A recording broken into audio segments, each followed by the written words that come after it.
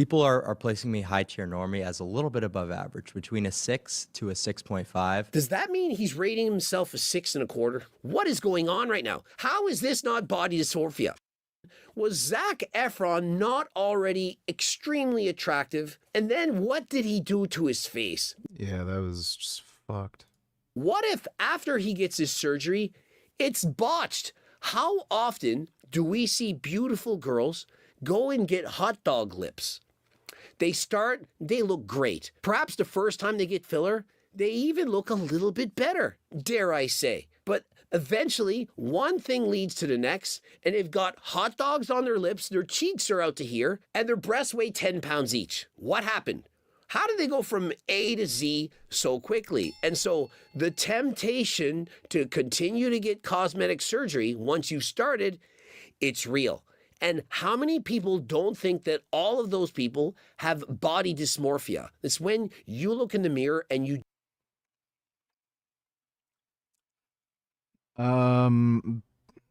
People throw that term around way too fucking often.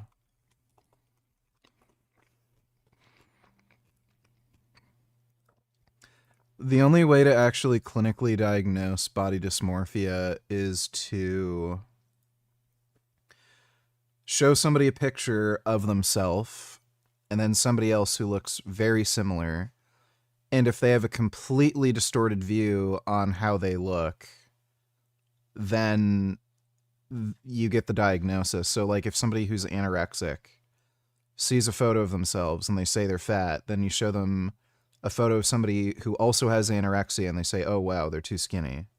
There you go, anorexia or body dysmorphia, whatever. You don't have body dysmorphia if most people find you attractive, but you find yourself unattractive. You may just not like the way you look. It's like, what's wrong with you? Pineapple on pizza tastes great. Are you insane? It's like, yeah, some people don't like pineapple on pizza. If everyone in the entire world loved pineapple on pizza and you're the one person who doesn't, that doesn't mean you have a mental health problem. $1 Sup VG, have you heard of this guy? He's like Spherge 2.0. I am a... Wow. Gay. Dermatologist's worst nightmare, and I'm gonna tell you exactly why I use none of these modern slave products and why you shouldn't either, as well as providing you with no toothpaste, no shaving cream, no sunscreen. You could make an argument for the shampoo, maybe. Usually people who say, like, do the no shampoo thing, they're not very physically active. Like, they're just not sweating a lot. And for whatever reason, they're also getting, like, aggravation and shit from whatever shampoo they're using. Like, none of these carnivore, like, natural fucktards exercise. Like, we know that. If you're working out and sweating a lot, like, you're gonna have to have shampoo. Same with the soap. Like, you're just gonna be greasy and grimy and fucking disgusting. Shaving cream, who fucking cares? No toothpaste, have fun with cavities. No sunscreen, have fun with skin cancer and just aging faster. Like, I'm not really interested in listening to this fucktard. He's also gay as shit. So, yeah. Weak, girly man with long hair talking about being an alpha male, sure. He's definitely no Fabio. Fabio at least worked out. Thanks for the donation, though, one. And I added extra $2, so don't skip it, bitch ass nigga. It's only 1 minute and 34 seconds long.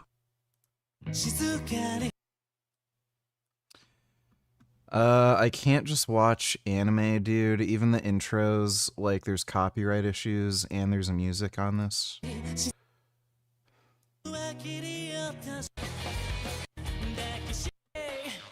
Yeah, this just looks like complete shit. It's one of the worst anime intros I've ever seen. Thanks for the donation, Kid Boo. We're here in Japan trying the viral Japanese souffle pancakes. I feel like I'm still on the plane with all the background noise here. So we paid a little extra for whipped cream. I'm guessing that's whipped butter, and it comes with maple syrup on the side, dusted with powdered sugar. They smell super eggy. Not sure I'm gonna like that. This is not maple syrup. I don't know if it's honey or caramel or something else, but it's not maple syrup. Alright, we got the syrup and the butter on it.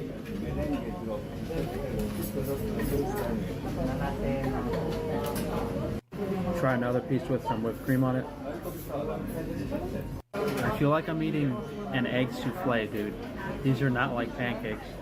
I mean, it's still pretty good, but this place is called a Happy Pancake. I don't feel like I'm... Alright guys, we are here on the floor of my hotel room showing you the very beautiful Japanese currency. So, as far as I know, I didn't miss anything. I haven't received any bills outside of these 3 and any coins outside of these 6. And the current transfer rate for USD to Japanese yen is about 1 to 150. So, 1,000 is around $8. That's the way you kind of want to look at it, just roughly speaking, so you have an idea of what these are worth. That's the big bill. Change and a lot of these, and just so you know, if you go to money compared. Okay, that's Japanese money. Thank you, Frank. Don't like the reflection that you see back. I'm certainly not gay. Are you gonna buy anything for Black Friday? My Protein had a Black Friday sale, so I bought some My Protein. I got the pea protein banana bread flavor, so I'm gonna try that out. In saying that I think that this is a very attractive man, far above average. And he's 6'2" to boot. And yet he wants to get limb lengthening surgery and he needs more cheekbones. For what? The surgery is called a Bimax. It's a double jaw surgery, right? So they're going to make an osteotomy in the upper jaw, my maxilla, and advance it forward, and the lower jaw. And so is he trying to look like Giga Chad? Like, does he need to perpetually have a resting bitch face with the hunter eyes and the jaw forward and the protruding cheek implants? What I want to say to that is extraordinary times call for extraordinary measures, right? And the extraordinary times are... Like, he was obviously dumb for getting that surgery. Greg Doucette is everybody's favorite fitness manlet, and while his simple-to-follow fitness advice and great personality are a standout among the sea of scientific grifters, Uncle Greg isn't without his own controversies. Today, I want to deep dive into Greg's new testosterone scheme with his coveted return policy, and uncover some truly shady and downright anti-consumer business practices that are involved in this whole mess. You literally have nothing to lose, but only something to gain. Now, I know that most people watching this video are normal and well-adjusted humans, but for that one guy that got dropped on his head way too many times as a kid, let me make this perfectly clear. You can criticize somebody's business decisions and products without hating the person behind it. Not everything is so black and white, and if you get angry about stuff like this, please go touch some grass or watch another video. Even though I'll be pretty critical on the Turk, I will still watch Greg's videos. LLM donated $2. Hey, I got some garbage for you to watch. Let me see.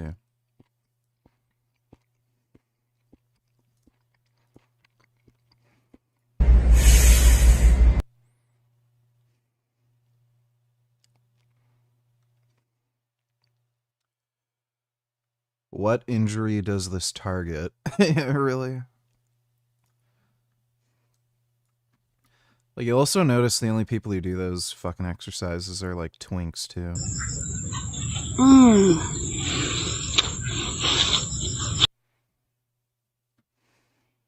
Okay. I hate how it asks you to follow back people when they send you links now.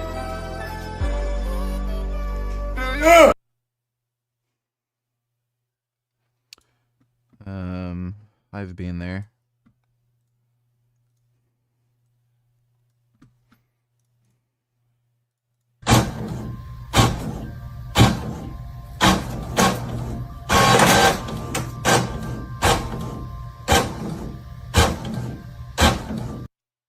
Yeah, the cat seems to be confused. Thanks for the donation, LLM. after this. I mean, I'm unemployed as shit, so of course I will. Also, Greg, please don't sue me. Zorb Corp likes to make money as well. My last video made $15 and I don't feel like spending it all on lawyers. Now, before we get into what I will call the modern era of testosterone, we have to talk about the fact that Greg's testosterone wasn't always real. And this isn't just me putting on a tinfoil hat because of the branding change. No, Greg actually admitted to this. Well, of course, only after he got caught. Oh, you said it was testosterone. I thought it was. They told me it was. Third-party testing said yes, it's testosterone. Only upon further review, using above and beyond testing methods that the FDA perhaps they don't even know about. I don't know. I'm not the freaking FDA. We discovered that it's not actually testosterone, that there's multiple testosterones, that there's equisteroids and testosterones that look alike, and that this test, when you really think about it, it's not good enough. Now, you might be wondering, why are we talking about this again? Didn't Greg fix this? Isn't the new Turk proven to be real and properly dosed? Well, yes, but the apology and the change only came after a third party exposed Greg, his whole community on Reddit went wild, and after Greg couldn't lie anymore, basically, because he even tried to cover it up. What I do know is what I used worked. I know that for fact that it worked for me. You can argue all you want about it being placebo, possibly placebo for some people. I just know what it did for me. What I'm trying to say is fitness influencers are fitness influencers are fitness influencers. If they don't get caught, they just won't change and apologize. They'll sell you just about anything if they can lace their pockets, so keep that in mind as we're going over the current testosterone. But hold on, you might say, how could goddamn Greg Doucette be scamming me, in my opinion for legal reasons, if he has a return policy and a $20 gift card? Well, that's a great question, my Zorplings. Let's dive a bit deeper into that return policy that he peddles to people and everything. Yeah, you don't need a return policy if your product works. And his return policy is complete nonsense. Single video, because the truth is quite ugly here. You literally have nothing to lose, but only something to gain. So we have to get a few things out of the way so all of this makes sense. On the website, it clearly says to take 1 to 3 pills 30 minutes before working out, and personally for me, this is already a red flag. Because think about it, if this thing has any long-term muscle building effects or steroid-like effects, as Greg likes to claim. But it really does have steroid-like effects. Yep, you can hate me. You can write right now. Get into your comment section right now. Please write comment. I have to pee. I'll be right back. I have to urinate.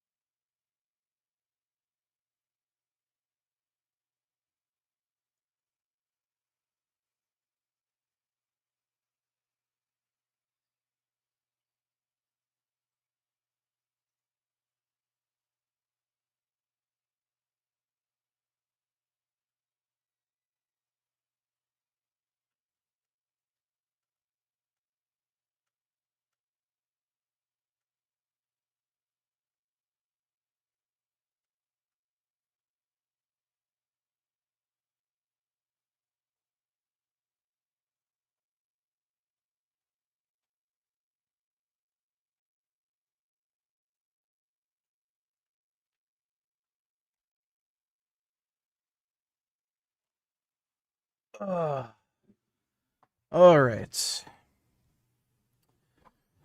Oh, I drank 6 liters of water after training, so I'll probably have to piss a lot. Kid Beauty Tillers, the Great One speaks. What's going on, everybody? Vince Goodrum here. It is Tuesday night, and the reason for the video is a lot of people Here we have go. actually seen the massive increase in vegangains' muscular structure.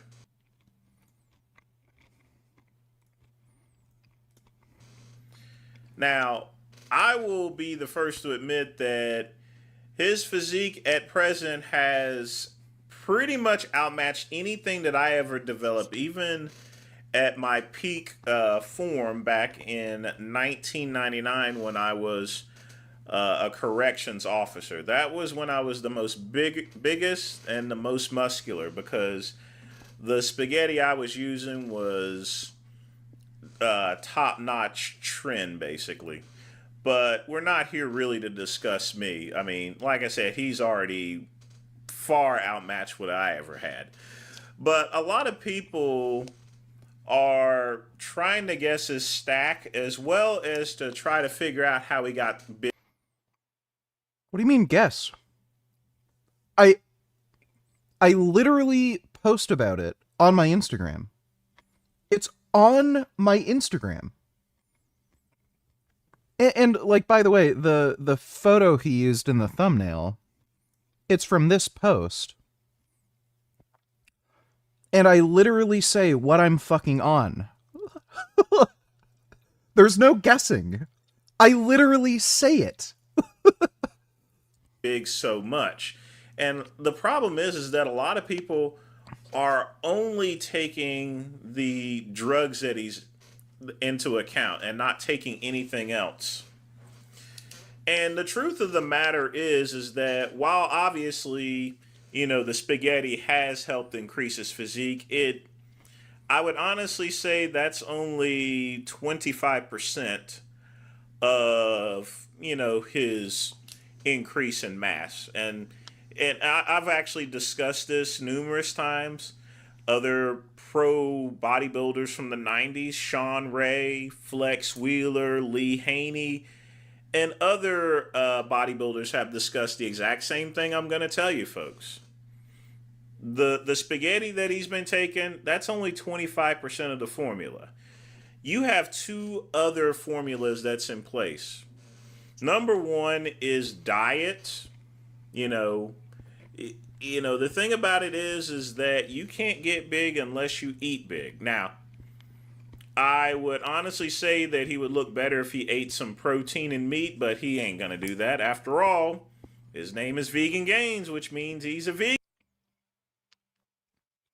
Like, it is so bizarre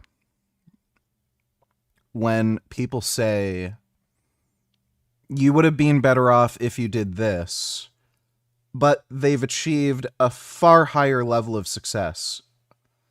Like, would anybody, like, tell Ronnie Coleman or Dorian Yates, you trained wrong? If you had done exercise like I do, you would have been so much bigger. Like, chances are the reason they were successful is because of what they're doing, not in spite of it.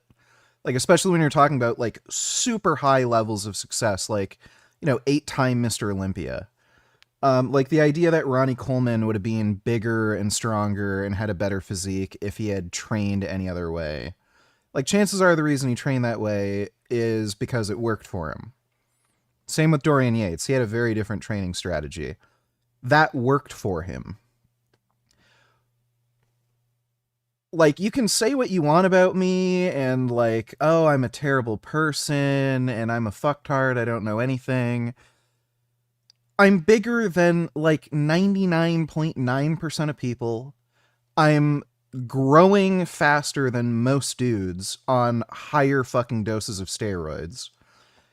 You will rarely ever see anybody build muscle as quickly as I am right now. And if you do, chances are they're on higher doses anyway. Like the idea that, oh, you could have been bigger if you ate meat. Like, why would you think that? Vegan. So he is taking an enormous amount of calories to fuel his workouts here. I'm not eating that much. I have that issue with eating because of the antipsychotics. My appetite is extremely suppressed. For the last few weeks, I think like pretty consistently, I've successfully eaten around 3,200 calories, which isn't that much, all things considered. Maybe a little more some days, like 3,500, but I think I've been averaging about 32. It's extremely difficult for me to eat a lot of food. Very difficult. If I were to try to get in 4,000, like that would be a real fucking struggle. That's for starters here. Without having the fuel for his workouts, the steroids wouldn't do him no bit of good. But here's the main thing. And again, this is something that a lot of bodybuilders have discussed. It's an issue with the most common modern bodybuilders that's out there on the stage right now. They don't train hard. And that is the fact as far as to the type of training that's being done. And one thing that is quite noticeable is this. Vegangains only uses, really, for the most part, free weights. I've not seen him use a cable weight or anything else. Yeah, I only just recently got the belt squat machine, so I've been doing some cable rows. But, 90% of what I'm doing, it's all free weights. Practically all he uses is just straight up free weights. And I will tell you for a fact that nothing builds muscle quicker than free weights. It's what I did. That's what I used in order to build my base up there. The reason why I'm so big is mostly not just the drug. It's the fact that, in the late 90s and early 2000s and on up, the only thing I ever used was free weights. I used free weights and I used kettlebells. Now, I did have a total gym machine. I was featured in the magazine. So naturally, I use a total gym on my off days, but I mainly use free weights. I think machines definitely have a place.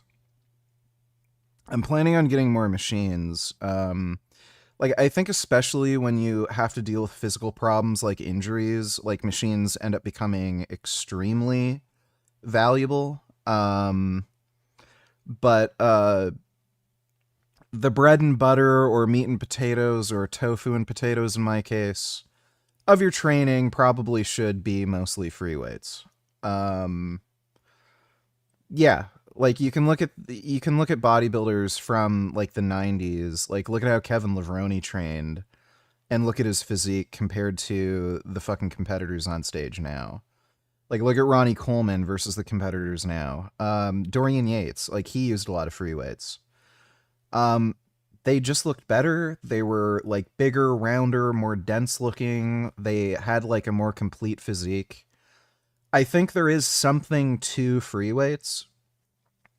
It's just got a special sauce. I know people cite studies. Oh, but they gain muscle just as much. You're not talking about, people who are trying to become pro bodybuilders. You're talking about normie fucking dipshits. So in a small study that only lasts 12 weeks or something. So I think there is something special about free weights where you do definitely want to include them in your training. But yeah. Okay. I use free weights at Gold's Gym and trained before I had my shift, which was from 3:45 to 12:15. And after I got off work, or either that or if I was going to work a double, I would have about 2 hours in between. Kenny donated $2. Let me see. Check out the setup for looking at your back gains. What the fuck?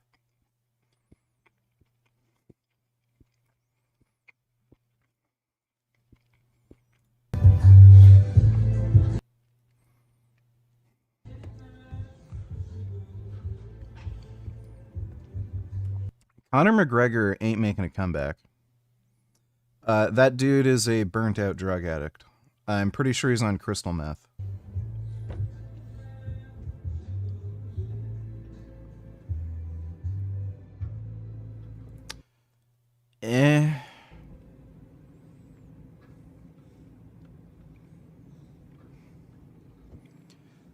Yeah, dude, he's not making a comeback. And I can guarantee you the first fight, if he does, like, ever get in the ring, which I doubt, he's gonna get his ass kicked. Like, he's older, and he's been on drugs. Those two things don't work out well for you, unless you're John Jones. But yeah, this guy has been drinking like fucking crazy, probably doing crystal meth and or cocaine. His, like, muscles and tendons are going to be, like, degraded. He's not going to be able to move and train like he used to. He's, like, it also affects your brain and nervous system and shit. He's just not going to be as fast and dynamic and coordinated. And he's not going to train as hard as he used to, and he's going to get fucked up. But he's not making a fucking comeback.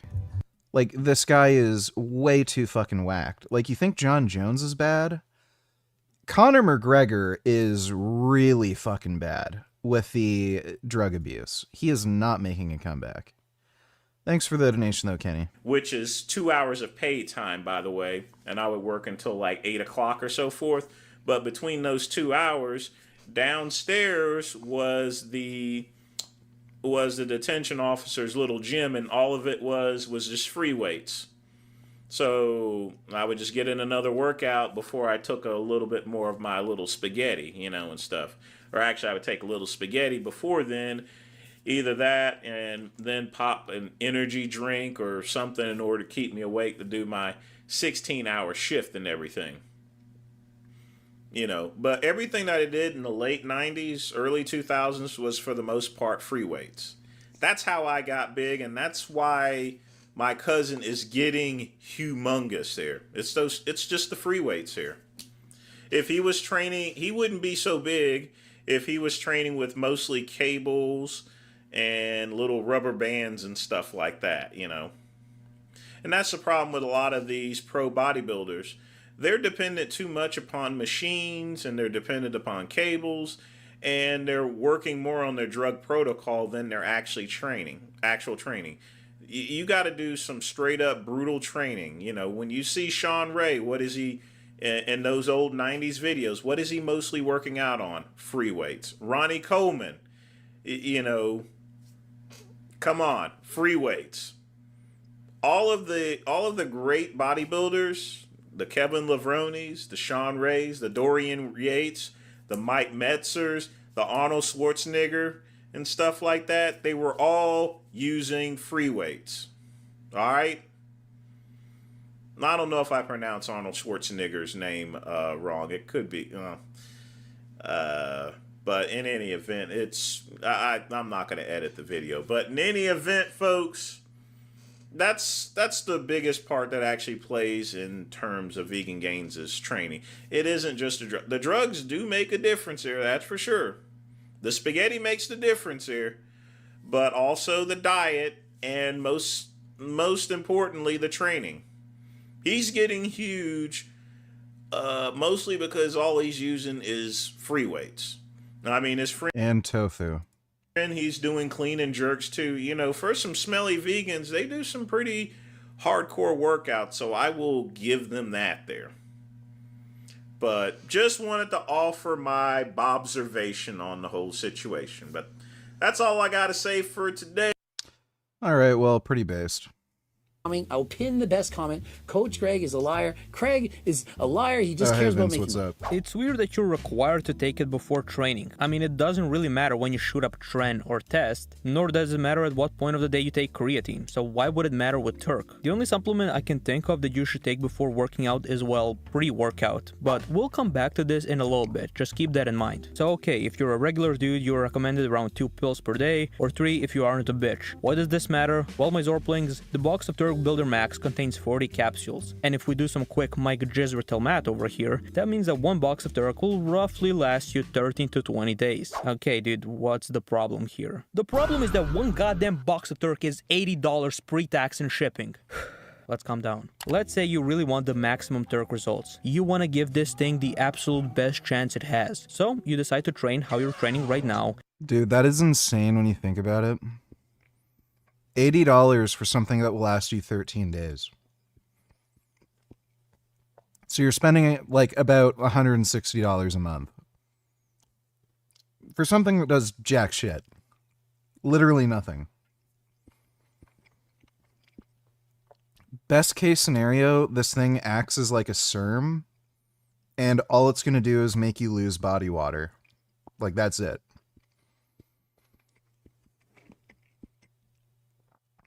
I spent $50 a month.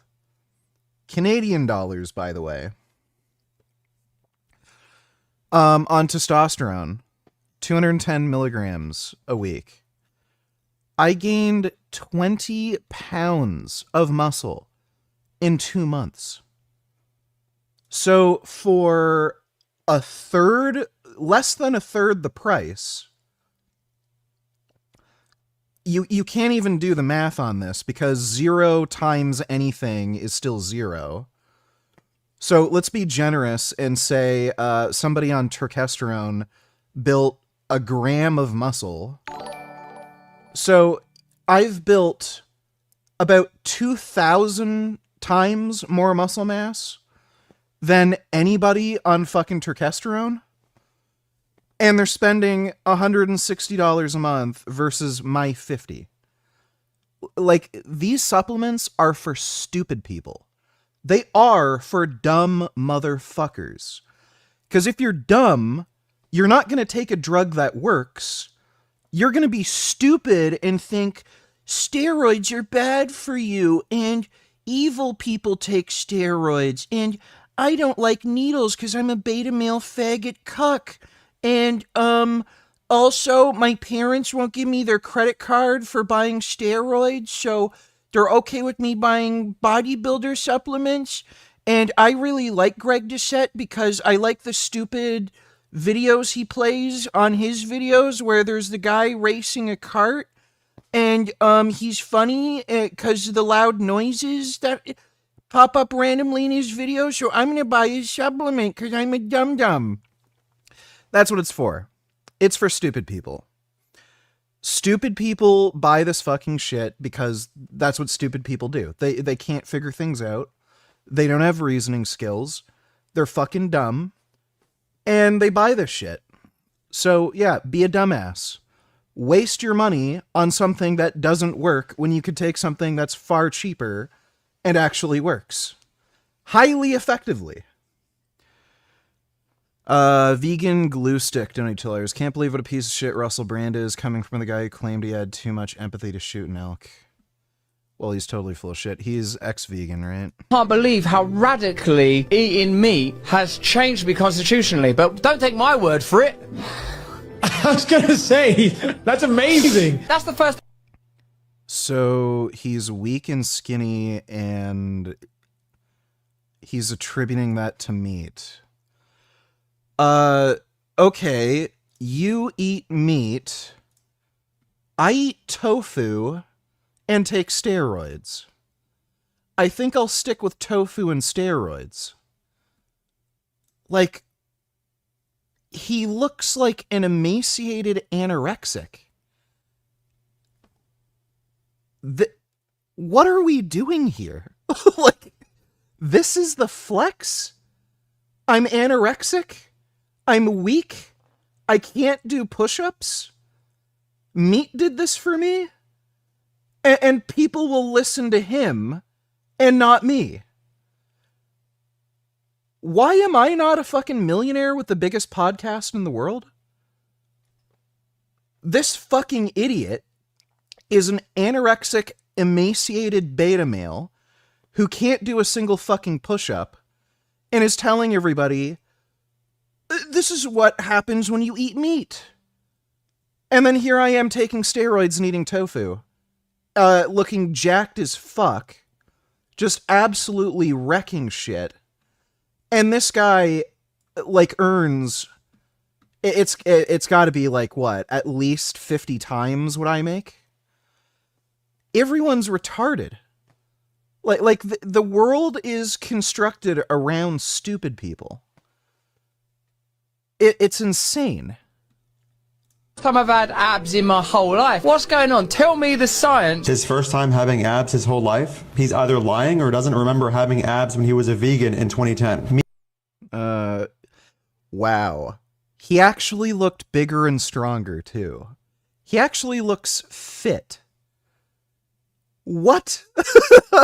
Like, He didn't uniquely give you abs. You had them when you were a vegan. And he was literally bigger and stronger, too. since we're playing the anecdote game, here's me, a vegan with abs. Amazing. I just can't believe how radically eating meat has changed me constitutionally, but don't take my... He literally looks like he has an eating disorder. Like, he looks fucked. word for it. What the fuck, dude? That is insane. Oh, oh, shit. I gotta pee and poop again. Well, I gotta pee again, but I also have to poop. I'll be right back. We're probably gonna be doing a lot of pissing tonight. And just a little bit of pooping, but I'll be right back.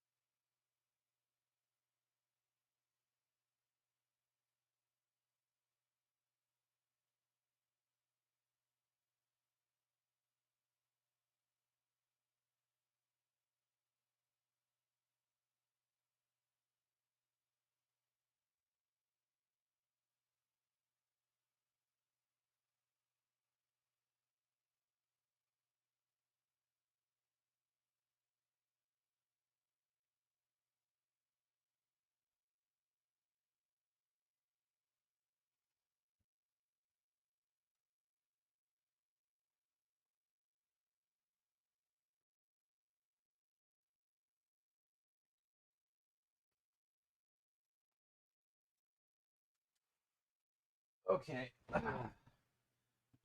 Isaac was using the bathroom, so I only peed. I'll just poop later. It's not really urgent or anything. Also, enjoy. Let me see.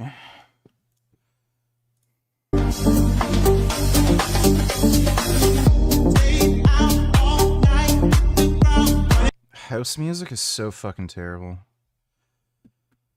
People's music tastes are just so fucking weird to me. It's kind of like pineapple on pizza. It's like, how the fuck can you enjoy this? Come on! Unquilizer. Thanks for the donation, Vegan Glue Stick. Let's see, Dodo donated $2. Let me see. Our membership in NATO has been a role that is about a commitment to our allies based on shared principles of what it means to abide by democratic principles that have historically ensured stability and security.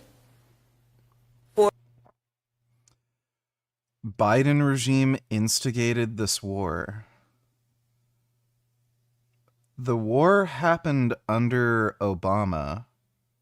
Russia invaded Crimea under Obama. So what? Wow. They literally... Dude, Republicans are actually cracked. Would happen for our PA Human Relations Commission. The same would happen for our bill, because now hair discrimination is part of the protected class of race, which is in the PA Human Relations Act. So they could call their statewide Pennsylvania Human Relations Commission. Okay, this isn't the stupidest thing. This end wokeness guy is a fucking retard. I have half my family is black. So I can't say that I have personal experience with this, because the only like actual job I had where I was like, you know, getting paid a salary, I was hired by a black guy, but it is a thing. If you go, like, this may have been more prevalent years ago, but I know my dad dealt with this. I know my dad's brother dealt with this especially. Black people hair is seen as like unprofessional or some shit, and there's nothing they can do about it. Like, black people hair is just crinkly. So like if a white dude has longer hair, it's straight, you know, it just kind of flows down. You can also put grease in it or something to slick it back. If you have black people hair, like, it's gonna grow into an afro and be like, you know, a microphone. Or you can get braids, or you can get like dreadlocks if it's gonna be longer. So like, obviously, like demanding black people use hair straightener or something so that they have white people hair is fucking ridiculous. Like, it is a thing. Black people are discriminated against because of some of these like hairstyles, like braids or dreads.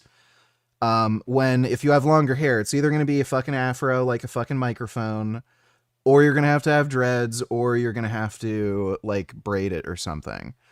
And yeah, there is like weird racism in the workplace where that's seen as like unprofessional or some stupid shit, when that's just how black people hair is.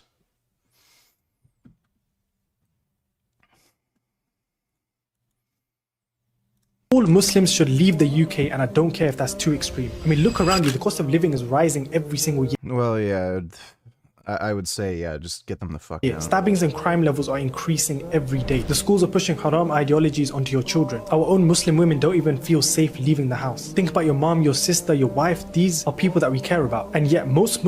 Oh, good.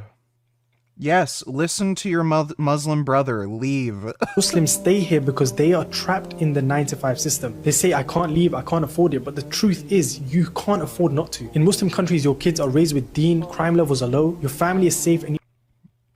Yeah, crime levels are low. Because committing jihad there isn't a crime. You actually have a community that supports your values. To make hijrah, you need some sort of financial freedom. And you're not going to get that by slaving away at a job here. You need your own halal business that gives you location and more freedom. That's exactly why I built my business, and now it's time for me to show you how to start one. Comment start and I'll send you my free... Oh my god. Oh, I didn't even know this was going on. So, there's literally Muslims who are scamming other Muslims with online courses. Wow. That is crazy. Suspect in the DC National Guard shooting has been identified as 29-year-old Afghan illegal Ramanullah Lakhanwal, who was brought here in 2021 by Joe Biden, of course.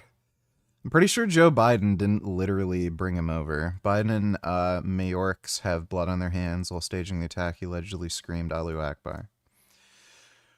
Well, sounds like the usual suspects. I don't know if you can blame it on Biden, though. FBI probes congressional Democrats who warned military about illegal orders. Yeah, that makes sense. That sounds about right for Republicans. Thanks for the donation, Dodo. Natty Cope destroyed her new tillers. Big Daddy FDA wants to ban testosterone because of how cheap and unprofitable it is. Found who's giving NH and basement bodybuilding their checks. Is that Okay, for real? so next thing to talk about. When I was coming up, I wanted to be a bodybuilder. I wanted to be Mr. Olympia. I said, you know. Okay, I'll definitely watch that. Thanks for the donation, dude. That is crazy. Well, I guess the UGLs. Well, don't worry, VG, you will be une soon once you win the lottery. Yep. Only 3 more days. Thanks for the donation, Dodo. If they do this, they will just make testosterone and all these other anabolic drugs that much more accessible and affordable on the black market. They're just going to expand the black market. It's so stupid. Wait, are you seriously suggested Obama really was a war criminal as you just stated the war began under Obama? No, I didn't suggest that. I just pointed out that the war started under Obama, not Biden. Thanks for the donation, Dodo. Nigga, yes, ghetto afros and braids and dreadlocks are dirty and unprofessional and they smell bad. If a white person showed up with disgusting dreadlocks, they should be able to be turned away too. But you know, it's 99% black people doing that. Yeah, sure. Thanks for the donation, 21st. One day I'm going to be Mr. Olympia. And the average height for Mr. Olympia is 5'8", 5'9", 5'10". I'm 6'3.5", 6'4". So for me, you know, I didn't want to be 400 pounds off season. And there was this book that everybody had to read to learn about steroids. It's called the Steroids Bible. And it was multiple, you know, first one, second one, third one, all of them you would go through. And everything about testosterone was bad that you would read about. And then today, for the first time ever, back in the days, nobody would talk about that guy's on steroids. No, he's natural. You know, and I think a couple of the first people that came out and talked about it, Arnold may have spoken about. So not only are Muslims terrorists, but they are also so lazy they can't even be brothed to get a real job. My God. Well, that's why they're the biggest collectors of welfare and public benefits in the UK. Thanks for the donation, though, Dodo. About it. And a guy named Bill Phillips made it very open with this magazine called Muscle Media 2000, which was hands down the best magazine in bodybuilding. And he wrote a book called Body of Life. He had a company called EAS. But today, guys will openly say, yeah, I'm on TRT. Yeah, I'm on HRT. What has happened where, what can you tell us from the perspective of steroids today? What does the average person not know about? Have we found, I read a book about 12 years ago called Age. It's the internet, dude.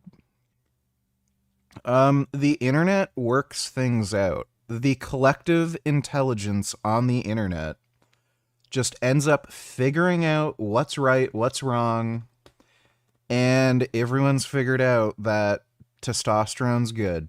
Man, where they were testing TRT and steroids with, you know, different things to say, you know, if the testosterone level is higher, your heart is actually doing better. What have we learned about steroids? It's a fascinating subject, and I think you and I grew up around the same time, and steroids were seen as this way to get buffed up.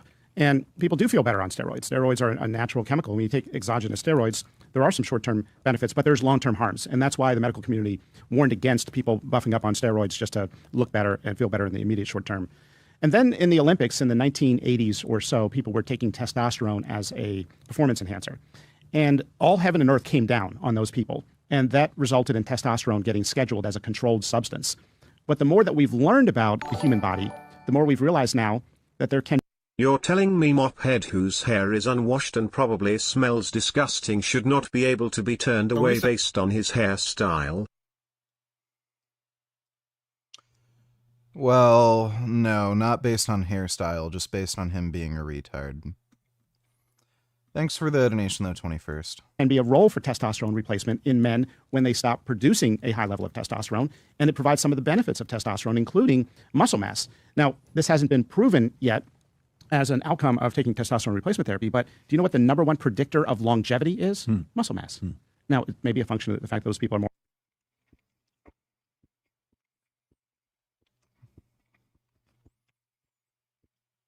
How much does the clinic charge you for blood work before getting on testosterone? $0.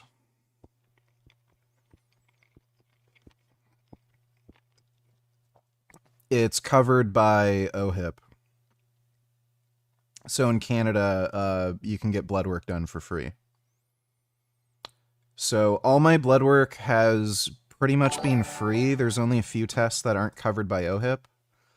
The last test I had done, I didn't have to pay anything. The test before that, I got my cystatin C tested. I think I had to pay like $30 for that. But pretty much everything is just free.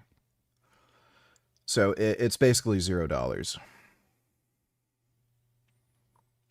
Clinic I'm talking to charges $90 for blood work. Do you live in Canada? Or are you in the US?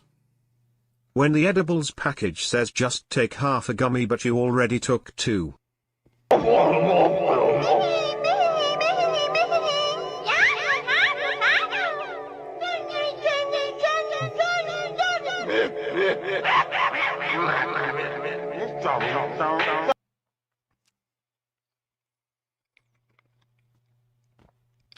I can get really fucked up on 10 milligrams.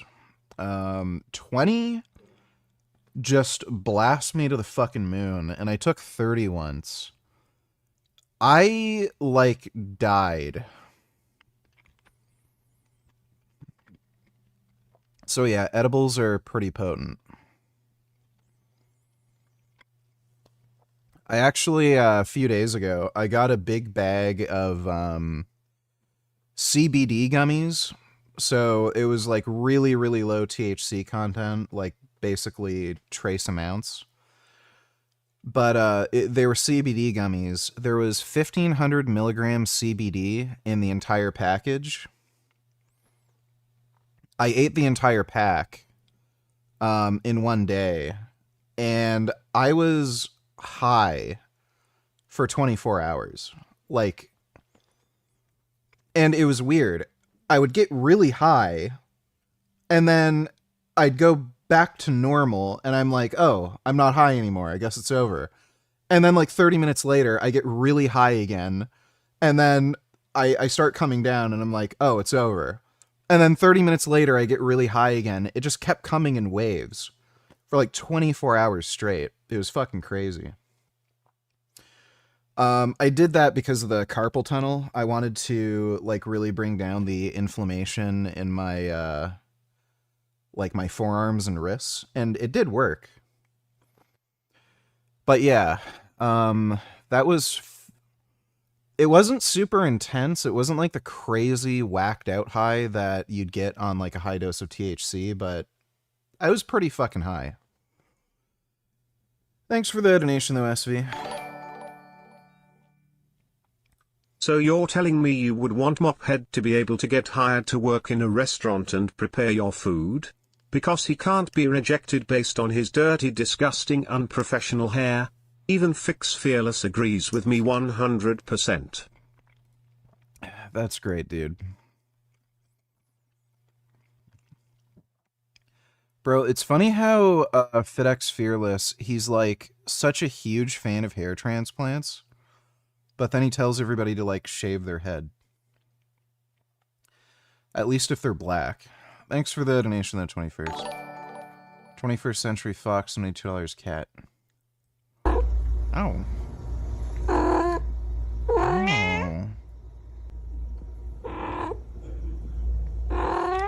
Wow. Wow. Those are some nice meows.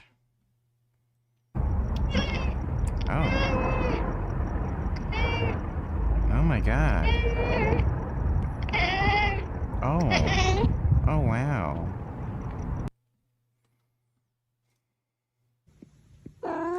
Oh. Oh. Oh my goodness. Oh my god. Oh. That kitty has nice meows. Thanks for the donation, 21st Century more Fox. active. But if you look at muscle mass, and we can measure it on a CAT scan, it is the #1 predictor of longevity. So we are having, I think we're live here, right, when we're chatting. We're having, I think it's December 13th, we're having a forum at the FDA on testosterone replacement therapy in men's health because it has not gotten the attention it deserves. Some men are good candidates, but there's this stigma that it's maybe wrong or maybe has, short-term benefit but long-term harm. No, the more we learn about testosterone, the more we're learning that, say, low-dose testosterone can have long-term health benefits. Dude, if they cared about people's long-term health, why the fuck is alcohol available everywhere? Grocery stores, gas stations, liquor stores, restaurants, everywhere you can get fucking alcohol. And it has absolutely zero benefit. Zero. Literally no fucking legitimate reason for anybody to fucking drink any amount of alcohol ever. Any amount of alcohol you consume, you are more likely to fucking die or get a disease. But we need to, ban testosterone because maybe at higher doses it's dangerous.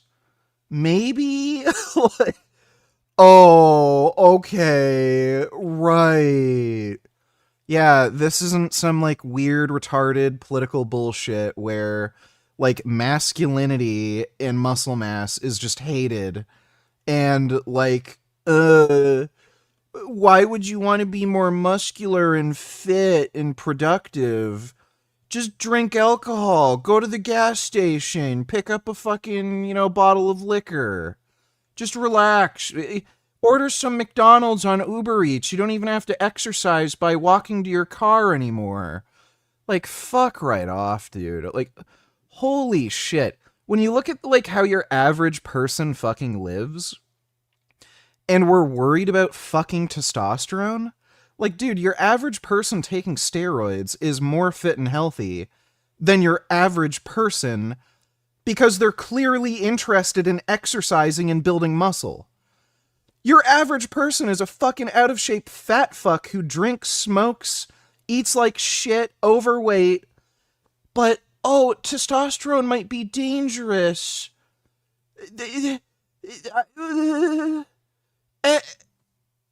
Exercise? Taking a drug that motivates you to build muscle and exercise and work out? That's a problem. But they're fine with fucking alcohol. They're fine with McDonald's, processed shit.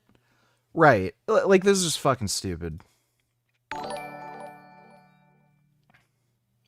Fuck man, I was really hyped for this remake, but combat system they showed is complete shit, and they censoring/removing dark fantasy aspects and now uglifying female characters and banning criticism and insulting fans on forum. When a remake says faithful adaptation all over the marketing material, I instantly wave a red flag because they could just let the product speak for itself, but instead they have to try to convince you that they're doing their best, or you're probably the rate.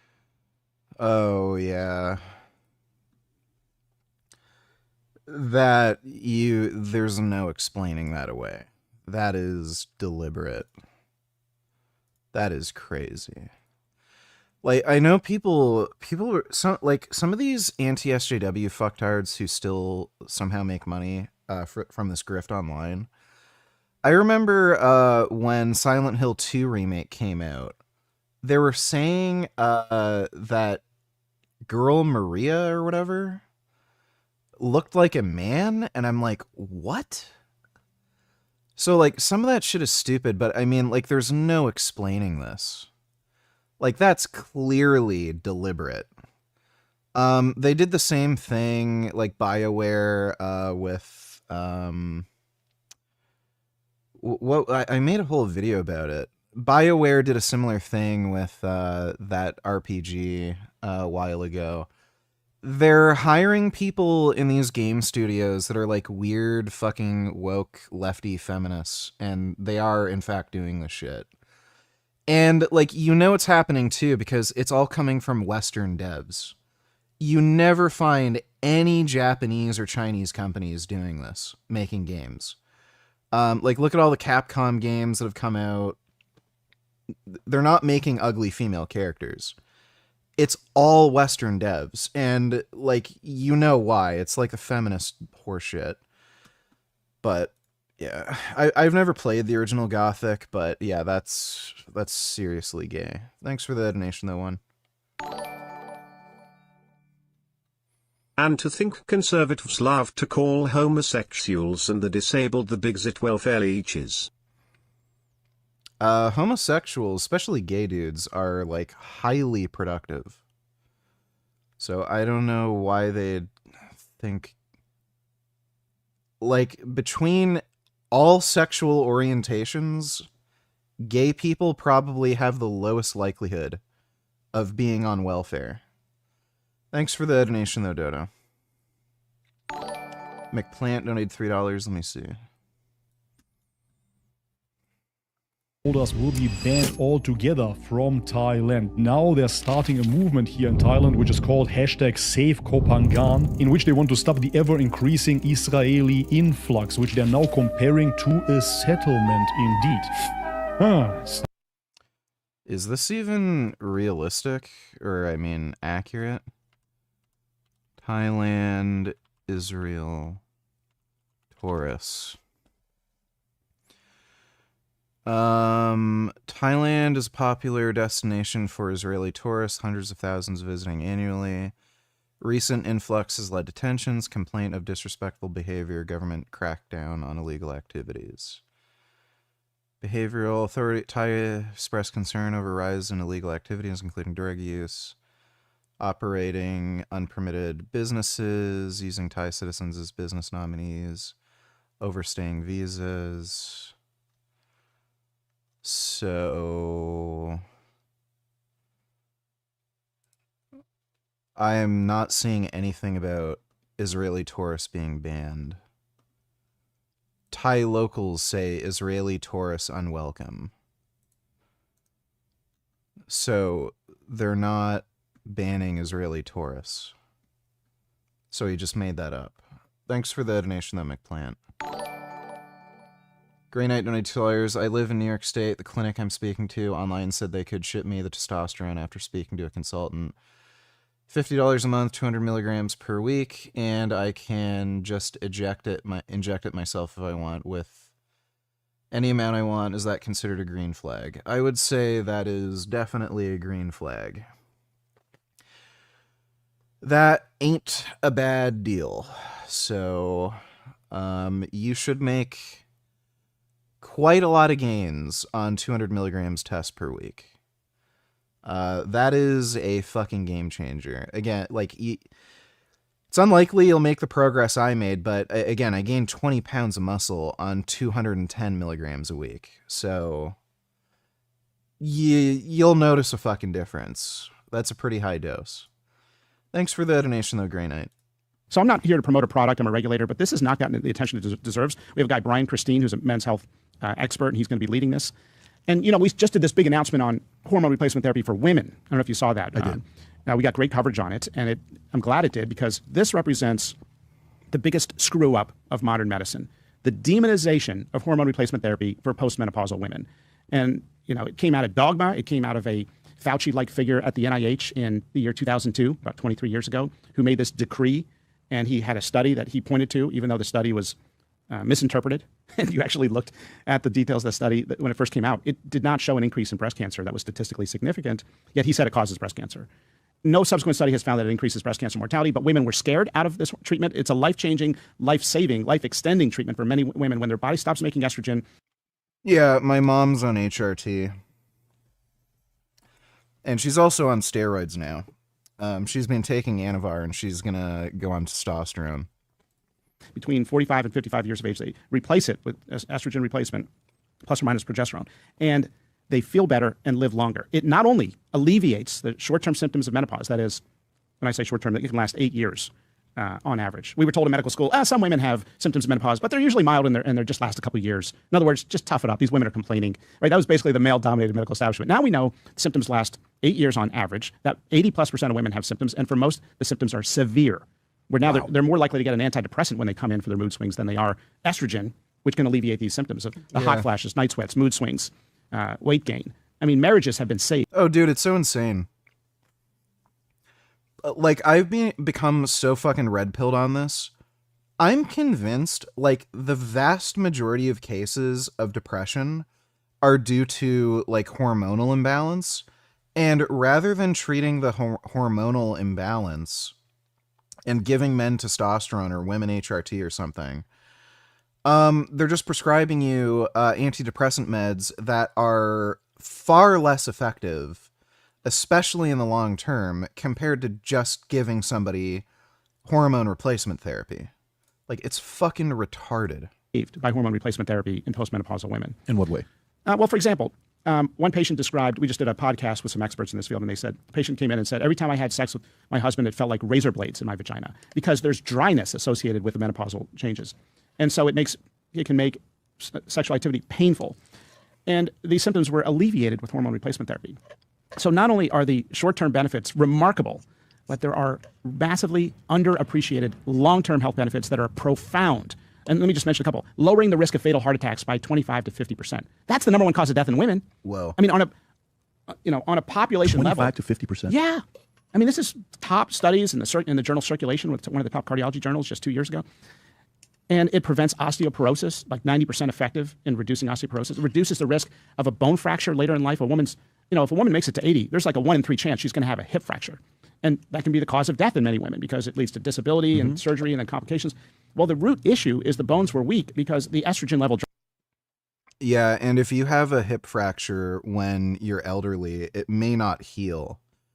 There's a woman who lived down my street who I think was around 80. I was talking to her. She broke her hip and it wouldn't heal. So when you get to that age and you have a hip fracture, that is fucking serious. She was still able to walk, but she had to use a walker and she could like barely move. Like she would have to just inch by inch. Like she wasn't walking. It was just like, So it's fucking crazy how they're like trying to convince people not to take HRT.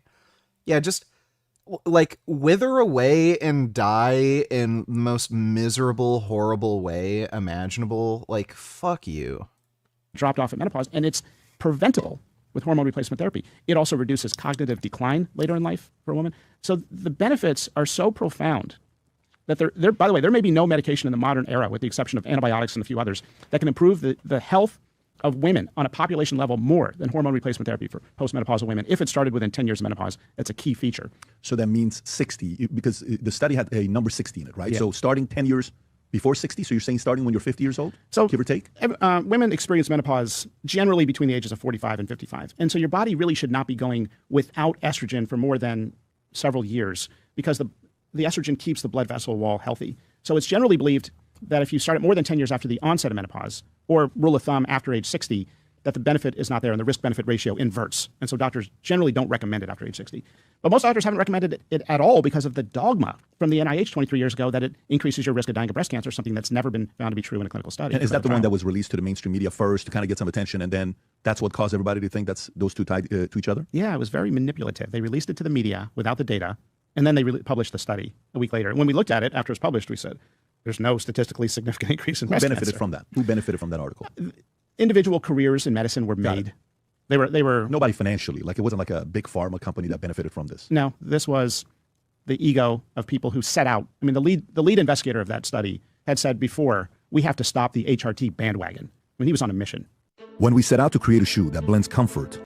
Yeah, it's all bizarre ideological nonsense. I don't know why hormones are so vilified for no fucking reason. Hello. It's all ideological and insane. And you take 3 pills per day. That means that you would need 90 pills to get through the month. But since the box comes in packs of 40, and since you're smart, you of course wouldn't buy 1 box at a time, because then you'll be paying for shipping 3 times. So you decide, okay, let's give this a try and just buy 3 boxes. Ladies and gentlesorps, this means you're spending $240 pre-shipping and tax on a supplement that we have. Yeah, or you could spend $50 a month on test. No idea if it even does anything, and you only get a month's supply of it. Compared it to subscribing to Sorp, which is free and it gives you a lifetime supply of content, I think the value proposition is not looking good for Uncle Greg's Turkesterone over here. Now let's calm down. There's a return policy and a $20 gift card. If you spend all the money on Turk, you can just get it back, right? Right? And we have a money-back guarantee and a $20 gift card. If it doesn't exceed your expectations... Oh, no. Oh, God. Oh, God. I have to poop. Okay, now I really have to poop. I'll be right back. I'm just gonna go take a poop. And pee. Poo-poo time is always pee-pee time.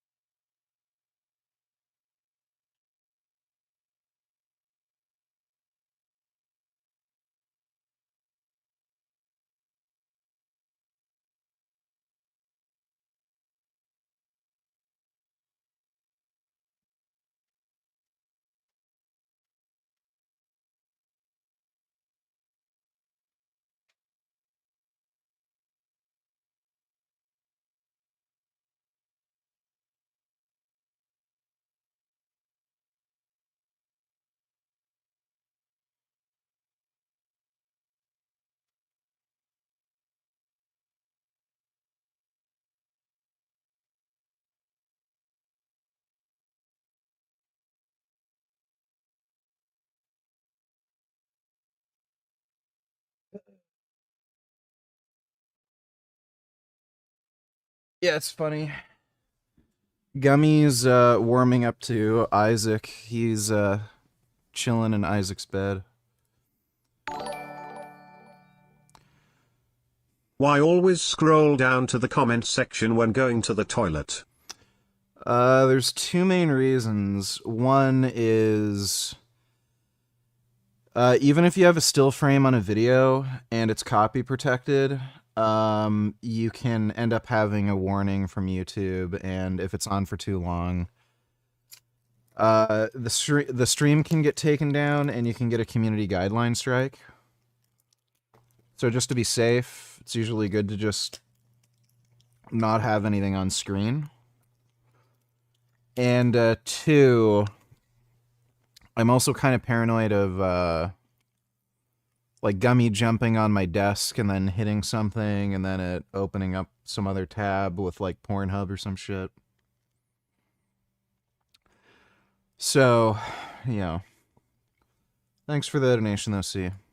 All the money you spent on it, you get it back. And on top of that, you get a $20 gift card. And so you literally have nothing to lose, but only something to gain. My sweet summer child. Let's take a look at this return policy a bit closer. So at first we see some normal stuff here. The request for a return must be issued within 60 days of delivery. You also must be a first-time buyer. Okay, all of this seems pretty good so far, but it's after this line that the fine print really starts to hit you. You are eligible for a return of a single bottle purchase only. All the money you spent on. Yeah. Scam. Lies. You get it back.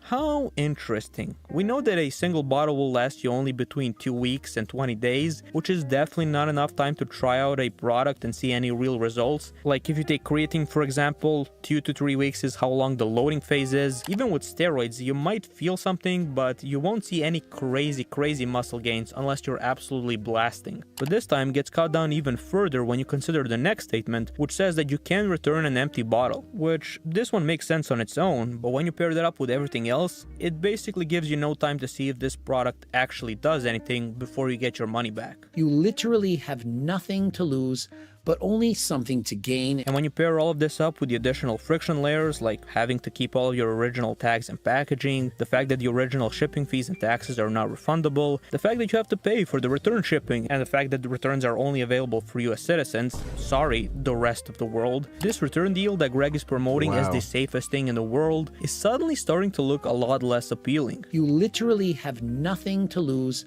but only something to gain. This is even ignoring the fact that they reserve the right to make the final decision on all cases, so you legally can't do anything if they just refuse to accept your refund. But okay, dude, at least you get a $20 gift card. The $20 gift card. This is literally just the icing on top of this scummy cake, because it's not an Amazon gift card or anything that's actually useful. It's a gift card to Greg's own supplement website, which is even funnier when you realize that for $20 you can basically buy nothing on the website other than ashwagandha and NAC, which are two BS supplements that basically no lifter will ever need in their lifting career. And guess what? Even if you want that box of ashwagandha, you'll still need to pay for shipping and tax, so again, you're down money. Still, $200 is a small price to pay for a supplement that's so great. I mean, look at what Greg is promising on the website. Are you somebody that's trying to add muscle and love a next level pump? Or maybe you're somebody that's looking to thin out and become more defined? Real, authentic testosterone is exactly what you need to take your training to new heights. And you can pass an USADA test with this, and it has steroid-like effects. Wow, this sure is worth the price. Let's check the reviews for it. Yeah, if that had steroid-like effects, it would be banned by WADA, it would be classified as a drug by the FDA, and Greg wouldn't be able to sell it. It does nothing. How long has this product been out now? It's been like several years. Who the fuck has made any gains taking this shit? When SARMs first hit the market, you could see plenty of teenage kids, you know, taking SARMs like Rad 140. They gained muscle. They got a lot stronger. Rad 140 seems to be good for like strength in particular.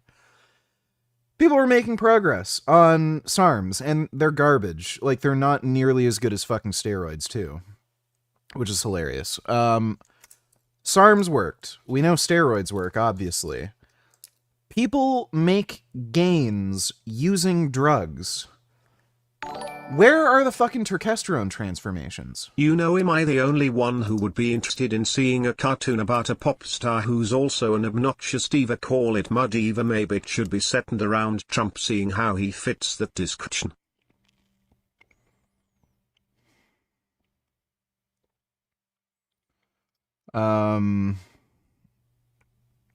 I don't think Trump would agree to that.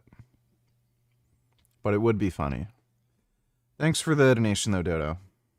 Real quick, they must be full of amazing progress photos and stories. Yeah, about that. The first red flag that comes up is that there's almost the same amount of 1-star reviews as there are 2, 3, and 4-star reviews combined. Now, I'm a person that's always more likely to trust 1 and 2-star reviews, especially in high numbers like this, because to leave a 1-star review, you have to overcome buyer's copium and admit to yourself that you've been duped, which a lot of people's ego just can't handle. Also, Greg, don't think I didn't notice that you lowered the opacity of the 1-star reviews so they don't stick out as much. Here, let me fix that for you, you sneaky bastard. And all of this becomes even clearer when you actually read some of them. Mind you, all of the reviews I'll be reading now are verified, so it's been confirmed that the user that left the review actually bought the product.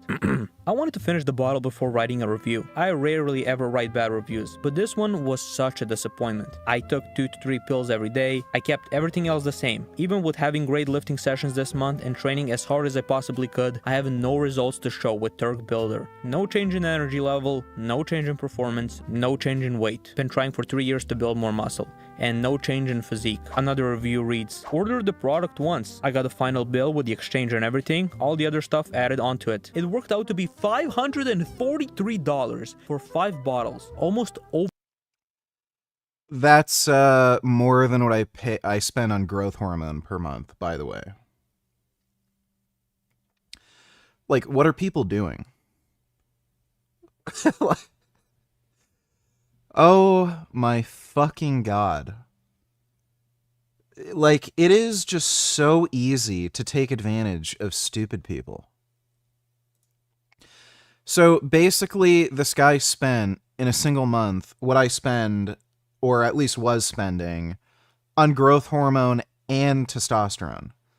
I'm taking more testosterone now. I think the bill comes to around like $60 a month, because I'm on a slightly higher dose of test. And currently I'm taking Masteron, so that's like an extra, I think like $70. So this guy could have done what I was doing, which made me gain 20 pounds of muscle in 2 months. And he would have actually made gains. This guy spent $500 on bullshit. Worthless fucking bullshit. Like this is how Greg makes money. This is why he just bought the new Ferrari. There are stupid people who would spend $500 on worthless bullshit rather than spending it on testosterone and growth hormone.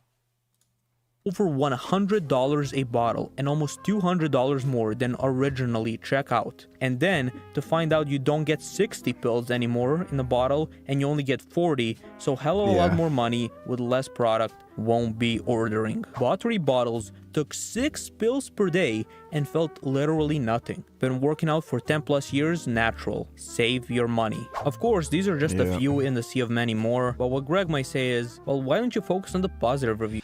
Well, by the way, the positive reviews are just fucking bullshit. There's obviously going to be a bias. I've definitely seen this, even among, like, steroid users. Like, Primobolan is super hyped right now. And, like, back in the day in the 90s, everyone considered Primo, like, a really weak steroid. It didn't really do anything.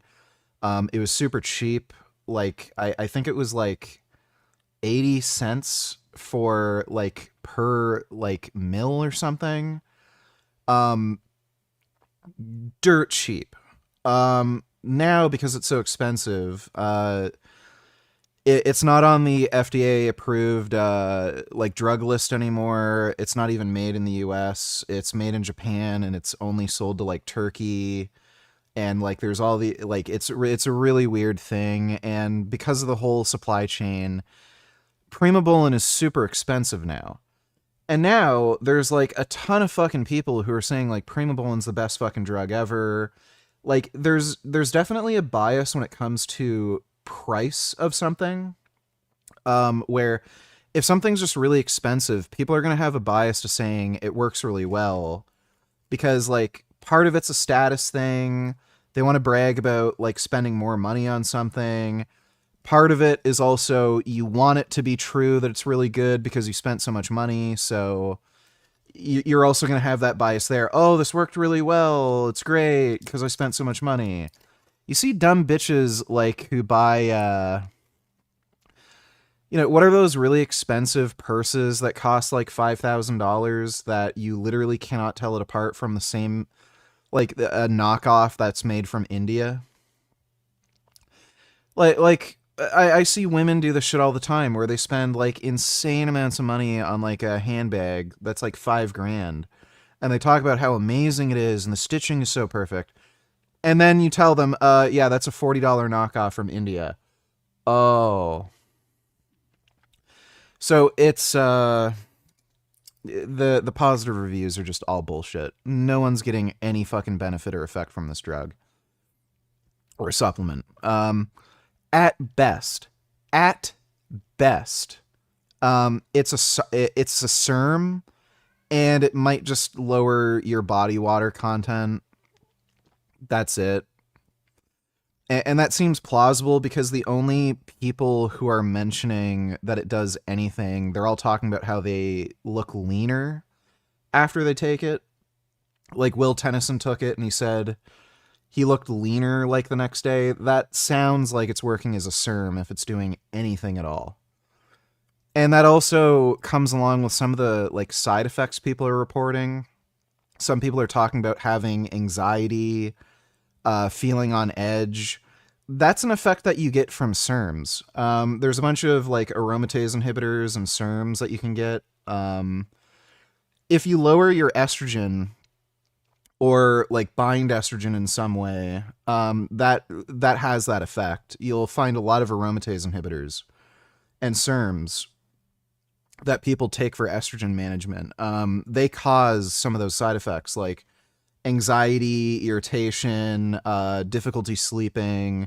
It can make you feel kind of activated, like you have a bit more energy and you kind of get a speedy high from it. So if it's doing anything, it's acting as a serum, and that's probably not a good thing. Serums can be pretty dangerous, actually. Some serums can cause ocular degeneration and make you go blind. So if this is acting as a serum, you shouldn't take it unless there's like actual fucking human, like long-term human data on it.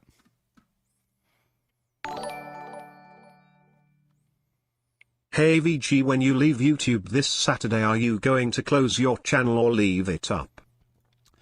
Well, I'm going to leave it up. Yeah, I'll leave it up. I'll probably still stream. It's not like I'm going to just quit outright. But, yeah, once I win the lottery, I'm probably just going to work out all day. I'll probably still do workout streams. Thanks for the donation, though, Dodo.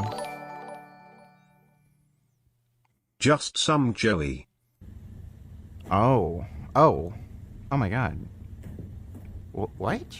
Oh my, what? Is there a bug? Does he see a bug? Oh my god.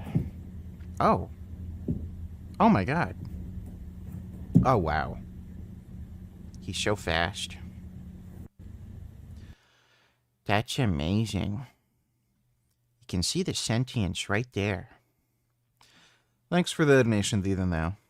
Well, we'll do that in a little bit, but... Ever heard of Ben's gym videos? No. What does he do?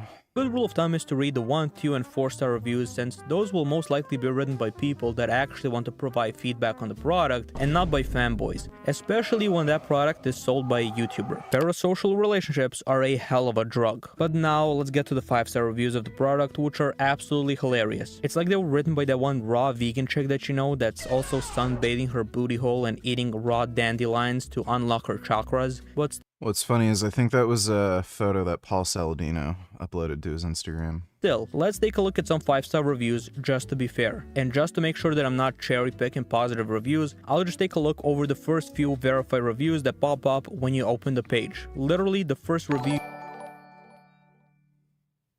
What did I miss? Are you leaving YouTube? I doubt it. Is Dodo just hallucinating again? Yep. On the 29th, I'm officially retiring because I'll be winning the $60 million lottery. Thanks for the donation, though, even now. You see has progress photos, and while I will censor my man's face for privacy reasons, he looks absolutely the same in all of these photos. He looks like a regular. Whoa. If this were in the US or Canada, they probably would have been shot, no doubt. UK police are a bunch of pussies.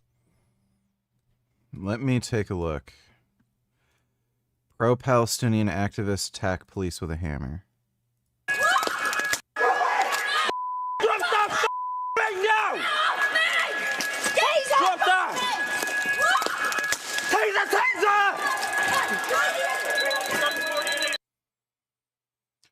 Oh, okay, well, they probably wouldn't.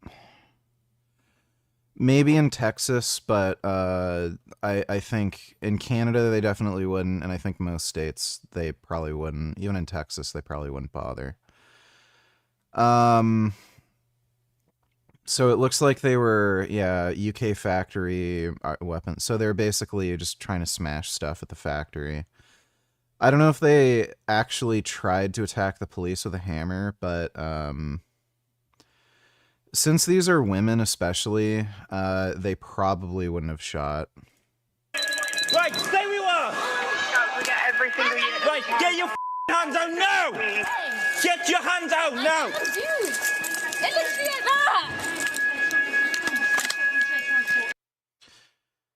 You know, sometimes I wish the police were allowed to commit brutality. Yes, you're messing. Oh my god. If only they could have made it hurt more. Jeez. These people are just absolute scum. They should just, like, have a law where the police are allowed to commit brutality against pro-Palestine activists. Thanks for the donation, though, Big D's. Dude, the lighting is different and the poses are different in some of the photos, but besides that, yeah, just sort of looks like a regular dude. I'm not sure I'm seeing those steroids. Dude, that is insane. A dude uploaded these progress photos and he's like, look at the gains I made on Turk. Literally the same, and he's out of shape.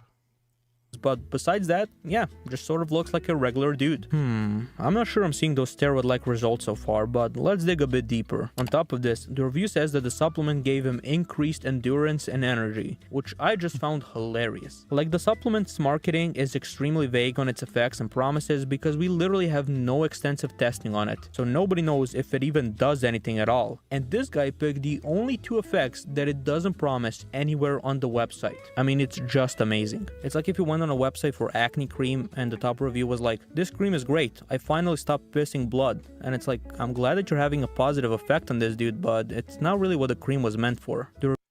I only played the last Mass Effect game, Mass Effect Andromeda.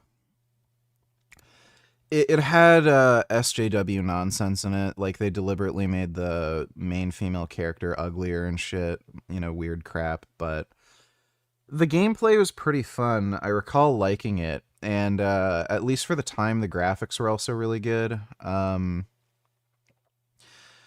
of it was kind of, like, it's an RPG, so, like, they can get pretty grindy, but I enjoyed it overall. Apparently the other Mass Effect games are better. I haven't played any of them, but I played Andromeda and actually liked it. Review under this one just says Turk Builder Max, really useful. Thank you, Leo. By the way, I went onto the website while editing this, and I've noticed that the 2 newest reviews also just say Turk Builder Max, and one of them is from a guy named Craig. I'm not trying to imply anything, but some of these reviews are sketchy AF, so you come to your own conclusions with that. The review under that one reads, I still don't have any— They're hiring Indians. Dude, they are hiring Indians to give fake reviews. Any genuine proof of what this is doing for me. I'm not necessarily tracking lifts, but I can tell you, my lifts feel 10 times more powerful. I mentally feel more locked into the gym. Whatever is in this stuff, it's steroid-like. The fatigue just goes down. So basically another raw vegan chick feeling her chakras awakening. No real data. I mean, even he says he has no proof if this does anything. And I'm also 100% convinced that this dude has never used steroids before, because let me tell you right now, they give you a bit more than just feeling locked. Yeah. He would not be saying that if he ever did steroids. Then, steroids don't care about your feelings. Calm down, liberals, it's called green humor. But most of the reviews you will read talk about feelings rather than actual progress photos. Which, I feel like if this truly had steroid-like effects, I feel like we will be seeing a few more progress photos. Or actually any data that's been tested with any scientific rigor. Now I know that Greg is a bit bitter on science due to his beef with Mike Jizretel, but we have to separate something like exercise science.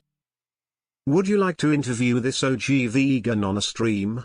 I would be happy to answer submitted questions. Done correctly, a nightstick can diffuse a situation. Of course, in Jonathan when had tried to pull an Ariana on me, I would have broke her hit. Yeah, if only you were one of the cops there. They definitely should have gotten nightsticked. I'm not against it if you can maybe think of some interesting topics to cover. I'm not opposed to it. Thanks for the donation, James. From real chemical science that's used for testing supplements. Exercise is extremely personal and honestly depends on so many factors like preference, how seriously you're taking it, your daily life, your job, your stress levels, your goals, etc. that exercise science just can't cover all of that. Add that to the fact that this area of science doesn't really matter that much and that it doesn't have proper funding and resources because it doesn't really generate that much money, and you can easily dismiss exercise science without really much care in the world. Supplements and chemicals, on the other hand, are something that you put into your body.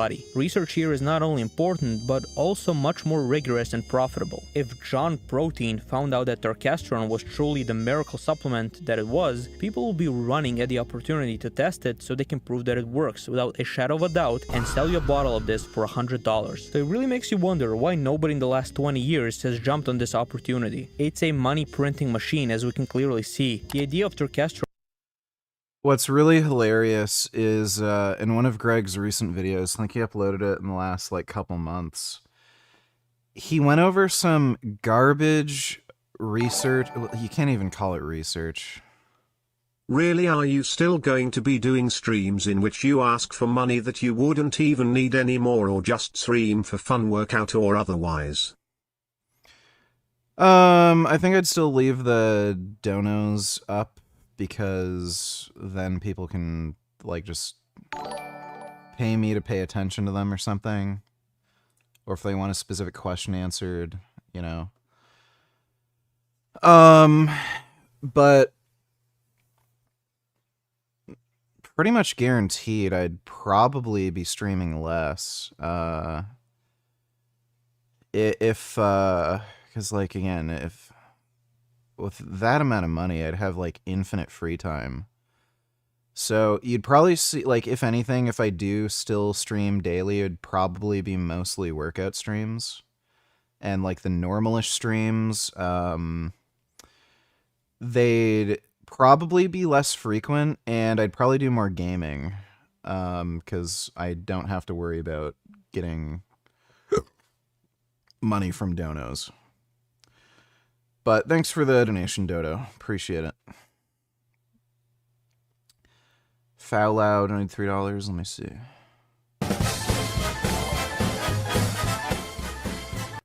Let us permit your 130 friends to suggest topics. dancer emoji, cool face emoji, steamer locomotive emoji, smiley face emoji, musical notes emoji.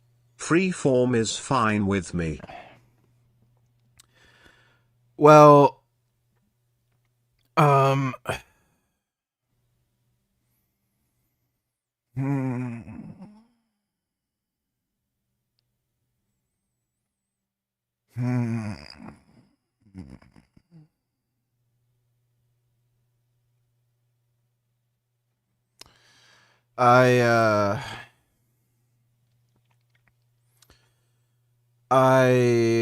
don't know if I want to dedicate a stream not knowing if it's going to be remotely interesting. Maybe whenever you feel like it, you can just hop in Discord and we can chat or something. Thanks for the donation though, James.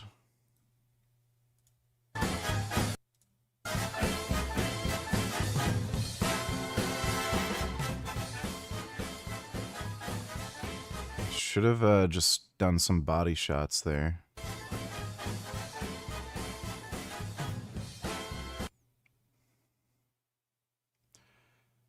That makes me wonder.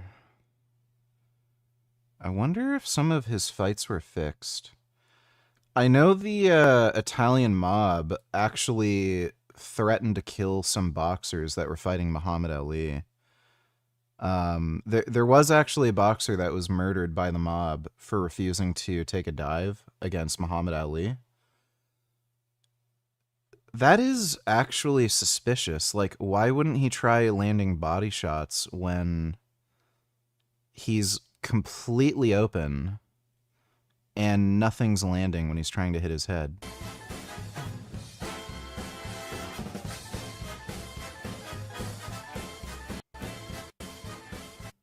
Yeah, that is kind of suspicious. Thanks for the donation though, Fowlo. So basically you wouldn't be reacting to stuff on stream as much anymore. Also, how often would you be streaming then, like once a month? No, probably more than that. If you really want me to, I could just react to stuff on stream. I know there are many people who count on me. So, do you want me to keep streaming, Dodo? Thanks for the donation though, dude. Being used for muscle building has been around since the late... Oh yeah, like I was saying, in Greg's, one of Greg's recent videos that came out, like, I think within the last couple months, he went over some garbage research from the Soviet Union that was never published in English language journals, and it wasn't even research, so there was no randomized design. They weren't placebo controlled. They literally just gave a bunch of people terkestrone and they're like, they built muscle or something.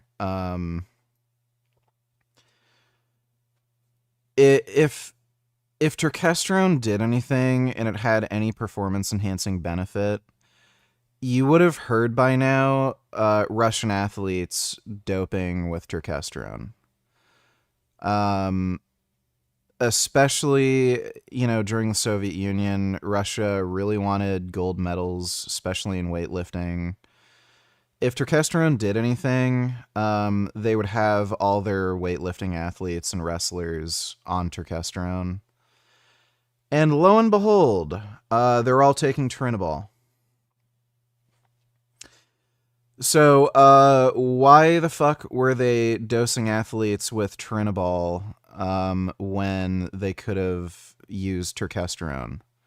Or at the very least, Trinabol with terkestrone. Like, it's just so silly. Like, it's just putting two and two together. He's digging up garbage non-research from the Soviet Union to make this argument that, oh, there is research on terkestrone. It's just never been published in English journals because politics. Okay, cool. The Russians figured out terkestrone works. Why the fuck didn't they use it? Why didn't they give it to their athletes? Like, especially when they had such a huge political motivation to win gold medals. So, it's fucking stupid. The Russians use steroids and not testosterone because steroids work, testosterone doesn't. Like, the coping is just so fucking immense. Server error. What the fuck? Dota donates $2. No, they tried to attack the police VG, and according to Code Pink, these are peaceful protesters. Well, if this is peaceful protesting, I guess vegans should show up to slaughterhouses with hammers. Fucking retarded. Criminal damage.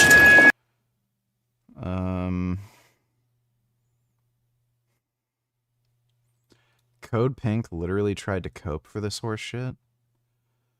Actual traitor Steve Witkoff is supposed to work for the United States, not Russia. U.S. Presidential Envoy Steve Witkoff advised Russia on how to pitch Ukraine plans to Trump. Whoa. While no, you can have your free time, I mean you don't have to react to stuff every single day, I mean it's fine if it's mostly workout streams from now on. Alright, well, congratulations, you're banned. Well,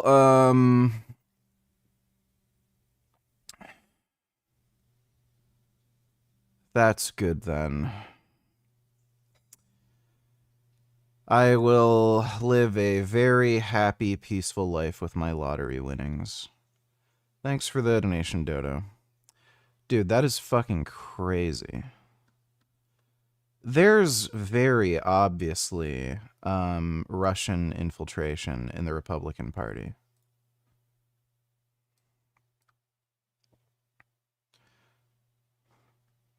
Animals don't suffer in as much as they lack rational souls.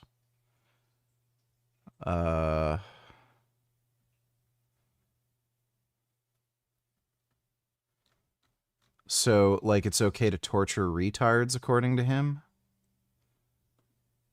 What a fucking dipshit. Thanks for the donation, Dodo. Here are some possible topics. 1. Why I went vegan. 2. What was it like without internet? 3. Difficulties you had? 4. Were there any animal rights groups? 5.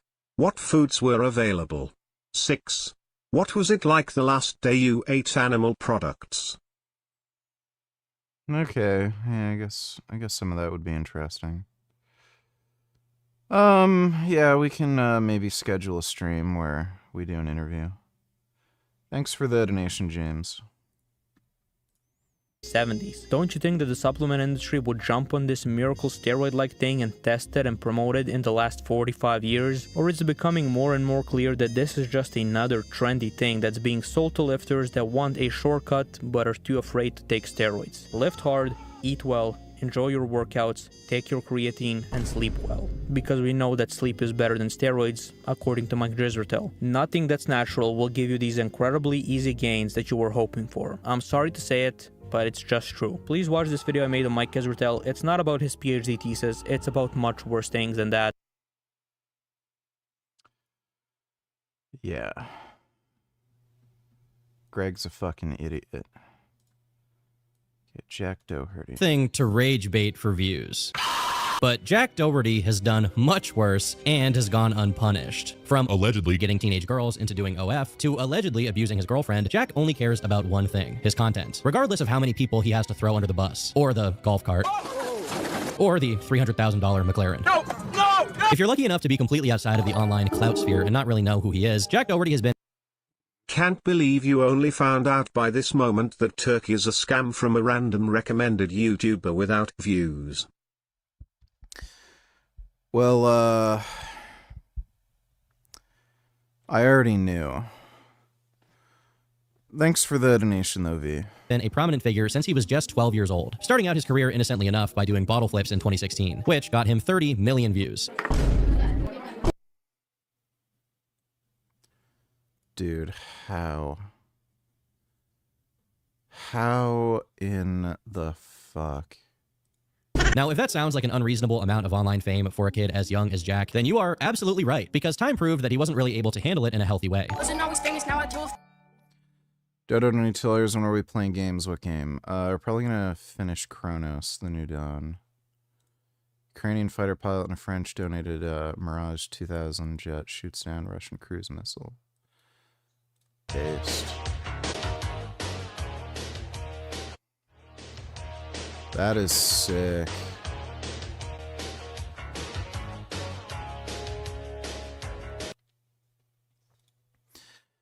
Yeah, those Mirage jets are pretty good.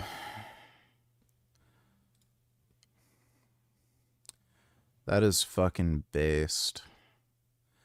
They look a lot like the Russian MiGs.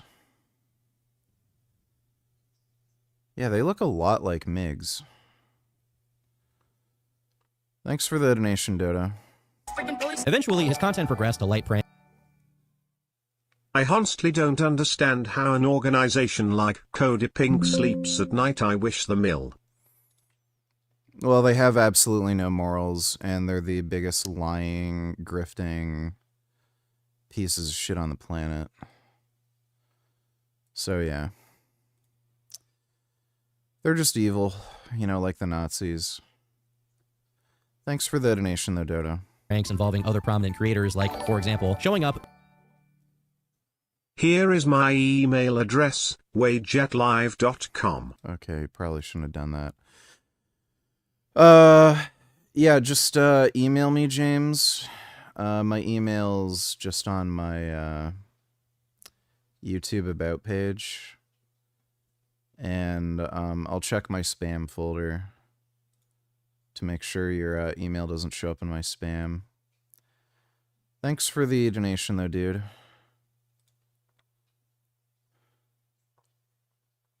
I think I might have drunk too much water.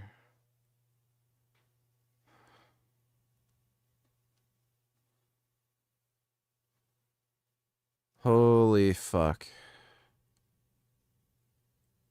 Whoa.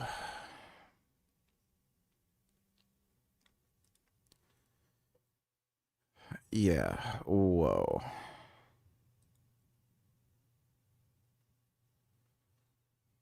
I ordered some hydrochlorothiazide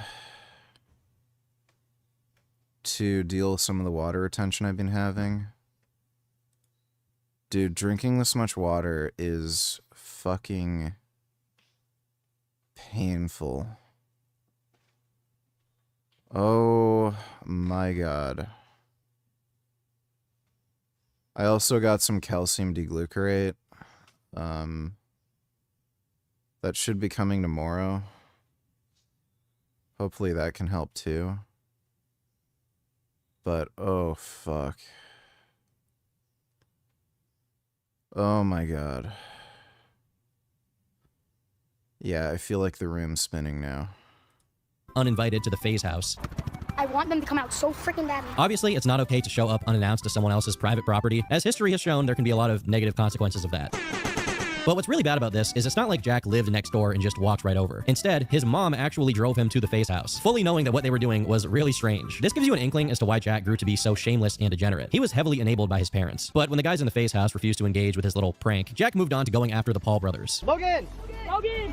Logan! It was at that time period when the Ball brothers, but mostly and primarily Jake, were becoming self-aware of how hated they were and were starting to play into it on purpose, with a lot of success. I wouldn't crawl up there. While both of the basketball brothers eventually just stepped aside from that kind of stuff for a variety of reasons, Jack decided to go in that same direction, starting small, with things like being obnoxious at random stores until he got kicked out, and then slowly graduating to harassing innocent employees and then falsely accusing them of beating him. I was just assaulted by a Walmart worker. Unfortunately, despite how egregious his behavior was, his parents allowed him to keep doing it. And not only was he getting millions of views, but if his word is to be trusted, he was making $40,000 a month as a kid. At just 15 years old, he bought a house, and as he was being rewarded for pulling these stunts, he doubled down, going as far as to get arrested for content. It is worth noting that all he was arrested for was pretending to be drunk and annoying police officers, but still, to do it on purpose for the sake of content signals a very unhealthy mentality, especially with how young he was. His parents acted concerned, but really, they just didn't want their son to stop raking in the ad revenue, even if it meant he was almost failing high school due to how much time he devoted to his online career, which eventually got him expelled. Please make sure you are subscribed with post notifications on and set to all because you're about to see. Yeah, people have been telling me Arc Raiders is good. I might end up getting that. a lot more of me after what happened. At this point, Jack had completely embraced his format of just being an unlikable, professional public nuisance, rage-baiting people by the millions. During his appearance on Dr. Phil, he expressed that he had the intention of stopping all of this stuff once he turned 18, because, as he puts it, his more legally questionable antics could land him in jail if he wasn't so clearly some stupid kid. This plan was going pretty well, and due to all the money coming in, he would have been able to completely retire carefree by the time he became an adult. But like a lot of people before him, at some point, it was no longer about the money. Despite hedging his entire existence on profiting off of his content above everything else, Jack had gotten addicted to the attention, both online and in real life. He genuinely enjoyed being a disturbance, getting on people's nerves. And even though his content took a serious dip in views by the time he was turning 18, he never really made any attempt to change it up or to try something else. He already had all of the money, the properties, and otherwise expensive bling that he could ever need, but it just wasn't enough. In 2023, when he was around 20 years old, he shifted over from YouTube to the streaming platform Kick. Even if he kept posting to YouTube occasionally, his focus was now on IRL streaming, where he doubled down on his business strategy of being a public terrorist for sport. We got out of there, motherfucker. Let's go. I didn't say any curse words. What'd I say? What'd I say? 10 seconds later. His new development to his usual gimmick is that whenever he bothered people, he had this enormous security guard step in and get in the face of whoever was mad at him, which is obviously a very unfair and annoying situation. For most prank channels on YouTube, these situations of conflict which arise from their pranks are set up beforehand and not even real. But for Jack's so-called pranks, that was not the case. In one instance, it ended in very real violence. It's one thing to be a public nuisance and put yourself at risk for content, regardless of how stupid and not worth it that may be. At least you're only really making yourself. Hey, Gum Gum.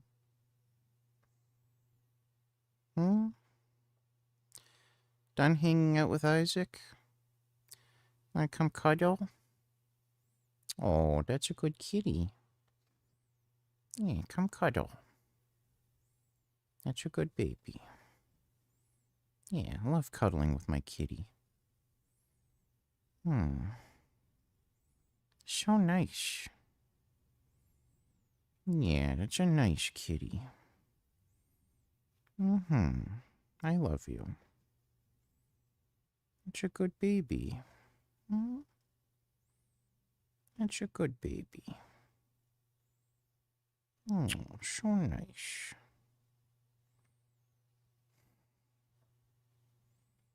That's a good cat. Look like an ass. Look, I used to watch Filthy Frank, okay? I get it. Some of these guys are funny, but Jack is not funny. And when you cross the line and essentially have your henchman beat up on a guy significantly smaller, that's not a prank, that's just assault. Once Jack got sued for his role in this interaction, he argued that the insurance company State Farm... I wouldn't say a 600 squat is bad.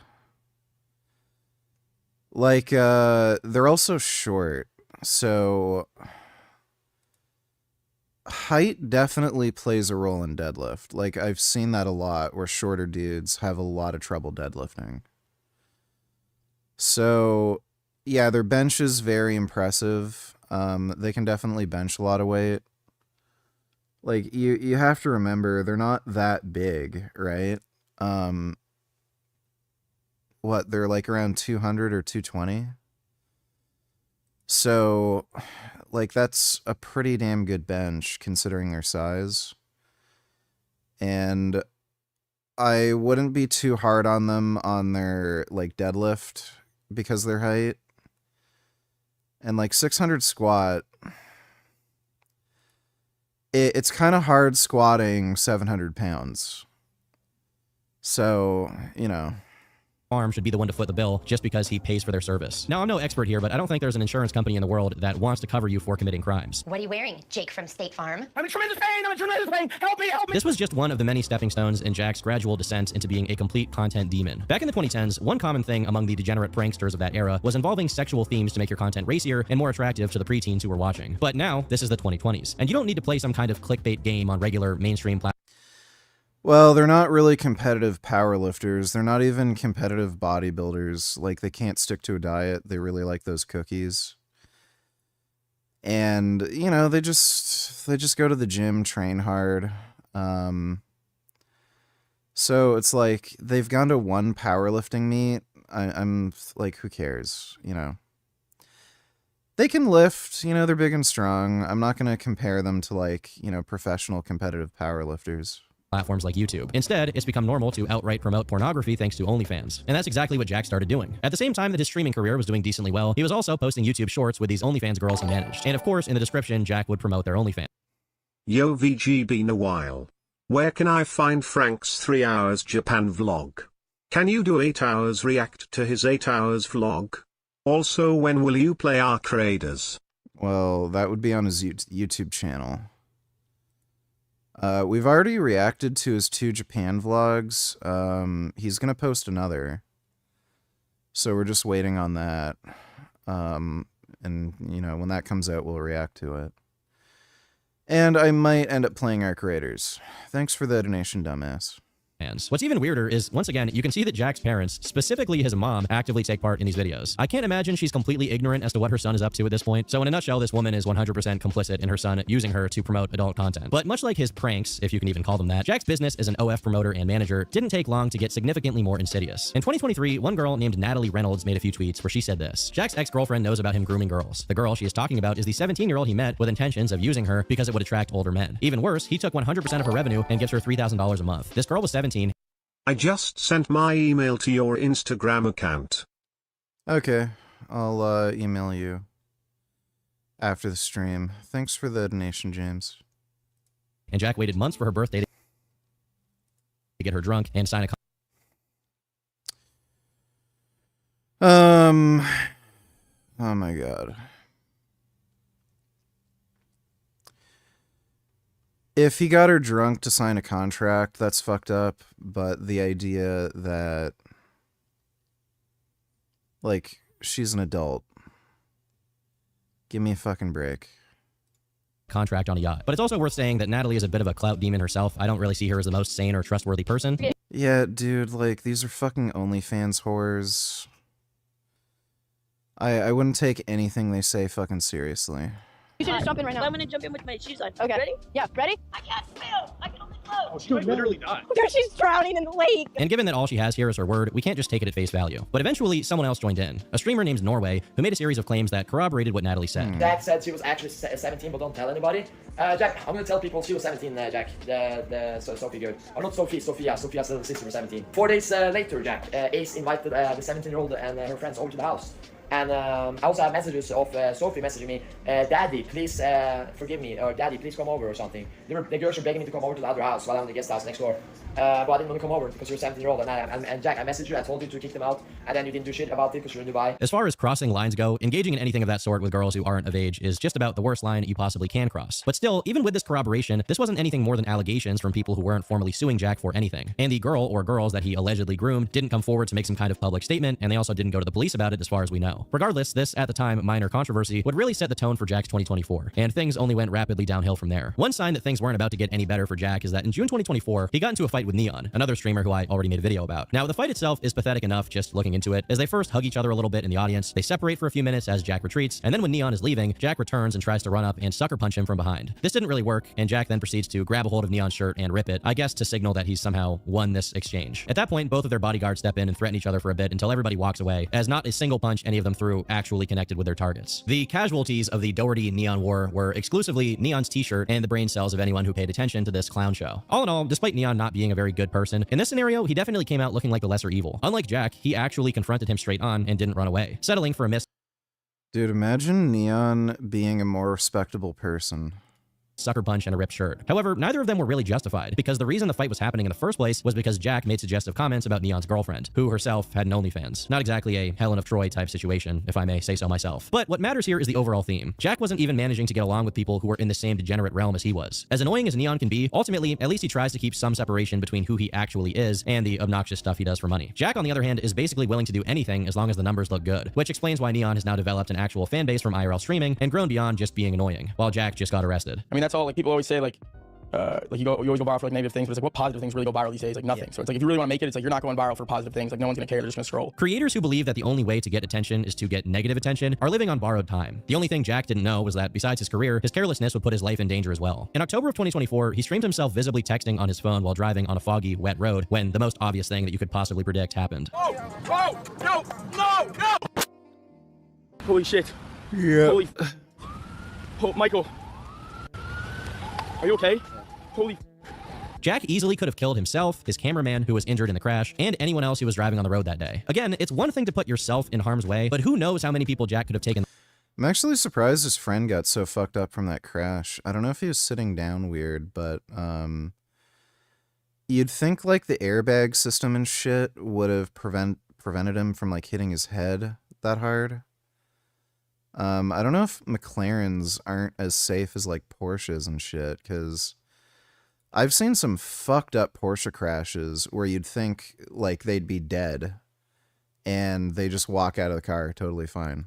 In the lives of by doing this. Fortunately, no one lost their life, but this was an act of potentially fatal negligence from Jack. From what we can tell, he didn't suffer any significant legal repercussions, but Kik did ban him from the platform for endangering a life while driving on stream. This event was such huge news that even Jack's own brother came out to voice his support for Jack's ban, saying that he needed to learn his lesson and understand that he's not invincible. Due to how many bridges he had already burned with people who had given him chances before, Jack was now out to see if he could find new people to help him revive his career by any means necessary. One of his attempts was Kai Cenat. Jack decided to gift him 300 subs on stream and suggest a collaboration, only for Kai to shoot it down, saying he would never work with Jack and that he'd been doing nothing but bad things all year. I'm not gonna lie, I was gonna do it with Jack. We just finessed about a 300 chat.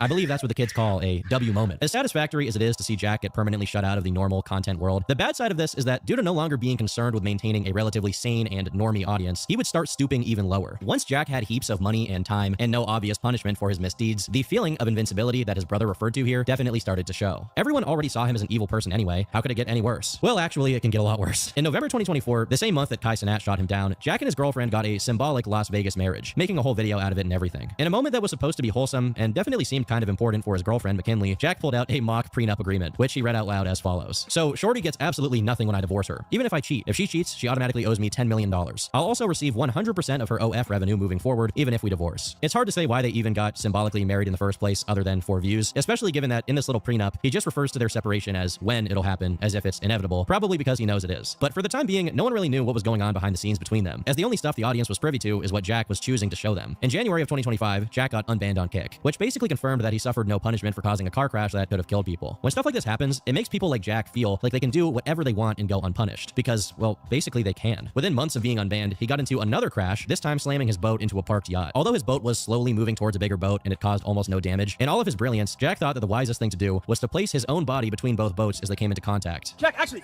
no. This guy almost turns his foot into silly putty with no issue. Fortunately for him, that didn't happen. But what's interesting is he's on a boat with a bunch of girls, and to my knowledge, none of them are his girlfriend. But it turns out that behind the scenes, things were not going very well between Jack and his girlfriend McKinley. And a month later, they broke up. Right around the time it happened, Jack immediately talked about it, but he was very vague, saying that his constant live streaming and busy schedule was a big factor that led up to their split. However, in an interview she gave that same month that had no relation to Jack in specific, McKinley randomly said this in regards to why she got into OF in the first place. That was for it. I did not want to do it at all. But he literally, we weren't dating, we were just talking, and he said the only way we can date is if you're in this with me, and we created a business. So I was like, okay, I'm done looking back on it. To be honest, I don't know why I thought that was healthy, but I did it because people around me all Oh, women are so stupid. Oh, he took advantage of a girl. Women have no agency. They can't make decisions on their own. Dude, if she's doing OnlyFans, she's a legal adult. If Jack said we're only dating if you're doing OnlyFans and she agreed. She agreed. She's an adult. She can do what the fuck she wants. Like, holy fuck, dude. He also said, this is going to be a really good thing for you. Like, this is a good decision. Like, I was crying in tears about it. I didn't tell my parents. This clip obviously plays into the narrative that Jack was pressuring or encouraging girls to do OnlyFans, although we can... Oh, gee. Okay, so I guess every 18-year-old man who joins the military because the recruiter sweet-talked them into it, I guess they're groomed and they're victims or something. Like, give me a fucking break, dude. Can immediately throw out the idea that he groomed her because they're the same age. And at other moments during this interview, McKinley also seems to feel positively about Jack, grateful for how he helped her career. Based on the way she spoke about him, it seemed like she was a bit confused as to how she ultimately felt about their relationship. For the next 3 months, nothing else came out about it, until McKinley revisited the topic in 2 extremely long videos of an interview she did with her friend Camilla, titled The Truth of Jack Doherty. Over the past half a decade or so, people already had a terrible opinion of Jack due to everything he got up to online. But this was a watershed moment that gave people a much more solid reason to consider him someone who's not just annoying and clout hungry, but actually deeply malicious. But before I go any further, I do have to say that none of this has been proven in a court of law, and ultimately, only some of what McKinley says has direct proof. As a result, there's pieces of this story that you should consider as claims rather than hard facts. McKinley begins by remarking that before she met Jack, she knew Sam Frank, the girlfriend of Neon who Jack had made fun of and they got in a fight over. Sam was the person who introduced McKinley to Jack, and this was before all of the stuff with Neon happened, so they were all on good terms. But I should say that introduced her to Jack isn't exactly the right way to describe it. More so, Sam introduced her to the greater sphere of people that that surrounded Jack at that time. And although Jack himself was mostly quiet and mild-mannered at this point, there were already some red flags. McKinley notes that from ages 16 to 20, she was already being hounded by a number of people who wanted her to do adult content. And once she made it into Jack's extended social circle, she was immediately met by his lawyers, who did the same thing. You see, like we've mentioned prior, Jack is not a one-off person. He's part of a greater structure, a business model that operates on chewing up these Instagram girls in places like LA or Miami and spitting them out. At this point, McKinley apparently wasn't aware that Jack's real business was managing and promoting OF girls, and these unspecified lawyers apparently didn't mention it, so McKinley didn't really think much of it and turned it down. After this pretty odd incident, things were sailing smoothly, until McKinley stayed over at Jack's place for a night along with other people, which apparently is normal with these kinds of content house arrangements. They just have sleepovers. What isn't normal, at least I hope it's not, is that one of the people there, described as a hometown friend of Jack's, allegedly sexually assaulted McKinley. I won't go into the details here since it gets pretty bad, but we're not talking about a misunderstanding or a slight break of boundaries. We're talking about this chick being asleep and then this guy just attacking her, only stopping when Jack intervened. And because of this, Jack and McKinley grew closer. But as soon as the idea of a relationship began to manifest, Jack began deliberately doing things to make her jealous. They weren't fully dating yet, but whatever sadistic urge Jack has to make other people uncomfortable led him to doing things like banging another girl and telling McKinley's friends that he simply confused her for McKinley, or deliberately getting caught in bed with another girl as a prank on STX22 did a good amount of research, and the safest and mild diuretic is indapamide. Doesn't cause hyperkalemia or hypokalemia. Doesn't increase insulin resistance. It's much more gentler than all other options with medium potency. I don't know if I can get access to that. I'm pretty sure I've had hydrochlorothiazide before, and I didn't get any problems from it. What is it?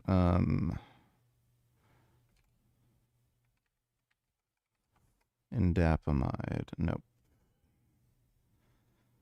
Yeah, they do not have it on the website that I buy stuff. Thanks for the donation, though, STX. McKinley. It's not worth it to get into the nitty-gritty of it, but just keep this in mind, as this was a regular occurrence throughout the years they were together, to varying degrees. It's possible that I won't need it. I'll see what happens in the next couple days, but should be coming Friday. Of intensity. And this was just the first of the issues, as over time, she claims that Jack went from hardly recording any content to constantly being on the grind. And in order to be physically and mentally able to do that, he was abusing substances. While he used to take Adderall because it was prescribed to him, he began really overdoing it, popping multiple at a time and mixing it with alcohol. A practice. Okay, so he's a meth addict. That he apparently began to share with everyone in his social circle, including McKinley, with the reason being so that they could keep up with him on his streams. Additionally, after McKinley started living in the same house as Jack, she became the, quote, designated blunt roller. So along with Adderall and alcohol, he regularly smoked weed as well. Altogether, this combination apparently allowed Jack to stream up to 36 hours at a time at his peak, something that will definitely drive you insane. But drugs weren't the only thing Jack pushed onto everyone in his social circle. During a dinner that McKinley attended with some of Jack's acquaintances, an older man whom she had never met before opened a conversation with her by asking why she didn't do OnlyFans. When McKinley responded that she felt it went against her and her family's beliefs, this man responded with, "Fuck your morals." After the dinner, McKinley asked Jack that he never put her in a position like that again, only for Jack himself to give her an ultimatum. Either she would start doing OnlyFans and officially become his partner, or she needed to leave. She claims that this ultimatum was followed by a contract, which Jack pressured her into signing without talking to her parents or lawyers beforehand. Now, I do want to... You're an adult. to take a moment here to say that McKinley is not necessarily a totally helpless victim. She's not a victim. She's an adult. Same as Jaff Fighter $2. Dean is suggesting TRT isn't life-extending at all. Androgens themselves cause oxidative stress that offset their longevity benefits. Has either really cautious or knows nothing we don't. Welcome. So this has kind of been put to bed. There's long-term data on TRT use. Men on TRT live longer.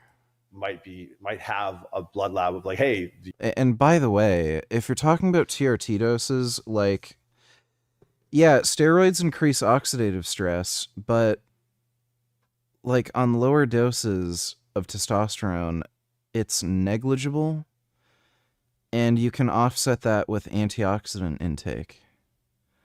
So who fucking cares? You're a candidate for testosterone replacement there. You actually would be healthier if you augmented with exogenous testosterone. What's your approach on that side of the aisle? Obviously, we get so lost in the bodybuilding world, but it's like, well, no. STX $22. I have zero empathy for this 304's They knows exactly what they are doing, why and who their parents / sponsors are. I don't understand why people make videos defending them. Women are infantilized like crazy, and you can immediately smell their bullshit. And because they're pretty girls and they're young, everyone acts as though they have no agency, they're dumb, they're like children, they're taken advantage of. Like, she's a legal adult. She never had to sign anything. She never had to do anything. She could have just broken up, not talked to him. She just agreed to do all this shit because she wanted money. And when things didn't work out her way, they just, or because there's like a new opportunity where they can take advantage of somebody, they just create these fucking stories about how, oh, I was only 19 and I didn't know what I was doing and I felt pressured and I didn't have a lawyer and I wasn't able to talk to my parents. Like, it's all bullshit. So, yeah, they're full of shit. She saw the money opportunity, she took it, she knew the fucking risks, and either because things didn't work out her way, or she wanted revenge, and she's just being vindictive, or she sees an opportunity for this clout train of Jack Doherty hate. They just manufacture these fucking stories. Like, it's all the same. They all do this shit. Thanks for the donation, though, STX. Oh, there's utility here. How do you go about that? Absolutely. I mean, and I only raised this recently when I was talking to a TRT clinic provider in the UK of, we're heading to this sort of era where we know there's positive benefits, like you said, towards metabolic health from having an optimized testosterone level. And what we mean by that would be, for example, insulin sensitivity. So we know that as we have lower levels of testosterone, as they decline, our insulin sensitivity, our ability to oxidize glucose, to use glucose, changes. And so when we start to lose insulin sensitivity and we're not able to utilize glucose efficiently, that can potentially feed into lipogenesis. So we start creating visceral fat cells and everything like that, which then further drives this further metabolic disease that someone might be adamant that I'm never touching TRT and their testosterone level is, say, 8 nanomolar for US measurements, say 350, 380. When we know that there could be benefits, in my view, and this is the nuance that I'm trying to educate even now, is if someone is at 8 nanomolar 350 and we double their total testosterone to 16 or to like 700, how, if the underlying nutrition that's not supporting that pillar is still bad, what's the difference between that person and someone who's doing 250 milligrams of testosterone to bring their testosterone level from 25 to 50? They've doubled their total testosterone. So one of the things that is missing when we look at, you have the British Sexual Medicine Society's guidelines for testosterone replacement therapy. And what they state in the published paper from last year was your total testosterone has to be less than 12. So that's, I think, somewhere around 450 nanogram per deciliter. And your free testosterone value has to be less than 0.22. If you meet those criteria in terms of the total and the free being below those values, and you display one or two signs or symptoms of hypogonadism like low mood, metabolic syndrome, there's a whole criteria of signs and symptoms, then you're eligible for this prescription. But part of the guideline is when you are put on a dose of testosterone, so the guideline is to bring your total testosterone to around 25 nanomole, which is, I think, about 750, 800 off the top of my head. When you're put on that dose, it's at the discretion of your GP whether he checks your lipid panel or your glucose panel while you're on testosterone replacement therapy. And this was just bonkers reading this in the paper. That it's basically at the discretion to check your health whilst you're at this double testosterone level.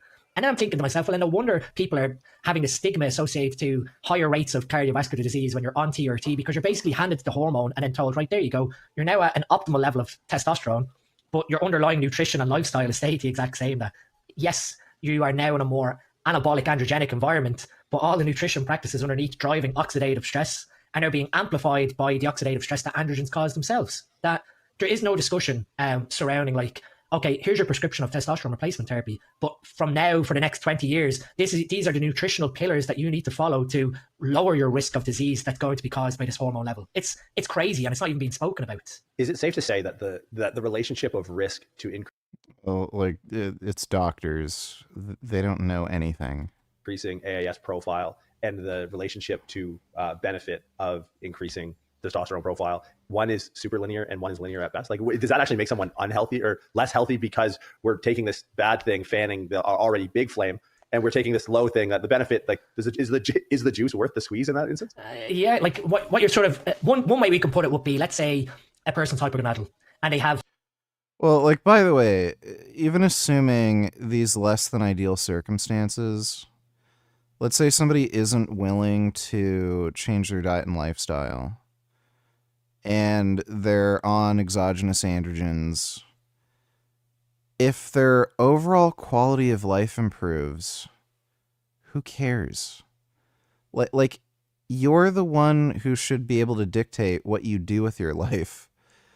Like, it's so fucking silly how we have this notion that your doctor gets to decide for you.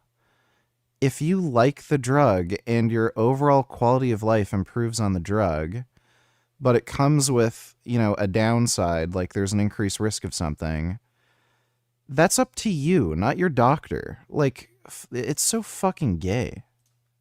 Hypertriglyceridemia, so the triglycerides are sky high because they've basically got fatty liver. Their liver's not able to process fats correctly. Now, when we implement a higher testosterone level, they're more so metabolic flexibility in terms of like their thyroid hormone conversion improves, their insulin sensitivity of their cells improve. In that case, it's sort of like you're sort of damned if you do and damned if you don't, because on one side, the hypertriglyceridemia from the hypogonadism slowly over time is going to probably trigger off atherosclerosis. On the other side, the improvement in your fatty acid oxidation and your utilization of fats now because of your higher testosterone is removing that risk, but also increasing risk because of if that oxidative stress that's happening because of increased cellular turnover now, because you're turning over more proteins and whatever. If that's not managed, which one is better than the other? And it's very hard to say the increase in testosterone. Yeah, like, whatever. It's not an issue for people who just know how to live the lifestyle, you know? Thanks for the donation, though, seems Jaffire. Victim in this situation. It's not like she was a child and Jack was an adult, they're the same age, and ultimately her decision to make an OF was her choice. With that being said, two things can be true at once. On one hand, she may have made an extremely dumb decision by befriending and dating one of the most obviously retarded people on YouTube of all time. How you feel about me hooking up with your brother? But at the same time, Jack is still Jack. And just because he's shameless about the fact that he's not a very good guy doesn't mean he shouldn't be criticized for his actions. Going back to the story, McKinley says that when and only when she signed this form did Jack start acknowledging her as his girlfriend. But he refused to formally ask her to be his girlfriend because, in his words, that would be gay. True! So true. Now, once the contract was signed, Jack began treating McKinley more and more like the rest of the girls he features in his content. Punching bags for both him and whoever else were on his streams to disparage, and then when they get upset, just say that they're kidding. No, I'm kidding. No, I'm kidding. Mohammed McPlant donated $2. Let me see. So, how did you get fired from that job? What happened? Well, I said that Jews were parasites and that they were controlling all the halls of power and they need to be fought at every level and that they never could be trusted and they were disgusting vermin. I called some of my colleagues Jew boys. You all need to be fought. You're disgusting parasitic creatures. And that Jews effectively are just this parasitic force in our society that's holding white men back. And I also said how blacks were racially inferior as well, so... That's it? Yes. That was it. Can't understand why that would upset people. And what happened next after that? And after that, they just fired me, so. Oh. And who likes parasites anyway? I mean, I don't know anyone who likes parasites. I had a stomach bug that was a parasite. I had diarrhea for a week. It was bad. It was bad, like really bad. I remember it was... I ended up having to see a gastro who was Jewish, actually, and oops, I guess they start it and they finish it. Exactly. And so you said all those things, you said them. What are your actual beliefs? Like, what do you believe? I'm generally a good person. I'm a Catholic. I love everybody. I want everybody to succeed. Right, of course. I certainly don't wish harm to any people. I'm not a violent person. And I'm just a regular, fun-loving guy who wants everyone to prosper together. So, despite everything you've actually said, like everything you've ever said, you don't actually believe all those things. You are actually a nice person, like a good person, a tolerant, mainstream person, despite all the things you've ever said or believed, really, like deeply held, hateful, disgusting beliefs. Despite all those beliefs and all the statements and all the things you've ever said, you're actually not those things. You're actually like a nice, good person, is what you're saying. Yeah, despite everything I've ever said, ever, about anything and all of my kind of core beliefs, this is what I'm saying now. It's so true, so true. You know, before we continue, I think this would actually be really helpful, actually, like really helpful. 1 second. Here, everybody, watch this. I like that. It's the neuralizer. It erases everyone's memory. It's Yeah, that's literally what happened. Tucker and Nick are fucking scumbags. Thanks for the donation, Muhammad McPlant. Who's the strongest person you've ever met?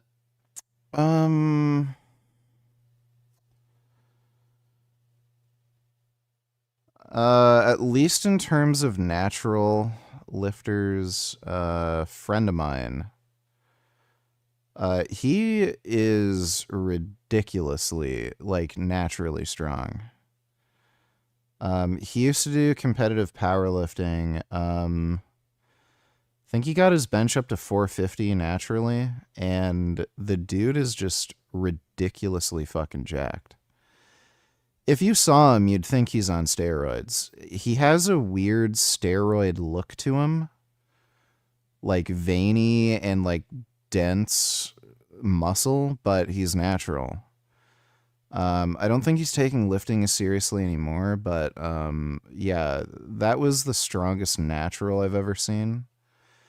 He had his testosterone checked at one point, and he was at 1200 naturally.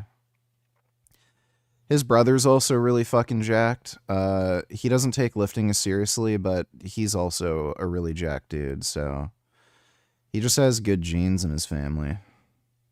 And I think his brother was at like 900 or something. Strongest person I've ever met personally.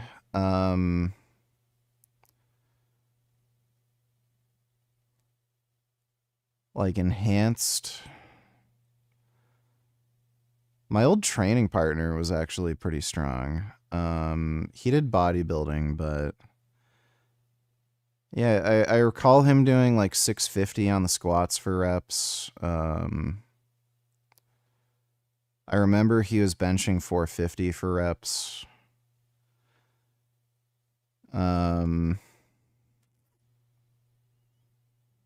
I haven't really trained with too many people, but yeah, the one old training partner I had, the old gym I went to, and that one natty dude I'm friends with.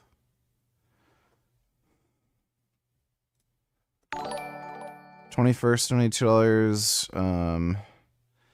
Do you think there's AI or fan fiction porn of Jack getting railed by his BBC bodyguards? Wouldn't surprise me if there's AI porn of it. Why does he only hire black bodyguards? Is he racist? I don't know. I don't know if there's just a lot of black bodyguards. I'm not sure. He might just want to hire the biggest dude he can find, and they just tend to be black dudes. I don't know. Thanks for the donation, though, 21st. Kid Boo, only $2. This looks like it's going to be stupid. Had nicer things to say. All I have to say is, black men, I love you. Ew. Gross. Literally. Nick, I wish I... Oh yeah, bitch? You love black men? Do you have like a getting chimped the F out on fetish? You freaking disgusting dirty bitch. Ugh. Have fun. Have fun. Oh, guess what? I bet I have a little predictor here. I think she'll be a future single mom. Good luck, bitch. Okay. Thanks for the donation, Kid Boo. Well, geez, I wonder why he was fired then, fucking piece of shit. Yeah, justifiably so. Thanks for the donation, Dodo. I know a guy who conventional deadlifts 835 raw. He's probably the strongest guy I know. I know like 10 people who can squat 700 or more. Yeah, I'm just pretty fucking antisocial. So, and especially like since a few years ago, since I got the home gym, I just never like interact with anybody. I never go to gyms, so and a few years ago I was also living in a small town. If I was working out at Toronto, I'd probably end up encountering a lot more stronger people. There's actually one dude who was training out of Fortis Fitness when I was training there. I don't know if he was a trainer there. I know he did coaching. I don't know if he coached anybody at that gym, but he was an 800-pound squatter. That guy was an absolute fucking Hulk. He wasn't very tall. I think he was like 5'7" or 5'8", but he could squat 800 pounds. That dude was like a mini juggernaut. Kid Boo donated $2. Let me see. Now, the alleged shooter of the two National Guardsmen has been identified as a 29-year-old Afghan national, according to NBC News. Now, here's the thing. This has sparked so much Islamophobia on the internet. White guilt cuck, white guilt, gay alert. Especially among right-wingers on places like Twitter. In addition, it has also sparked a lot of hate being spread. Maybe it's not hate, Aaron. Maybe people are tired of being murdered by foreigners. Like, I think we know Muslims are a bit problematic. Happens a lot, you know? Thanks for the donation though, Kid Boo, but yeah, like, I mean, look at the guy. He's just this fucking pencil neck twink gay cuck. It's always the same people. Thanks for the donation though, Kid Boo. How do you feel about Akash Singh? Have you seen how his wife has ruined his life and won't even kiss him? He is the yes man to Andrew Schultz. Quite sad. Is that the comedian guy? Yeah, that dude's cucked. I don't think I've ever seen a dude that fucking cucked. Like, just... And it's hilarious. He was criticizing Myron, and Myron was literally right about everything. So retarded. Like, I don't know how, when it's that plain as day, that your wife hates you, thinks you're disgusting, is just using you as a ATM machine, and you still just go along with it. It's fucking crazy. Why don't you go to public gym? Don't you want to show off your strength and muscular to the sexy gym girls? Well, if I wanted to go to a public gym, I'd have to, like, drive for quite a long time. I think the closest real public gym is, like, at least 30 minutes away. So it's an hour travel there and back. And I also don't give two fucking shits about women these days. Like, I just do not have any interest in dating whatsoever. I like having peace and quiet, and I don't want to deal with anybody's stupid, annoying nonsense. I don't want to have to play dumb games. I don't want to have to, like, match someone's schedule, like, take time out of my day.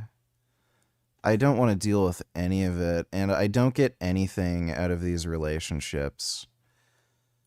What am I getting from a woman other than, like, sex sometimes? Like, it's just, like, I don't need romance, I don't need love, I don't need approval from anybody. The only thing I'd be getting from these sorts of relationships is just sex, and it's just kind of boring. Like, if I'm horny, I can just jerk off, and saves a lot of time, money, and effort. Like, women are just, they're all boring. None of them have interesting hobbies. None of them are particularly intelligent. None of them, like, add anything to your life. It's just all a fucking game so you can get some sex. Like, there are some good women out there, obviously, but they're fucking unicorns, and I don't want to have to waste time, like, looking for a unicorn, you know? Kidding. No, I'm kidding. Sorry, guys. Sorry. I'm kidding, bro. You're so hot. Sorry. No, I'm kidding. So that was such a fucking joke. Come on. I never know when to stop. McKinley claims that within the confines of the relationship, it was extremely difficult to not be on Jack's streams, with the reason being that he would get paranoid about what she was up to if she was by herself. And due to the constant content grinding and the Adderall use, McKinley claims that her weight dropped to 104 pounds, which is extremely unhealthy. But eventually, all of this also wasn't enough for Jack, so he upped his game by flipping a golf cart on her for the purpose of... Yeah, so... Where's the photos and videos of her being, like, anorexic? Anywhere? Like, this chick does OnlyFans. Surely there's photo and video evidence of her being severely underweight, right? It's just bullshit. It's just a chick making up fucking bullshit. Of a clip. And this part in specific is not a claim. We actually know that it happened.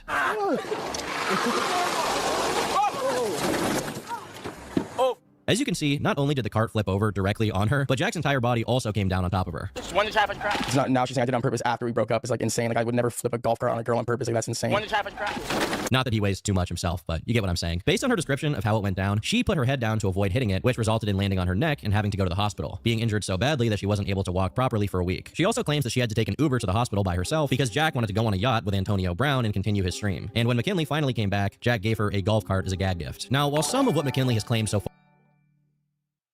Do you find that with Isaac living with you, you have to do things you used to have to do with, redacted? For example, him complaining about something, making you change the light bulb, making you mow the lawn, making you move something or do something? No, Isaac is a very good roommate and he's really cool. So... And he's actually helpful around the house. Thanks for the donation, though, 21st. Far is unproven. It is worth noting that Jack himself has said he wants to take a step back from streaming because it was making him insane. So it's like, yeah, I definitely saw myself going crazy and I was like aware of it. I was like, I gotta like stop streaming like soon. Like I don't know how much longer that I can do it for. Like that was like about a year ago. I was like, dang, like, this is definitely taking a toll on like me, everyone around me. And like, cause I just feel like not everyone's able to keep up with like how I like wanted to go. Like I would go 10, 12 hours a day. And it seems like his anything for views mentality is coming back to bite him. At one point, Jack took McKinley, along with a bunch of other people, to a thing called a takeover. If you don't know what a takeover is, it's when a bunch of people get together at midnight in a wide open space and drift cars. Sometimes these cars are stolen, and so naturally the event is often attended by criminals. It's common to hear gunshots, see people walking around in masks, and other family-friendly things of that sort. Whenever the police show up and disband one of these events, they'll often just regroup elsewhere and start doing it again. Now, for the first two gatherings of the takeover that Jack went to, McKinley followed along, but whenever people saw her, they started staring and yelling at her that she didn't belong there and had to leave. Eventually, this made her uncomfortable, so when Jack went to the third regrouping of the takeover, McKinley decided to stay in the big party van they all came in. Now, as we went over earlier, Jack is known for having security guards with him to ensure his safety and to make sure that everyone around him is in constant danger. Stop. But for whatever reason, he left McKinley alone in the car with no security guards. Somewhat unsurprisingly, some guy eventually walked up to the van and opened it to steal things from inside. McKinley assumed it was Jack and his team, only to look up and see some guy in a surgical mask and rubber gloves sprinting at her. She says that she thought she was going to die that night, but fortunately the guy just took off with her wallet and nothing. Oh my god. Yeah, that's a little dramatic. Women do this, by the way. When literally nothing happens, they'll add in that little detail. I thought I was gonna die. I was so scared. I think I might have PTSD from that. My life has changed forever. It's like, it's so easy, right? Because this is all based on self-reported feelings. Nothing else happened. They can't say, oh, I was shot, I got stabbed, I was hospitalized. Nothing happened. It's just how they feel, and we're supposed to be sympathetic to that. Women do that all the fucking time. Eventually, a while later, Jack and his team did arrive, only to find McKinley in a state of complete and utter panic. But of course, they weren't about to shut off the stream, because her being in despair made for great content in Jack's eyes. What'd they do? What the fuck, Rob? Wait, what'd he do? I don't know. Wait, can he take your stuff? I think. What the fuck? Notice she's crying and no tears are coming out. Weird. Isn't that funny? Agreed. VG, as the Pussycat Dolls once said, I don't need a man. The same thing works in reverse. Yep, it definitely does. And, oh boy, when you realize that, is that ever freeing? Thanks for the donation, Dodo. See how easy it is for Isaac to be chill and helpful around the house. Why is it that women can't simply do that? It takes almost zero effort, it's so easy, and everyone's happy. So why can't females do that? Well, because they're miserable and neurotic and complain about everything, and they need to make everybody miserable and neurotic just like them. Thanks for the donation, 21st. I said, where's my bag? To get your fucking bag. He took your purse? I don't know. McKinley, where? Oh my God, Where's the key? Where's the key? Okay. During this moment, This is clearly acting. Is there even any evidence that anybody came into the van? Like, this could have very easily just been entirely staged and planned. She's crying hysterically, no tears are coming out. she begged him to stop recording, but he refused to, telling her that it would be worth it when there's tons of clips of that stream the next day. I don't know about you guys, but I personally would not want... She literally has makeup on. She's acting as though she's wiping away tears, and you're seeing no smudging. This is fake. Want tens of thousands of clips of me in distress after I got robbed to be posted online. That doesn't really seem worth it. But once again, this is just the mentality that Jack and a lot of people like him have. Anything for views. Tomorrow, though, you're gonna be so happy to record this. You know that. Maybe record it, but going live again because it right gets now, clipped. You're gonna see it on TikTok. Doesn't matter. It doesn't does. fucking matter. I'm doing for this once, please. I'm So why didn't she just call an Uber and leave if she had a problem with it? asking, please. If we record it, it makes it easier. Okay, So fuck. annoying. I'm gonna end the live. Swear to God. Oh my God. I ended that stream because McKinley was like, obviously, like, super worked out about it, and she wanted me on the stream. Then I ended the stream, and then I off camera convinced her to just record a clip, and then from recording the clip, I turned on the stream and started again because I'm a fucking piece of shit. But anytime someone is crying or is hurt or is suffering, well, that sucks. She wasn't crying. But ultimately, it makes for great content, so let's just keep going. But the natural question becomes, when will it finally be enough? 1 month prior to this incident, a similar situation happened when McKinley got emotional and was crying on camera. And instead of doing something to try to make her feel better or just ignoring it, he had his cameraman zoom in on her chest to record the tear that had dropped on it. yo, look at how it's going. Her tears going right between her tits. Look at that. That was a hole in one. Is this one going to? Wait, let me aim it. Let me aim it. Oh, it's going. Oh wow, she's actually crying this time. Got a tit too. 2 for 2. I'm so sorry, but I fucking love you. Come here, stop. You're so hot. Listen, there's nothing to cry about. This is the level of streamer brain rot we are dealing with here. Now, if all or even some of McKinley's claims about her time with Jack are to be trusted, and they may be given that Jack hasn't cared to make any effort in disproving them, Jack was following the abuse textbook play-by-play, as his next step was separating McKinley She could leave anytime she wanted. from anyone who could be supportive to her, which primarily meant her parents, whom she wasn't allowed to go see on her own. After the wedding stunt I spoke about earlier, McKinley apparently wanted to get dinner with everyone else who had taken part in the ceremony. But Jack, who wasn't hungry because he was on Adderall, demanded that she go up to the hotel room instead to roll some blunts. When she objected, an argument took place, and Jack said that he would never marry her, and McKinley said it back to him, and blah blah blah. So far, this isn't really anything extreme, but when McKinley finally did go up to the hotel room, Jack apparently got very angry, and she claims physical. I'm sitting on the bed. He walks back in. He's yelling at me. Oh, isn't that convenient? Another thing that happened with no evidence. Again. But then he starts to calm down a little bit once he realizes I'm not really talking. And I was just kind of just sitting there. He was like, why aren't you talking? And I was like, there's no point, Jack. There's no point. And then that's when he started yelling again. He started yelling and yelling. So I shut up again. I was silent. And I don't know what was said. I can't really remember super well. But I remember him coming up to my face, sticking his finger in my face this close and saying, you fucking stupid fucking whore. And I looked at him and I was like, we're done. Like, I'm done. And I got up, I started walking, and that's when he put his hands on me. For the first time ever, it had escalated not only to emotional and mental abuse that he's put me. By the way, it should be noted that women more often are the initiators of physical violence. So when she says this is just her side of the story. And when you look at, like just statistically speaking, she probably hit him first or did something physical first. So, like, why should we believe any of this? Like, she's just full of shit. He was grabbing onto me, not letting me leave the room.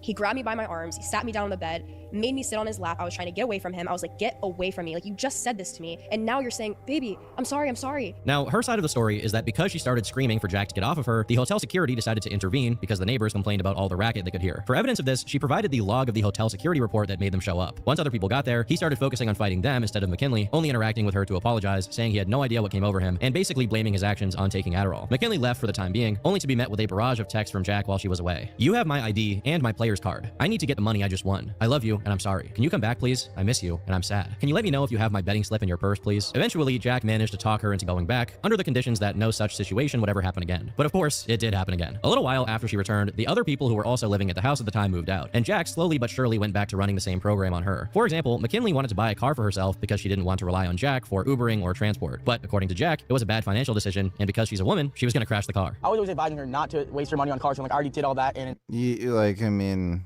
that makes sense. it's like a waste of money, and you just lose his money or you crash it, and it's bad. And she's a woman, so don't get me started. True, and yeah, that's pretty true. That's true, and yeah, that's true. That's true. When McKinley ignored his protests and went to the car dealership, she found out that Jack had moved all of the money in their shared account to his private account, which she had no access to. Fortunately, she did have other places to pull money from and got the car anyway, but it's important to note that the money was already what was left after Jack took his contractually guaranteed percentage. Perhaps as a punishment for the car situation, Jack began going by himself to nightclubs where he would go prowling for new OnlyFans signees. Her claim is that the way he phrased this was, I'm gonna go get some bitches. During one of these instances, McKinley went to dinner with a friend, which was met with accusations of her being drunk and cheating on him. While this in itself didn't lead to another crash out from Jack, it did set the stage for the next day. When McKinley Dude, like, I mean, if she knew Jack was a route to make money, she might not have liked what was going on, but she kept going along with it because the cash money was, you know, worth it to put up with, you know, whatever this was. So if she had such a huge problem with Jack, she could have left at any time, not done any of this shit, gotten a fucking job, or found a way to make money on OnlyFans on her own. She just kept going along with it because she wanted the money.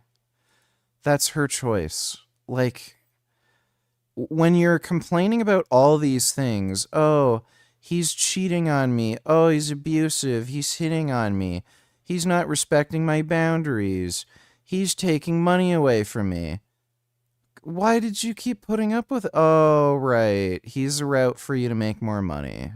McKinley failed to wake up at 8 a.m. Now, apparently, this 8 a.m. time was something that was very important to Jack. So when they both woke up at 10 instead of 8, this is what followed. And he pushes me as hard as he can into the wall. And I caught myself in my arm, which I have a picture of the bruise from. Oh, boy. Yeah, there you go. That's proof of a horrible, violent assault. I get marks on my body every other fucking day. Like, I'll bang my elbow against stuff. I'll stub my fucking toe.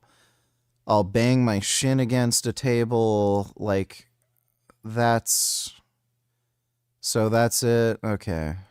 From the day after, he pushes me, and I caught myself, and he told me, he was like, oh, you flopped. He's like, stop flopping. Now, McKinley does show a photo of the bruise that this incident left on her, but it's important to note that she never pressed any charges on him for domestic violence, so this is only alleged by her, and I'm gonna have to let you be the judge of whether it's true or not. That might not even be a bruise. Who the fuck, like, this... Oh my god, dude. Like, people take this seriously? I bet you're seeing a lot of parallels with Redacted. Like how she would always initiate physical assault first, jumping on you, or whatever, and then tell people that she's scared of you and thinks you'll hurt her, etc. Women are usually instigators. Yep. Yep, I know all the tricks. Been there, done that. Thanks for the donation, 21st.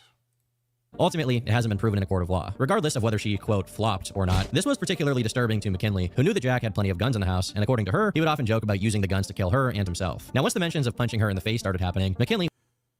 So, again, why didn't she leave?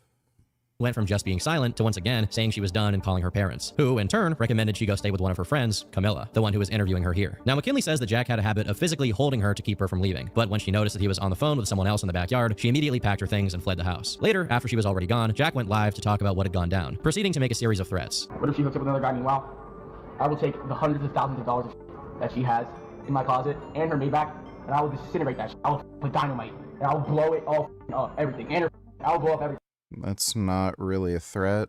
Her family doesn't even get out. That you ever even interact, you even look another guy in the eyes, cook. Like, I'm joking, obviously, but like, I would cook her shit. Now look, I'm not a guy who wants to ruin a good time, you know what I'm saying, okay? I don't want to make... Yeah, well, that part was a threat. a big deal out of threats that seem outlandish. But remember, Daniel Larson got locked up in the Slammer for threatening to blow up the White House, along with every police station in the world. Bomb you! Bomb you!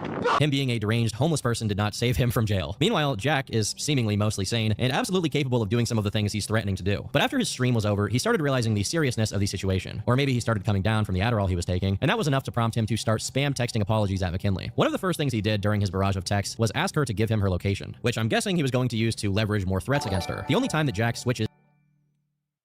These chicks play stupid, but they know what's up. Their plan is always play the victim to avoid responsibility.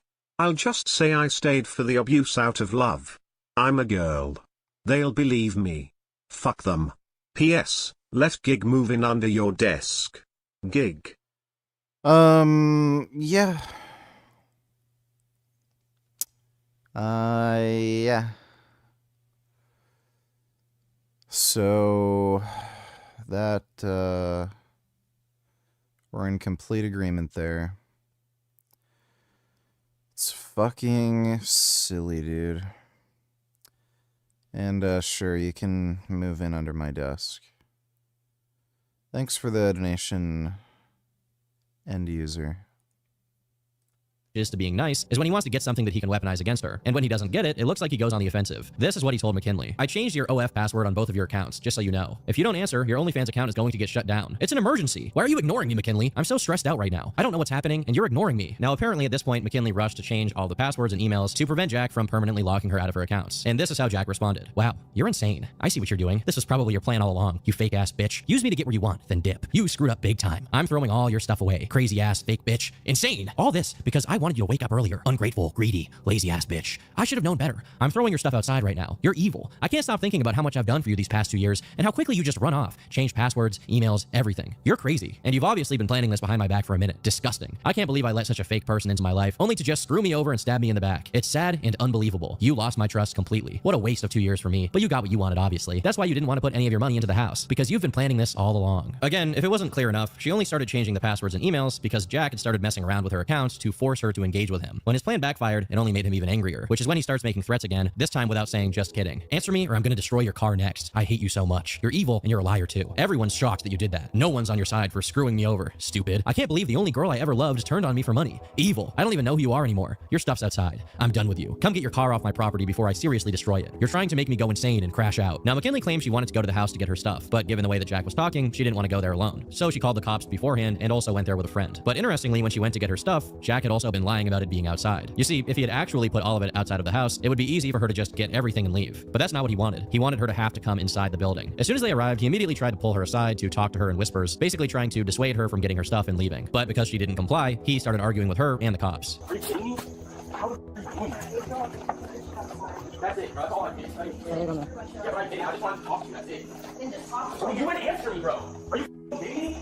Like, look. Alright. Yeah, like, slow down so I can be with you. You gotta get out of my house. I didn't say you come in. She doesn't own this house. I didn't say you come to my house. I don't care. She's a resident here. I don't care. You guys are not allowed in my house. We're not here to have a hard time. You guys are not allowed in my house. She lives here. No, she doesn't own this house. Just because she lives with me, she didn't do it. Stop acting like Bro, you called the cops on me in my own fucking house after I've done everything for you. Because you threatened me. I didn't threaten you, bro. Bro, how did I threaten you? Can you stay over there? Fuck that. You're my house. You're unreal, bro. You're my house. As you can see here, for some reason, this cop didn't do that much to intervene whenever Jack got up close and tried to intimidate this girl. The full body cam footage has been posted, but most of it is heavily blurred and has no audio. But according to her, multiple times during the half an hour or so that she was getting her stuff, he pushed her, got up close to her, held her against her will, took her phone from her, and all of this was in front of the cops who didn't do anything. Called the cops on me to get all her stuff So where's the video footage of that? out. Insane. Maybe they just saw that Jack was 5'4" and assumed he wasn't a major threat. I don't know if he's just lazy and not deciding to show footage of this. I'm not going to bother looking up the full body cam, but yeah, if that happened, I'd like to see the footage of it, because that sounds kind of unbelievable. I don't really know. What a fake ass bitch, bro. You guys don't even realize, don't even know the full story. That bitch the over, bro. After you guys have to realize how lucky any bitch is to be my girlfriend in general. There's no other one-year-old trillionaire. No, okay, none of that matters. It has nothing to do with money. It's like the fact that I can No other bitch has to live this life that she has. All she has to do is be grateful, positive, and appreciative. And that's all I ask of her. How does she expect her life to get better? Exactly. It's like there's no other guy in the world that's gonna treat her better than me. Because we didn't fight for 2 years. Our biggest fights ever were in the past 2 weeks. It's like that's normal. And now she's crashing out, breaking up with me, calling the cops. Despite how aggressive and confrontational he was while all of this was going down, the next day he was basically back to downplaying the entire thing. Simultaneously, after she had gotten her stuff and he couldn't use it as leverage against her by threatening to destroy everything, he went back to texting her a bunch of apologies and promises. When she finally decided, Like, by the way, she could have done all of this day one when all the red flags were there. She could have done this anytime. decided to respond, explaining her reasoning for leaving the way she did, his reply was to complain that she didn't communicate better. Is there a new Gears of War E-Day trailer, or is it just the teaser that came out? I really like Gears of War. The last one was kind of meh, but Gears of War is cool. Yeah, they just have the teaser. That's a shame. When the fuck are they gonna release this fucking game?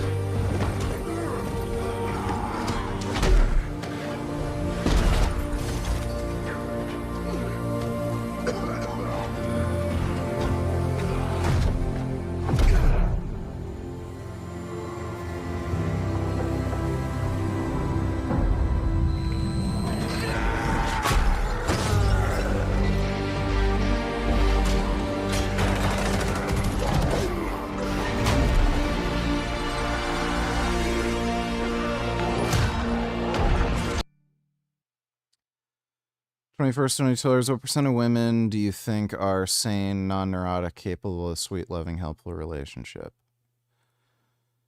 Definitely less than 1%. Thanks for the donation, 21st.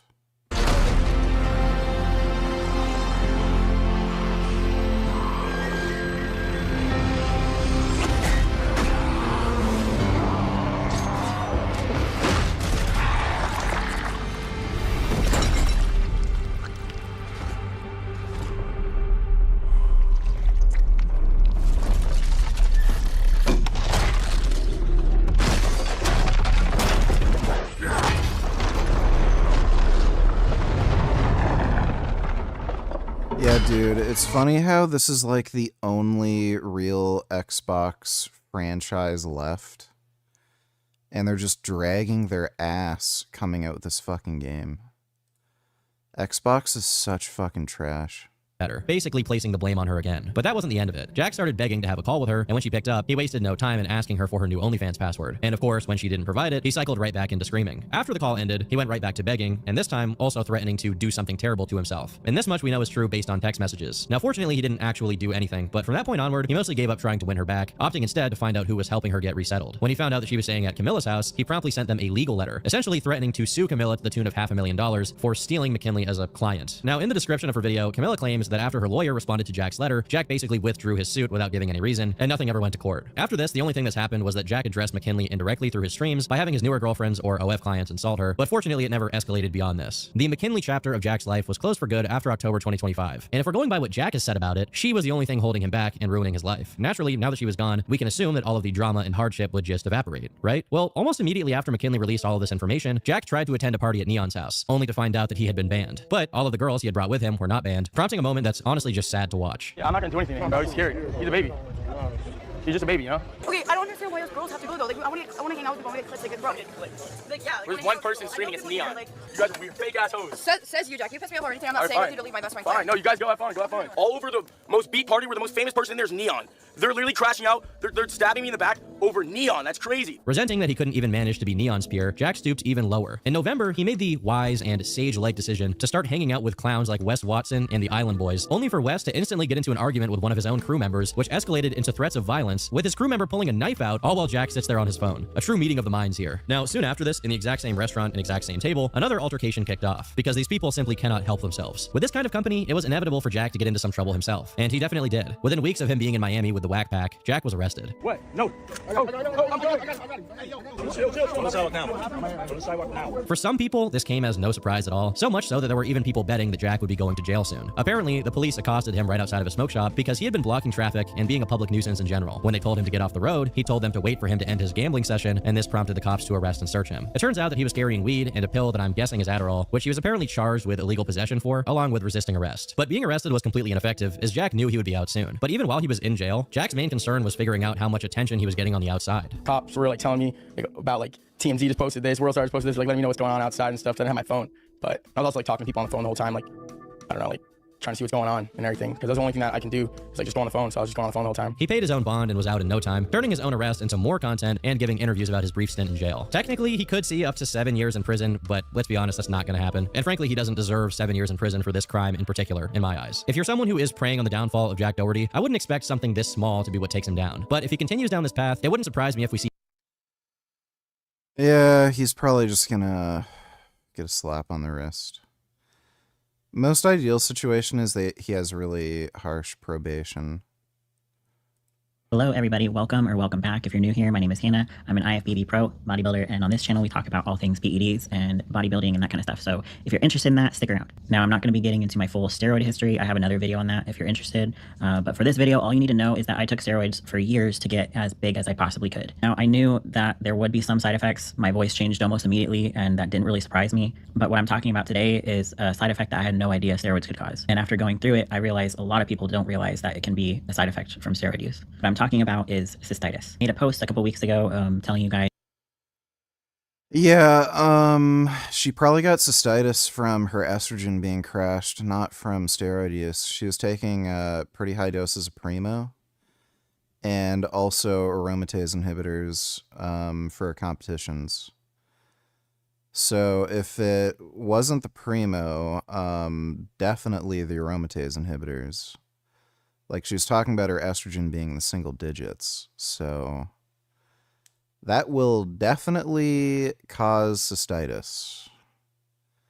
So I don't know why she's blaming it on steroids in particular. That I'm officially healed from my year-long battle with cystitis, so this video is going to be going over my history. What is cystitis? Cystitis is inflammation of the bladder, usually caused by irritation or infection or disruption of the tissue that protects the bladder wall. Most people associate cystitis with a common UTI, but it's not always caused by bacteria. It can happen when the bladder lining becomes irritated, inflamed, or damaged in some type of way.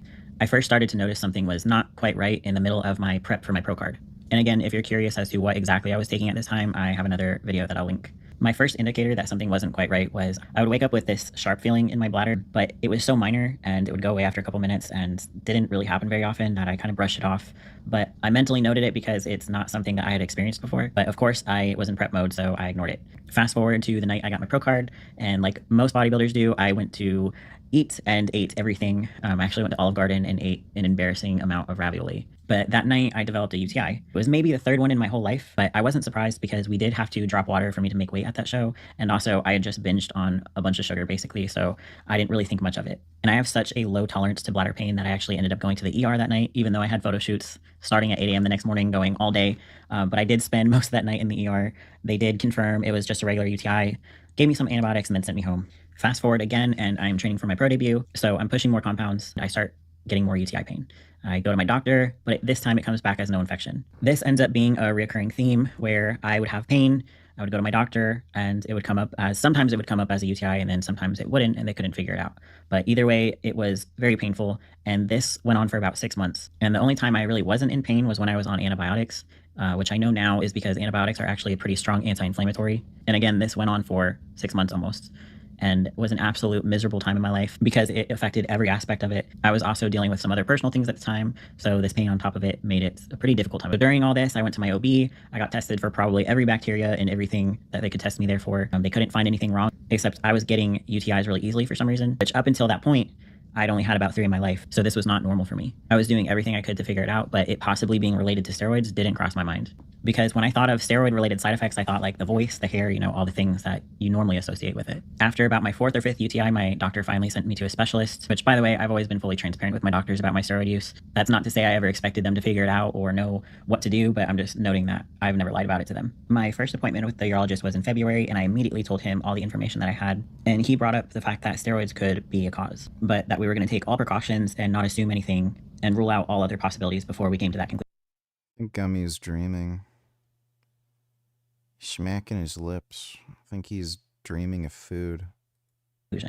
And that meant a scope, which is basically what it sounds like. They stick a camera in your bladder and look around. It's not pleasant. Along with CT scans of my kidneys. But on that day, I decided to get off all anabolic steroids cold turkey because at that point, I was willing to do anything to be out of pain. The scope was normal. It didn't find anything, but the CT scans showed bladder wall thickening and bilateral... I'm gonna mess this up. Hydronephrosis. Hydronephrosis. Bilateral hydronephrosis occurs when urine is unable to drain from the kidneys into the bladder. Hydronephrosis itself is not a disease. It occurs as a result of a problem that prevents urine from draining out of the kidneys and into the bladder. Basically, my bladder and my kidneys were extremely pissed off and not able to drain properly, which was causing me to have recurring infections despite all the precautions that I was taking, which was a lot. Hydronephrosis is typically caused by blockage, but I did not have a block. So why did I have so much inflammation? I had crashed my estrogen several times during prep and off season. So let's break this down. Most anabolic steroids either directly or indirectly suppress your natural estrogen. And estrogen is critical for healthy vaginal tissue, smooth, healthy bladder lining, preventing bacteria from attaching to tissue. Well, she talked about this. She was on aromatase inhibitors. So not only was she taking Primo, which is an aromatase inhibitor in and of itself, but she was also on actual AIs. And when estrogen drops, tissue can become thinner, it can lose elasticity, and you're more prone to micro tears. Your immune system can also take a hit on heavy cycles, so your body is less capable of fighting off irritation or bacteria. Estrogen at healthy levels helps tissue to regenerate, heal, and maintain thickness. And when estrogen is suppressed for months, healing slows, micro tears don't repair normally, mucosal layers stay thin and damaged, the bladder lining becomes fragile, basically. So short answer, my doctor and I believed that my steroid use led to my estrogen being crashed and all of the above. And I'll insert some of my labs here so you guys can see just how low it was. And by the way, before I move on,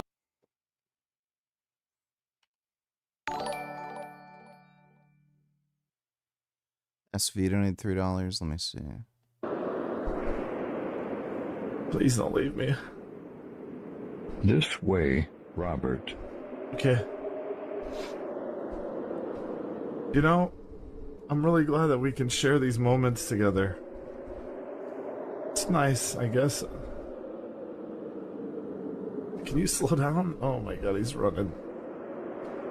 He's running. I can't keep up with him, he's so fast. No way, dude. Oh my god. Are you kidding me? Rigatoni pasta. Rigatoni pasta.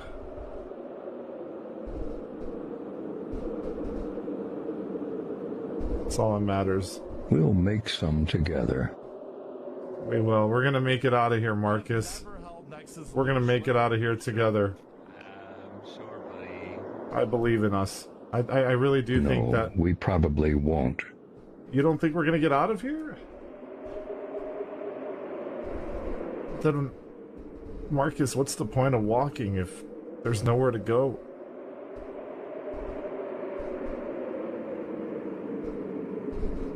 You think it's this easy, Robert. You think it's a simple answer. It's not. It's never what you think it is. Right.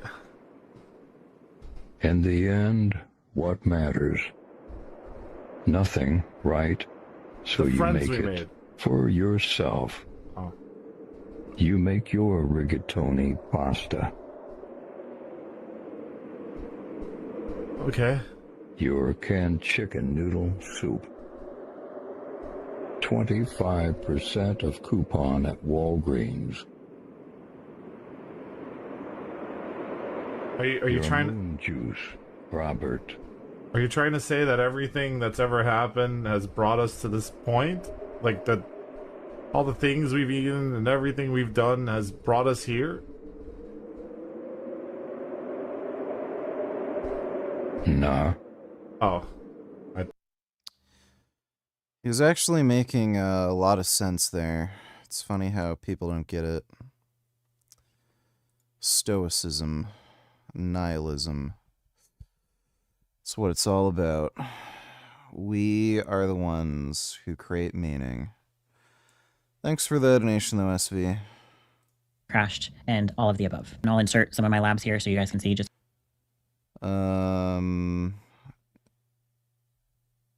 Less than... Yeah, less than 15. That is pretty low for a female. how low it was. And by the way, before I move on, because I know there's a lot of men that also watch my channel, yes, this can absolutely affect men too, just in a different way. Men don't have the same estrogen-dependent tissues that women do, so the mechanisms look a little different, but steroids can cause similar problems in men as well, in the forms of prostate enlargement, which is a huge factor with a lot of men that take steroids. An enlarged prostate can obstruct urine flow, cause incomplete bladder emptying, increase urinary frequency, create pressure or pain. Everyone's affected by these drugs differently. Masteron seems to have less binding affinity than actual DHT. Masteron isn't a DHT derivative, it's a 5-alpha reduced steroid. So it's molecularly similar, but it's not DHT or DHD derived. It's just 5-alpha reduced. So it seems to have less binding affinity than actual DHT. But it's weird. Some, like, everyone, it's strange how these drugs just affect people so radically differently. I've seen a lot of people who report having hair shedding immediately after starting Masteron. Like the same day they inject Masteron, clumps of hair start falling out. I've been on Masteron for a week now and nothing. No hair loss whatsoever. So in some people's bodies, it might have stronger binding affinity, but in general, it seems to have weaker. Oh. Dodo donators, there have been 40k Islamic terror attacks since 9/11. 0 Jewish terror attacks, yet people want us to believe that Jews are the problem. Also watch.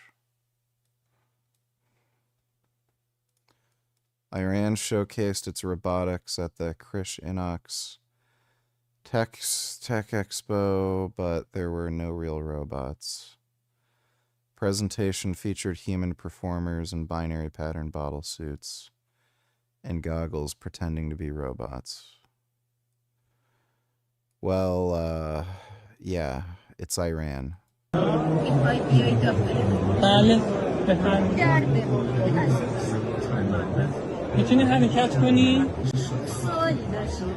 Robot, binary code 10011.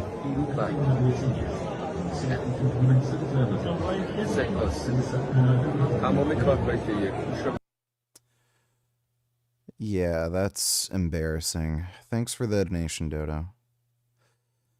Sengoku donators, do you use ChatGPT, and is it a good tool to understand and research topics? I do not use ChatGPT. Depending on how you use it, it can. Still currently, ChatGPT will produce like random noise, so it'll tell you things that just are not true. And on top of that, it's not actually intelligent, so it's not going to interpret research intelligently like a human can. So it's just based, like, its answers are just based on large data sets, and it's being trained to predict the most likely thing.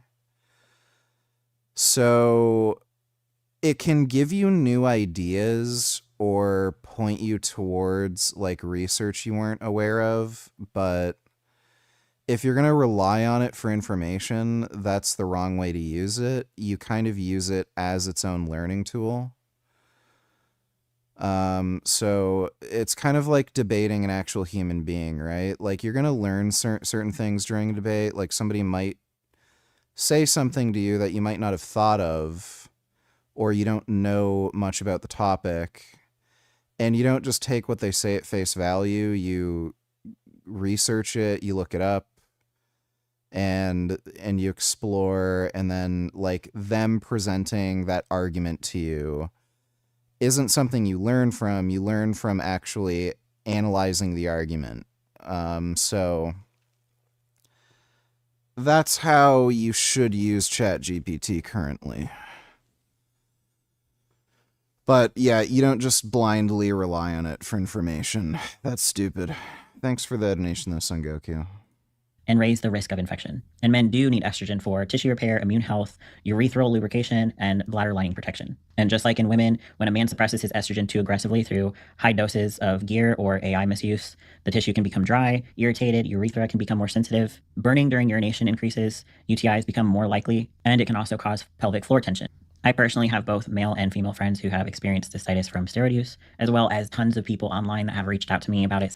Well, again, it's probably not from steroid use. It's probably the use of AI or just like using high amounts of Primo or Boldenone in particular, and not adjusting their doses to keep their estrogen within a good range.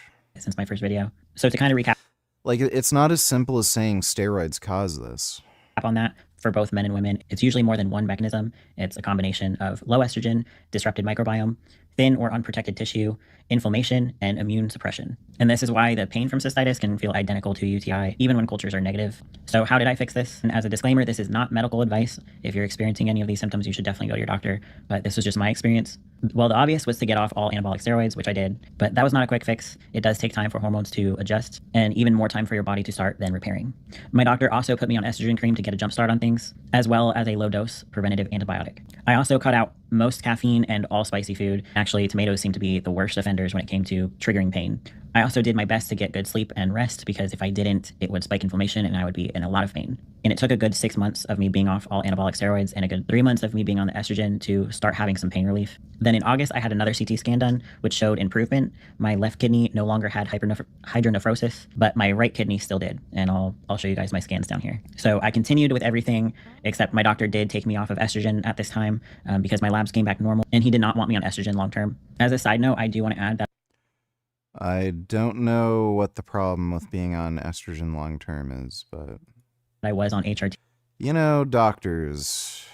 Which was doctor prescribed testosterone the whole time, except for 1 month that I came off. But I got back on because I started experiencing some serious depression, but my hormones were able to balance. Fast forward to now, and my last scan showed no kidney swelling or bladder thickness at all. Everything looked great, and I don't remember the last time I had pain. I'll show you guys my scans here. I'm very proud of them. So now I feel completely back to normal, but I also feel incredibly lucky that things weren't worse. Since talking about my story, I've had a lot of people approach me with the same issues. I mentioned cystitis in my first video, and I got so many people sharing their stories with me. Most of them, like myself, not making the connection between steroids and cystitis until watching my video. So having said that, what I wish I knew earlier. Number one is women need estrogen more than they realize. The bodybuilding industry, it's really common for coaches to suppress estrogen through AIs and demonize estrogen and say you'll never get in shape and you'll never get show lean if you have too high estrogen, and that is just so dangerous. A lot of coaches will crash their athletes' estrogen in order to make them shredded and lean and as tight as possible. Low estrogen makes you feel like shit. I seem to feel best when my estrogen is like higher, like actually outside the normal range. So like, you know, like 70-ish.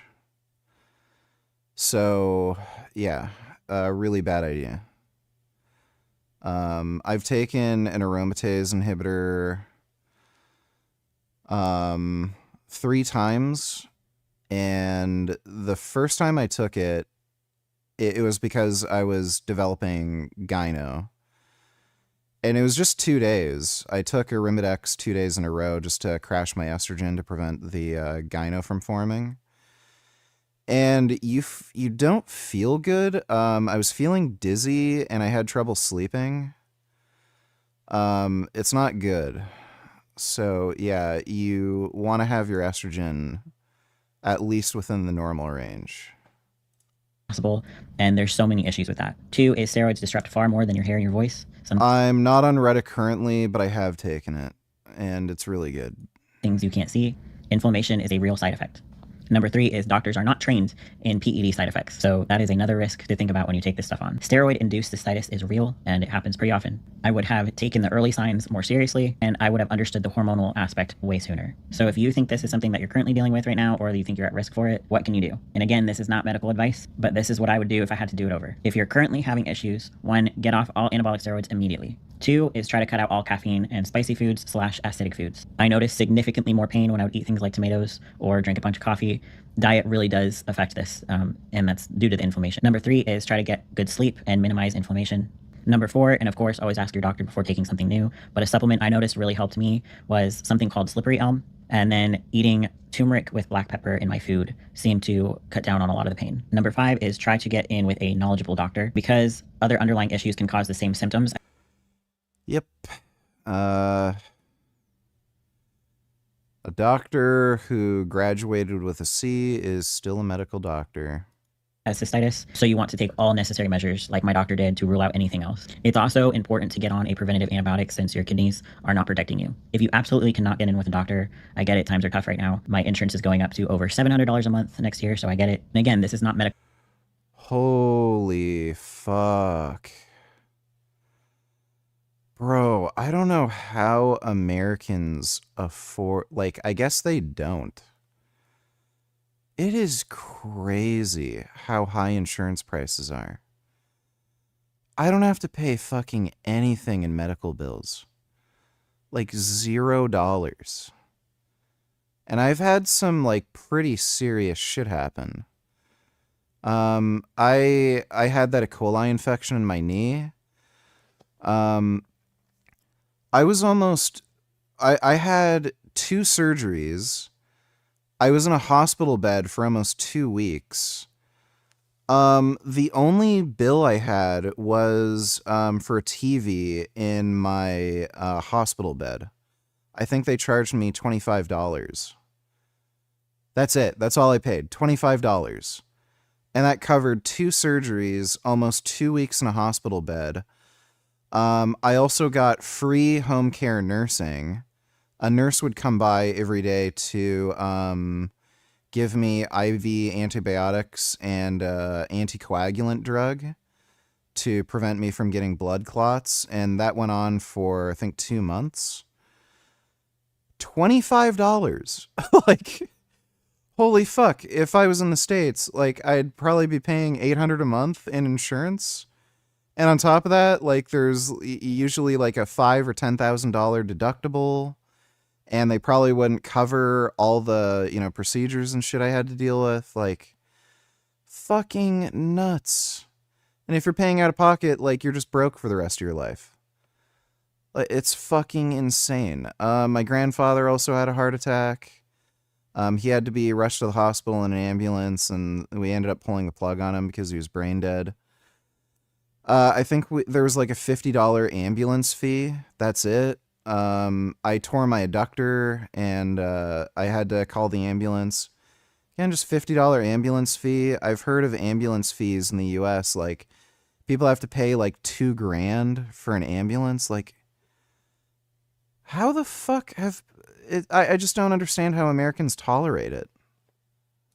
Medical advice, but there's a supplement called D-mannose that works really well at preventing infections if it's taken 3 times a day. That got me through a lot when I was not able to get on antibiotics. And if I had to go through this again without insurance, I would be taking that supplement religiously.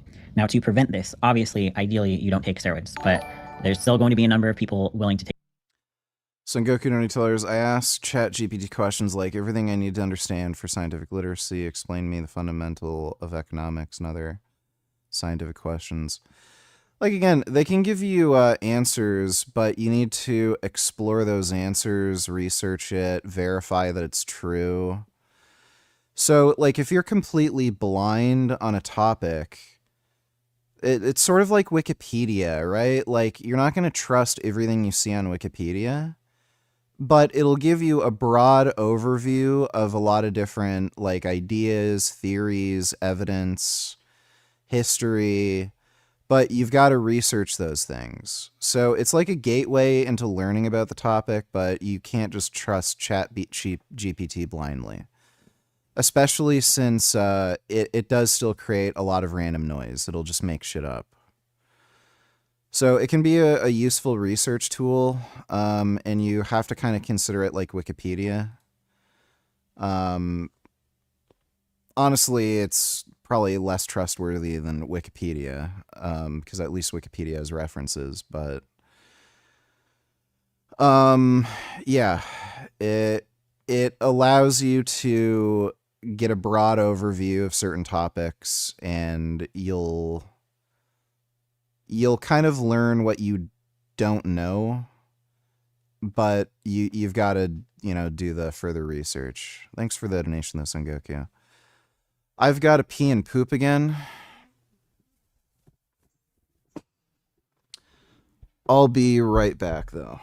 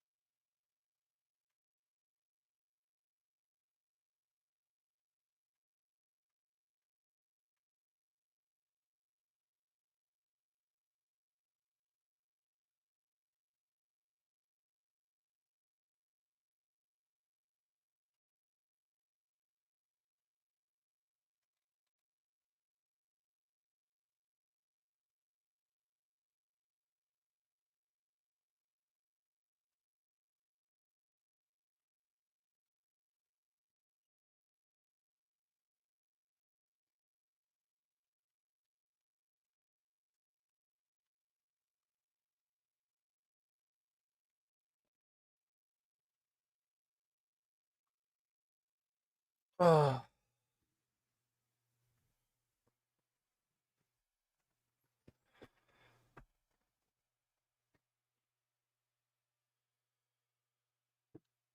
Oh.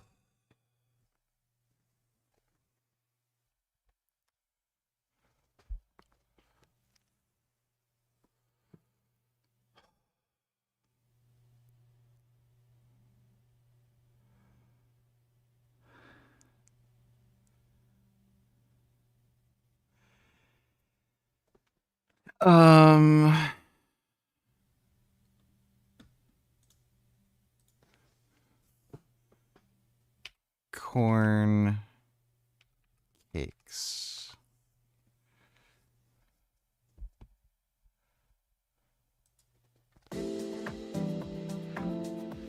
Like really, really good. Today, 4 readily available ingredients that take. Jeez.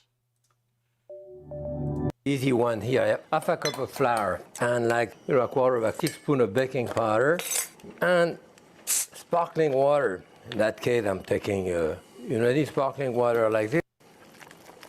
Actually, them directly in there, but you could do and see.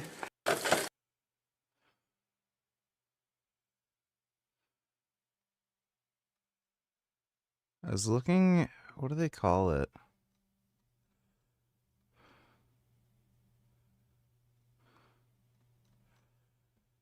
Anyway, I'm gonna get some kind of corn flour and make corn discs that you heat up and eat. Probably gonna go to the store tomorrow, get some corn flour.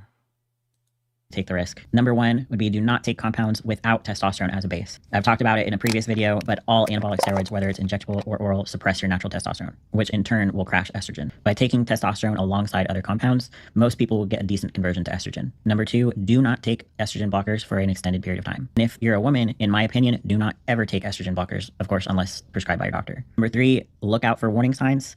Sharp bladder twinges, burning with no infection, feeling raw in the pelvis area, feeling pressure or urgency, reoccurring almost UTIs.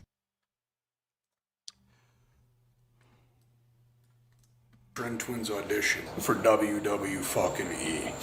This ain't really an audition. This is just an excuse to beat up my bro. This to let some steam him off and shit, to get some cardio in. Yeah, we just be wrestling, you know.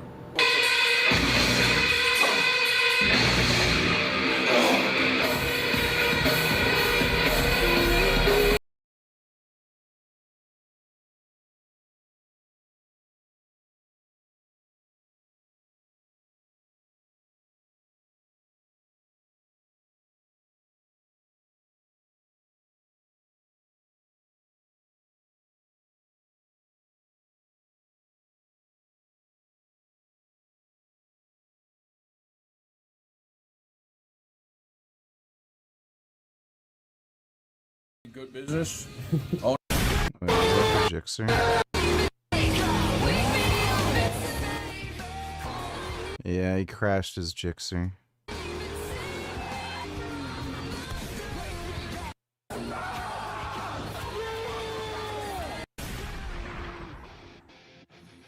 Alright, guys, we gotta start being good business owners and plug our own fucking supplements and our shit. Well, we've been traveling so much that I don't even have it on me. So. Whoa. Bro, this is the only shirt I have, bro. I've been wearing this shit for days, gang. I forgot to put deodorant on. You just didn't shower. We're gonna have a huge Black Friday ale ski for the homies. We're going back to the low quality videos. We're done traveling. I forgot the whole plot of the Tren Twins. We've been gone for fucking ever, dude. We don't even know what's going on anymore. The only thing I know is how much protein I get in a day. Bro, I realize life's too short to not wear whatever the fuck you want. I just want to wear some sick ass shit. You realize something every video.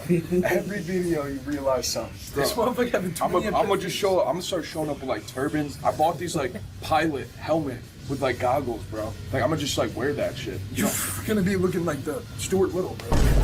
Okay, bro. I'm gonna start wearing like some Assassin's Creed shit, bro. Like I'm done being normal. Everyone's mad that I dressed up as a furry for fucking Halloween. It's a lie. I mean, you can be whatever the fuck. Exactly.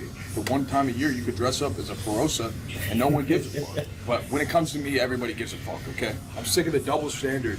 You look more Mexican every video. And frankly, guys, the more and more we bulk, the more my face transforms. I'm so fucking fat right now. It's unreal. Yeah, dude. The side profile's not good. Man, bulking is fun, though.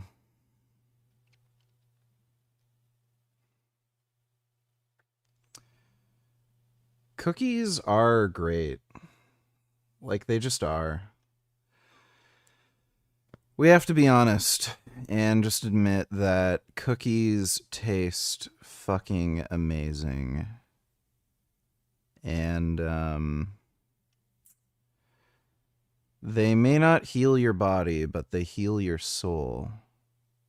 And then you feel fat and ashamed of yourself, and then you diet. So let's lock back in. Let's talk about our future. I don't want to talk. I want to work out. Yeah, that's all we got for you guys. How to get big arms? How to get big arms? Fucking intensity. There's nothing scientific about getting big arms. Okay? You want to get big arms? Here you go. Testosterone, DECA, maybe some bar. There you go. Come on, at least control the section. You're missing some gains. I'm done listening to the sons. I'm done listening to the science. I'm done listening to everyone. I'm just gonna start doing whatever. All right, Haney. Calm down, Lee Haney. No, I'm sick of it, bro. I'm gonna hit my arms, right? I'm gonna hit my bicep right now, right? Yeah, French fries are pretty good too. I think I like potato chips more than French fries, though. You know what? If you want the best French fries in the world, you have to go to Belgium. Belgian French fries, I don't know, it's like magic. I'm not even fucking with you.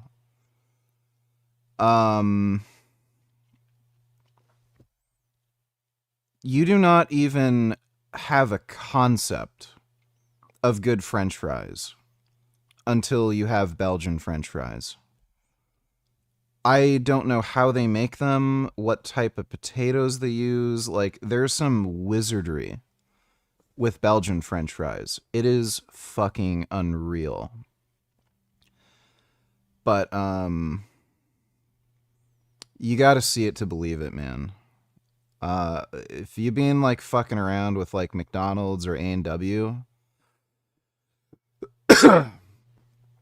it is just dog shit compared to Belgian French fries.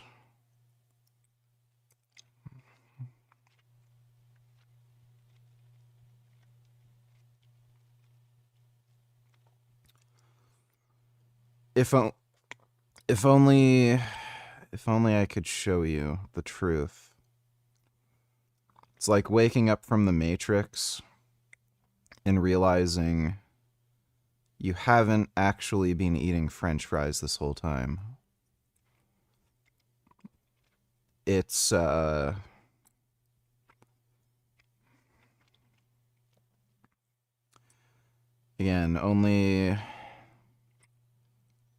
you'll only know if you experience it, but Belgian French fries are really fucking good. Right this second, I'm gonna do whatever the fuck I want with no thought pressure. No, who the fuck is telling you that? No, everyone is always talking about. I'm so confused about how to train. Really, I really am confused. Fucking insane, bro. Come on, there it is. Damn, hair smells good. Yeah, they're that good, dude. It's I can't even describe it.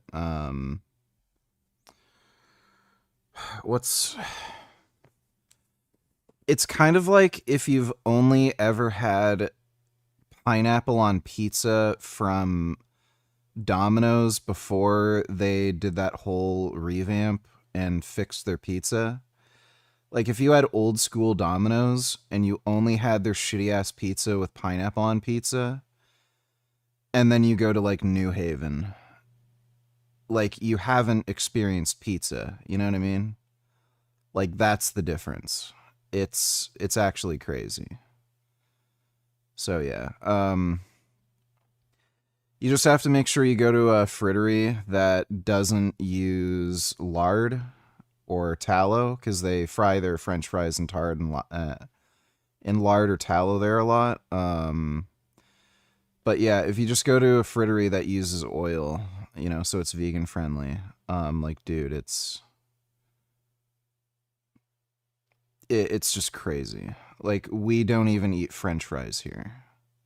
We're eating the equivalent of Domino's, like old school Domino's pizza that's undercooked with pineapple on it.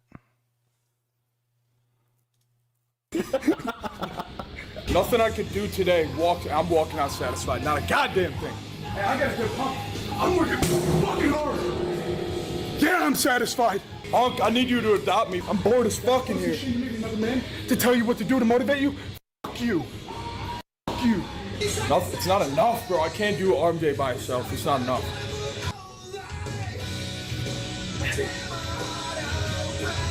I'm going to buy a drum set, bro. Let's start a fucking day. Set up. Let's start it. That's the end goal, bro. That's the retirement goal.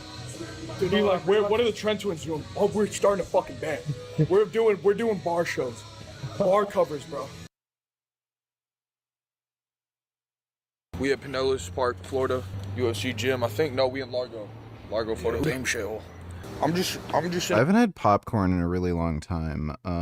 It's been like 2 years, I think. My go-to popcorn, was the President's Choice purple popcorn. That was really good. Let me see.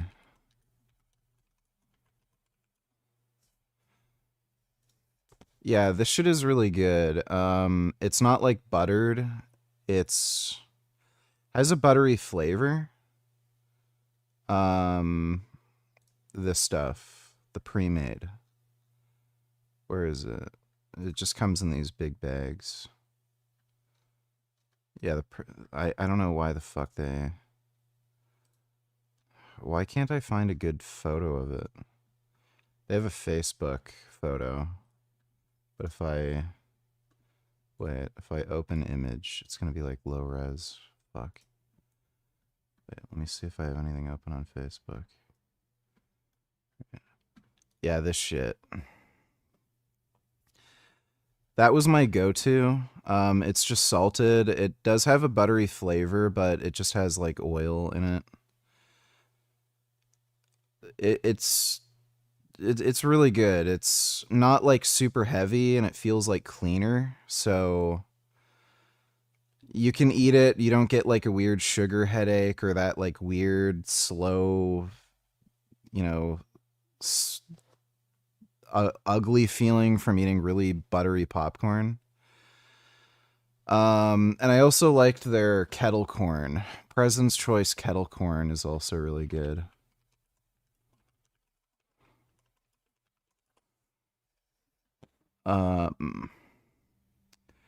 Yeah, it's like sweet. It's like sugar on it. That stuff's really good. So if you want like a sweet, sugary kettle corn, that's really fucking dope. And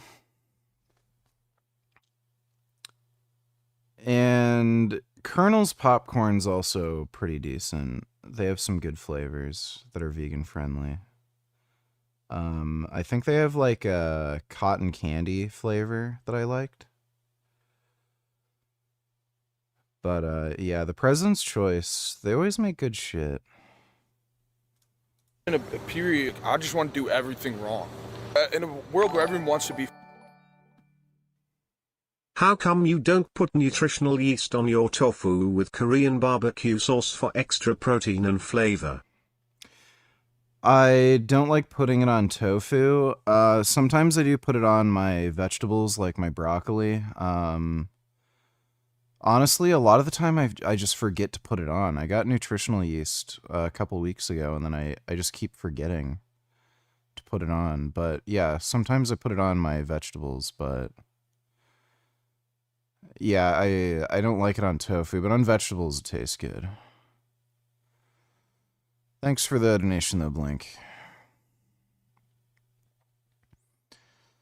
But yeah, tomorrow I'm gonna get some of that like really fine corn flour, the masa flour, and I'm gonna make corn cakes, or whatever the fuck they're called. I'm gonna try those. They look good. I like corn. I don't know why corn gets such a bad rap. Corn's like pretty nutritious and it's good for you. I don't know why everyone's like so anti-corn. Right, I'm gonna be dead wrong, okay? And I'm still gonna make these caveman gains, because cavemen weren't optimal at all, but they were big as taking down mammoths and shit. All right, I'm gonna build that brute strength, bro. That strength that's ugly and dirty. I was always influenced by like fighter tattoos, like UFC fighter tattoos, just dope as fuck. Other than that, I'm not a good fighter, you know. I just got brute strength, no technique or nothing. Dirty ass sucks. Prepare to meet your fucking maker, buddy. Down. Thanksgiving is hell as a vegan. Can't wait for this shitty holiday to be over. I'd cry anyone would invite me to a Thanksgiving dinner anyway when I'm outspoken about being opposed to carnism LOL. I love my aunt and grandma but they be tarded sometimes. I never, ever meet my family for the holidays. Even when I was living with like my mom and grandparents and like, you know, some family would come over. And even before I was vegan, I'd never eat with them. I've always just been so antisocial.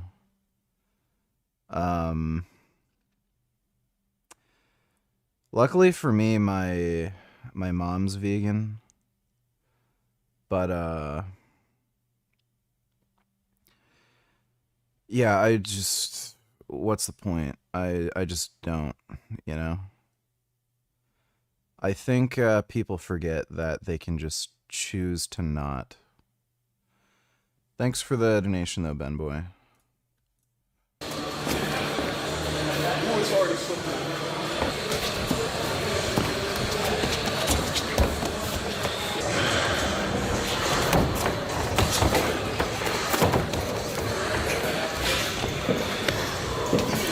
It's like a turtle. Oh yeah, I can't fucking see. Yeah, because you got that hoodie on and shit. Whoa!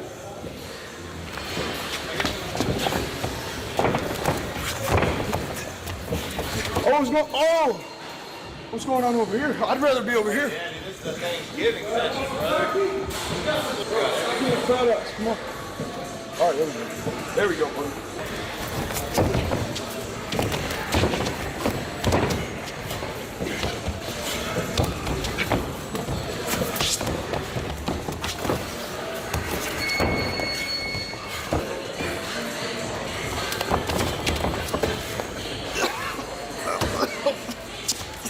Oh shit!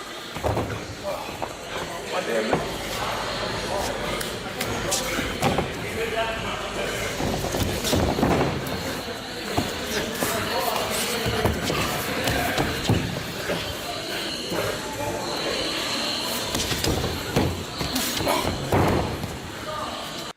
Yeah, they got well-developed triceps. I noticed going on steroids, there's like lagging muscle groups that just get bigger and stronger. I got my triceps really strong as a natural, but they wouldn't like get big in 3D and pop out, and now they're starting to get big in 3D and pop out. I had pretty decent traps too, but like traps are just fucking freaky and becoming 3D as fuck. My tricep strength isn't absolutely maxed out. The most I did with overhead tricep extensions as a natural was 155. I think last session I did like 140. But like the muscle is just way bigger. I am doing skull crushers a lot easier though. I think the most I did with skull crushers as a natty was like, yeah, I think it was like 140 or something for maybe sets of like 7 or 8. I did 135 last session, but I got 10 reps, and that was after doing tricep pushdowns, side extensions, and overhead extensions. So skull crusher strength has certainly improved. Just the overhead extension hasn't gotten to peak, but yeah. It's weird how steroids just fucking work.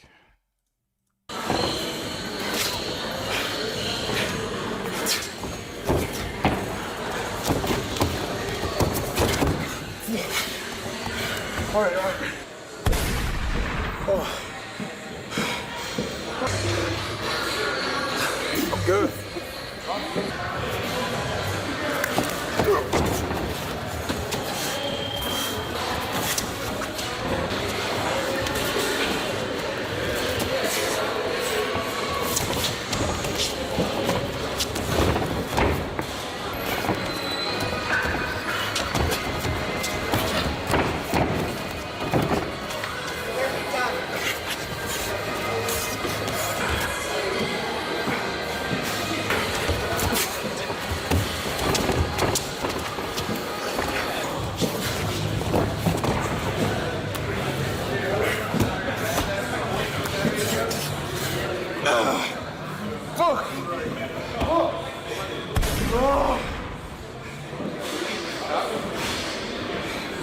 It's the cardio.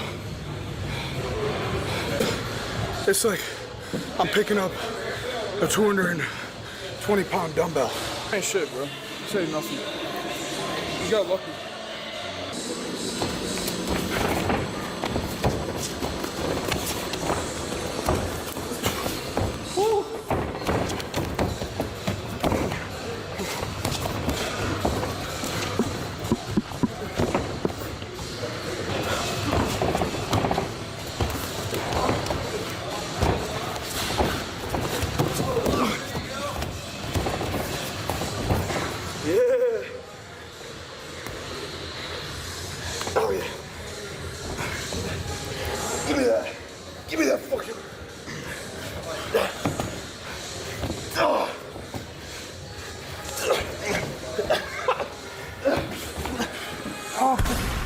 Oh, you just punched me in my dick.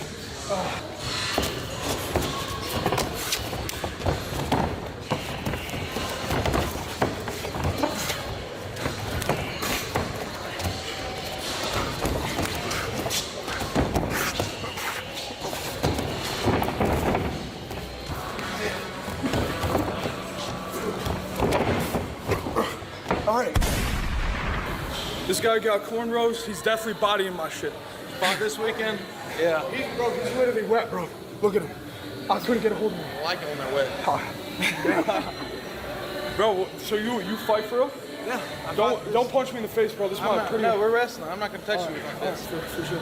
This is my moneymaker right here. You feel me? How long you been fighting this shit? Wrestled for like 10 years. I've been fighting for like the last year and a half. Go inside.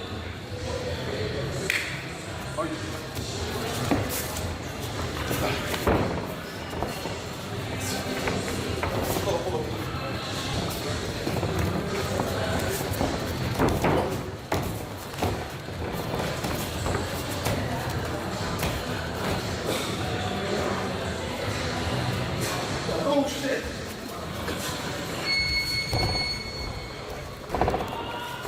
Look at this fucking cat. Damn, Bruce. Oh yeah.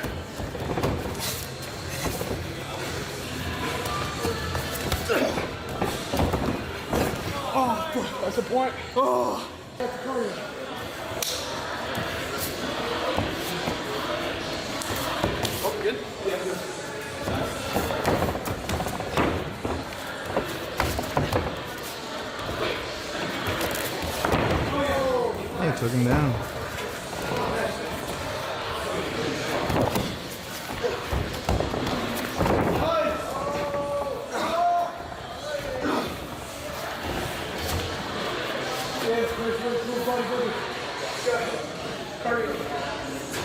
Get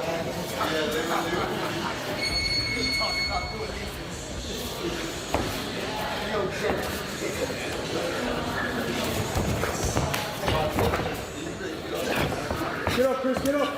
Don't let him get your inside.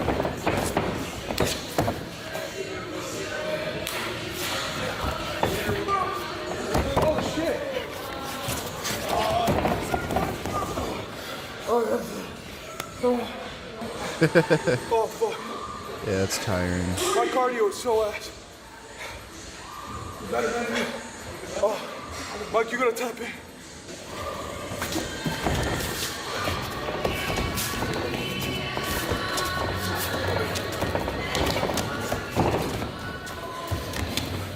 Dude, why does he have a chain on? Johnny, don't need $2. Let me see. Bruh. Oh my goodness. So many of you may not be aware, but I did a podcast with the Hodge twins about a few days ago, okay? And it got pretty heated because they got exposed, right? I made them look like Tweedledee and Tweedledum. I made them look like the Sambo soldiers that they are. Now, for some reason, people keep on underestimating me. I count 2 guns, nigga. And they hit me up. I'm like, yo, what are we talking about? He's like, okay, we're gonna be talking about this. You know, let's get a date. I'm like, bet, right? I'm in LA, they in Vegas. So I spend time, I spend money to come to this podcast. There's me, the Hodge twins, this other black guy, another black guy, and then this Arab, right, the Palestinian. And we're going back and forth, and eventually it's looking bad for them. Now, in my experience, whenever it's looking bad, you usually have someone who tries to come in and, you know, save the video. You know, we've seen this before when, it's like, what's his name, Sam Cedar versus Steven Crowder, and, right, they were rushing when they saw it was Sam Cedar, people were rushing. Oh, there he is. Oh, no, Sam Cedar. What a nightmare. I had no idea this was going to happen. I thought Ethan was a stand-up guy. This is where we are. Yeah, I told you. So they're getting blasted because I'm bringing up data, I'm bringing up facts. They clearly don't understand per capita versus raw numbers. But Brondo's got what plants crave. It's got electrolytes. Because I asked them, hey, can you give me a stat for black people? And they're like, 1350, 13%. I'm like, okay, watch this. Can you give me a stat for white people? Got him. Well, if they commit 50% of crime, that means they must commit the other rest, right? Right? They didn't have anything, bro. I'm like, that's the point. That right there. So then I go off listening. Hey, well, white men, when it comes to crime, when it comes to per capita, when it comes to larceny, when it comes to trafficking, right, which is what we're dealing with Epstein, when it comes to vandalism, when it comes to embezzlement, when it comes to, right, I'm listing a whole bunch of crimes per capita that are white men, and they're getting upset. Oh, right, when it comes to bestiality, when it comes to, I'm like, oh, what's the bestiality? How many people is that, right? Doesn't matter. The point that I was making is that you're highlighting this one stat, right? And we're not even looking at the exonerations. We're not looking at the false imprisonments. We're not looking at, we're not looking at any of that. The point is they try and make us the face of crime. I'm like, yo, you looking at one crime. We look at a litany of things, right? And I go and tell them, well, you name me the black person that caused your interest rates to go up. You name me the black person that caused the depression. You name me the black person that caused the recession. You name me a black person that caused your house to be deflated in value. You name me the black person that did that. Then I get them, I'm like, yo, you tell me, because they're just really like losing it. But they're getting slayed, bro. They're getting slayed. That's what's happening, bro. This is light work for me, right? Because both of them, they share a brain cell, okay? They passing the brain cell back and forth so they can talk to me. that's what's going on. Because I'm not even worried at all. So I asked him again, I'm like, yo, can you name me how black racism, because that's what they want to say, oh, everyone's racist. Okay, I was like, can you name me how black racism has negatively impacted white people as a whole? Got him. This mofo brings up, well, what about what about this story with the white girl and everything? I'm like, that's anecdotal. This mofo doesn't know what anecdotal means. as God is my witness, bro. I'm talking to actual retards, and that's why I tell them. I was like, this is borderline mental retardation. Now, I want you to understand, while I'm giving them this work, we have the Palestinian, the pale white Palestinian who's interjecting, right? Trying to say, well, that's not true. That's not true. Oh, what about white people? Oh, it's white people bad, huh? White people. I'm like, who is this? So throughout the interview, I'm telling him, have him have a seat. Tell him to have a seat. So he keeps on interjecting. He's like, you don't want any of that. I was like, no, I do. I do want some of that, bro. And tell him to have a seat because he keeps on peanut gallery, right? Oh, that's not true. Oh, this and that. Oh, what study is that? And I'm like, whose man is this? And he's doing this throughout the interview, right? Throughout the interview. It's literally 3 versus 1, but every single time I address him in his peanut gallery, they get on me. Hey, it's not, he's not in this. I'm like, is this how y'all conduct the interview? Does he interject like this? And they're like, yeah, sometimes. I'm like, as frequent though? They're like, yeah. Right? Now, we know, as I said before, the only time someone interjects is if you lose in the fight. If you lose in the fight, that's when somebody comes in and tries to, that's what he's doing, because they're getting blown out. So I'm trying to ignore him, but the first time, he was like, oh, we're all N-words, right, to the Jews. And I heard that, I'm like, what the F did you say, right?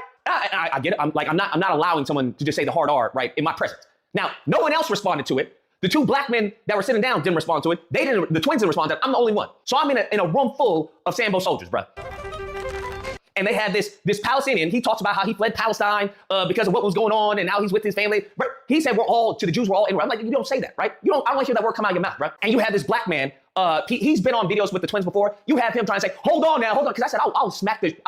I told him I smacked the dog ish out of him. I let him know that you don't do that, or there's going to be a physical repercussion, essentially. Now the Hodge twins were like, no, you're not. I was like, listen, you want to bet? I was like, I bet you. I told them, I was like, hey, there's no one in this room that's going to be able to stop me from putting hands on him. No one. And they're like, that's not true. I'll be able to stop you. I was like, okay, let's count to 5 and test that, right? You want to count to 5? That's what I told them. I count 2 guns, nigga.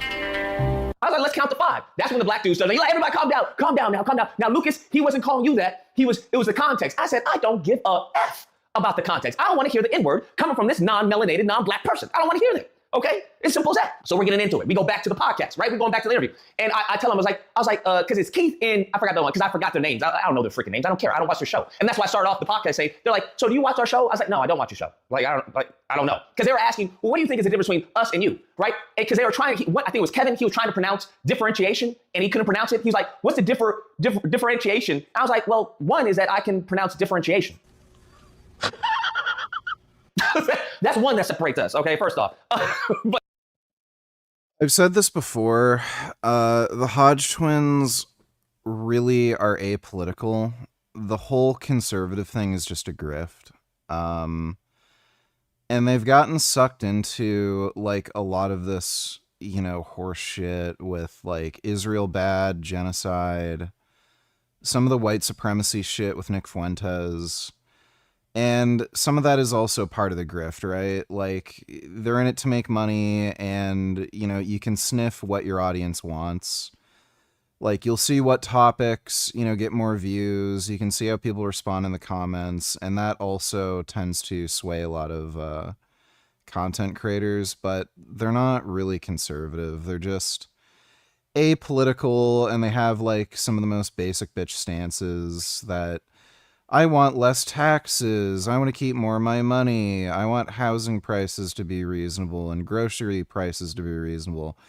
Like, it's not really a political stance. It's just like, what everybody fucking wants. And then, like, the other horseshit, it's just the conservative grift or making fun of trans people, Like, that's all it is.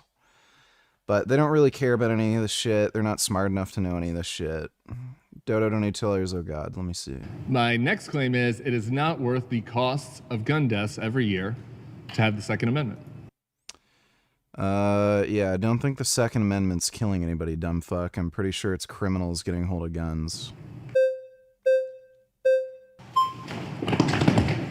Ooh. All right, well, first, you made the claim, so I want to hear your reasoning behind it. Well, yeah, obviously this is a reference to the Charlie Kirk quote about how it was worth some gun deaths every year to have the Second Amendment as it's currently written. And my view is this, look, this is not an argument to repeal the Second Amendment. My point is that we shouldn't have a fatalistic view about this, to just say we have the Second Amendment, nothing we can do now, some people are going to die because of it. That is such... Okay, this guy is...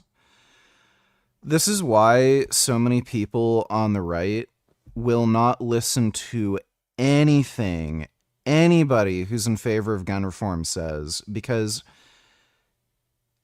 you can tell from, like, what he's saying, he is anti-Second Amendment, anti-anybody owning a gun for any fucking reason. These people do this manipulative horseshit where they'll say, we need to repeal the Second Amendment, and then when you grill them on, like, the line of reasoning, well, I'm not actually anti-Second Amendment, I just think we need to, like, rethink, some of our firearms policies, and not have, like, this fatalistic view that nothing can be done. He's full of shit. He's lying. They say this so that they can encourage you to be okay with policies that little by little take away your firearms rights. Maybe we can just limit magazine capacities. Maybe we could just, like, ban certain furniture on weapons.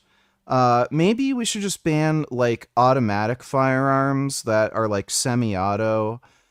Maybe we should ban some of these, like, handguns that are modular because they can be easily converted to full auto, like Glocks. Maybe we should ban, like, magazine capacity with handguns. Maybe we shouldn't have handguns be sold within city limits. Little by little by little, until you have nothing. And criminals have all the fucking guns. They can break into your home, shoot and kill you and your family, steal your property, and there's nothing you can fucking do about it. That's what these fuckers want. So this is why none of these fucking conservatives, like, nobody who knows anything about fucking guns ever listens to these people, because it's all the same fucking game. They will never propose any logical, rational firearms legislation that would in any way impact gun violence. They have an ideological view that guns are bad because they're beta male fucking faggot pussies who are afraid of loud noises.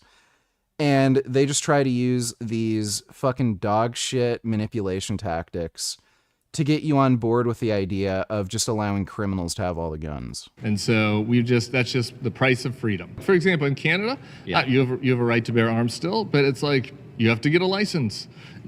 Most states require some form of license, especially for concealed carry. There has to be training.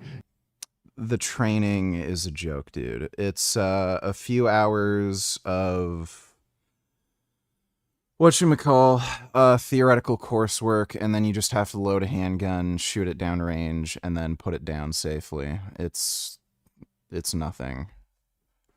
You know, you have to pass background checks. Yeah, that's what you have to do in the United States, too. Is that not also in the United States, too? No. Yeah, it is. You don't? He literally... Yeah, so there you go. He literally does not even know the laws in the United States. Literally does not even know the laws. And then he's talking about how we need to change the firearms laws. This is not somebody who's serious or has any interest in reducing gun violence. This is a beta male fucking pussy who's afraid of loud noises and wants to convince everyone else that they should be afraid of loud noises. You don't need a gun license. Well, no, but no, what I'm saying is it's not like a driver's license. Like you don't have to like go to when you're getting a driver's license here, it's more akin to... Yeah, you don't drive a gun, do you? You point it and you pull the trigger. It's pretty self-fucking-explanatory. And, like, what training do you need to be able to properly use a gun? It's called becoming an adult. Like, you're just brought up in a fucking society where you're taught to be fucking reasonable. Point gun, pull the trigger, it shoots, you know what it does. So if you have, like, if you're a fucking adult, you'll know how to use a firearm responsibly. The firearm safety training and all this shit, it's a joke. It doesn't do anything. It's just a fucking bureaucratic, like, hoop that you have to step through to just make it more of a fucking pain in the ass to own firearms. That's all it is. Guess what? Criminals do not have to go through a firearms safety training course. They can just get a fucking gun. So why should a law-abiding citizen who can pass a background check, why should they have to do that? It's just stupid. It makes no fucking sense. Like, this guy is such a fucking idiot. And again, most states do require a license for concealed carry. Do what you do in Canada. You have to go to classes. You have to prove that you know. You have to prove that you have to know how to use the guns. Like, there is a process. There's no process in the United States. Well, in a lot of cases, you don't have to go through a process. Sure, people have easy access to guns in this country without going through the process. There is easy access for younger people to get high-powered weapons. That's in this definitely country. not true. He doesn't define a high-powered weapon. All guns do the same thing. But can you name the legislation that would have prevented Charlie Kirk from being assassinated? Well, no, because there wouldn't have been a piece of legislation that could have prevented Charlie Kirk from being assassinated. My point is that his initial claim was in service of this idea that we have a maximalist view of the Second Amendment, where there is nothing that we can do to limit gun deaths. In the United States... don't think that was his view. We had 46,000. In the United States, we had 46,000 gun deaths in 2023. In Japan, they had 10. Okay. That's not even remotely true. Not even fucking remotely fucking true. So here's the thing when people bring up these statistics in Japan. They will only prosecute a crime if they are 100% sure that they can get a conviction. Their conviction rate it's ridiculous. It's like 98.7% or something. So there's a lot of murders, homicides, gun deaths that are not investigated, aren't prosecuted because they just won't fucking do it. They have, and this is true for all crime. Like they'll bring up handgun violence. You can look up their rape, their rape rates. You can look at their what's it called? Like rates of theft. Like everything is lower, and it's just because of how the crimes are fucking reported and how they're prosecuted. They do not give a fuck when women are sexually assaulted. Again, they will not fucking pursue a prosecution if they are not 100% sure that they can get a conviction. So when like 5 women come forward and say, I was raped by this guy, he'll probably get off because they just don't fucking care, because they figure, well, it's just he said, she said. Like there's no video evidence, there's no forensic evidence, so fuck it. But here, if 5 women come forward, well, they're going to actually fucking investigate and actually pursue a prosecution.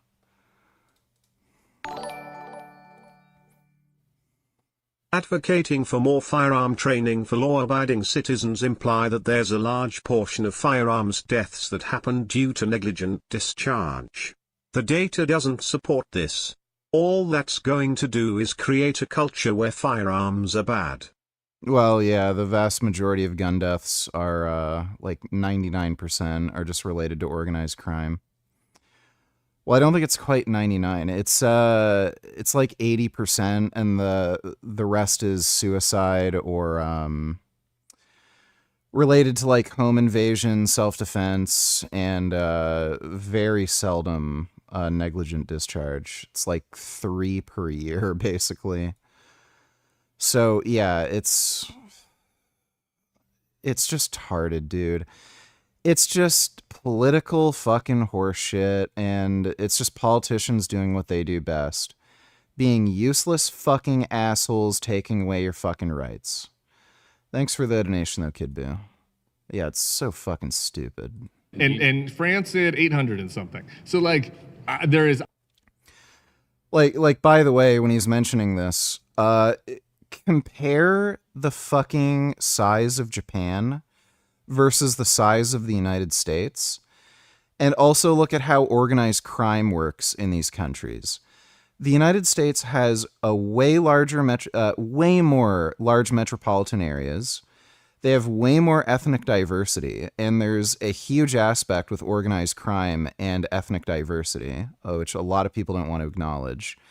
There's a reason why there's black gangs, there's white gangs, there's Mexican gangs. The United States also shares a border with Mexico.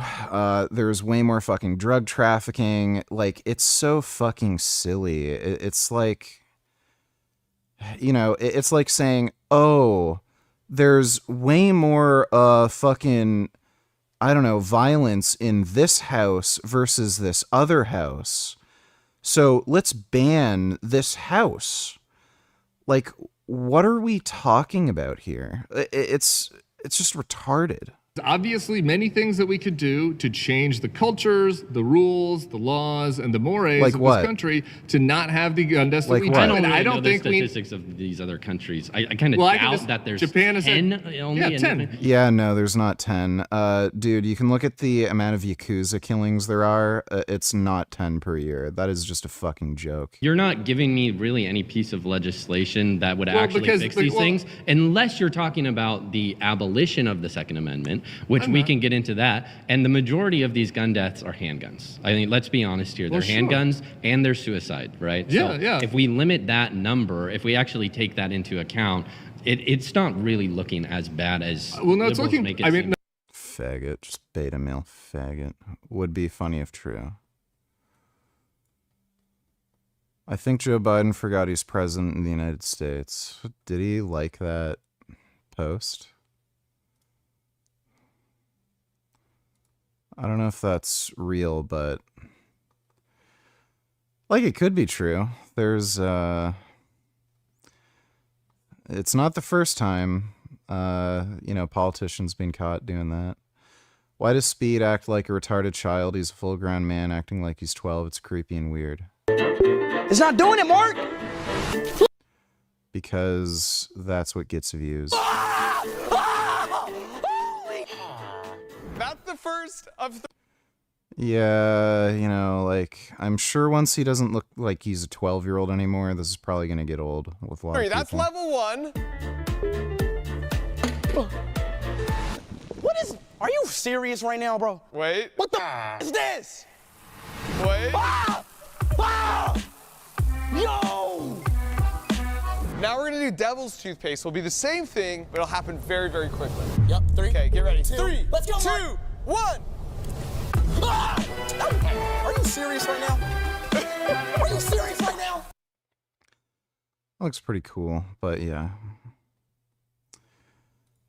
His audience is all like 9-year-olds, so thanks for the donation though, Dodo. But going back to the past impacts the present and the future. I was like, Keith, that's the other one, Keith. I was like, Keith. I was like, do you fly? He was like, yes. I was like, do you do TSA? He was like, yes. I was like, where do you think that came from? That came from 9/11. And they're like, what does 9/11 have to do with anything? I was like, 9/11, right? The reason for that is what caused the Patriot Act. Okay, that's why we have the TSA. He was like, that's how it impacts your life. This man looked at me and said, no, it doesn't. And I'm like, do you not go through TSA? He was like, no, I go through TSA. Aren't you Patrick Star? Nope. Do you have to go through the scan and they take off your shoes and stuff? He's like, yeah. And this is your ID. Nope. Then it impacts your life. He's like, no, it doesn't. I still get to fly. Then take it. It's not my wallet. And that's when I was like, okay, this is borderline retardation. You're telling me because you get to fly, TSA doesn't impact your life. And it's like, it obviously does impact your life. What are you talking about? But Brondo's got what plants crave. It's got electrolytes.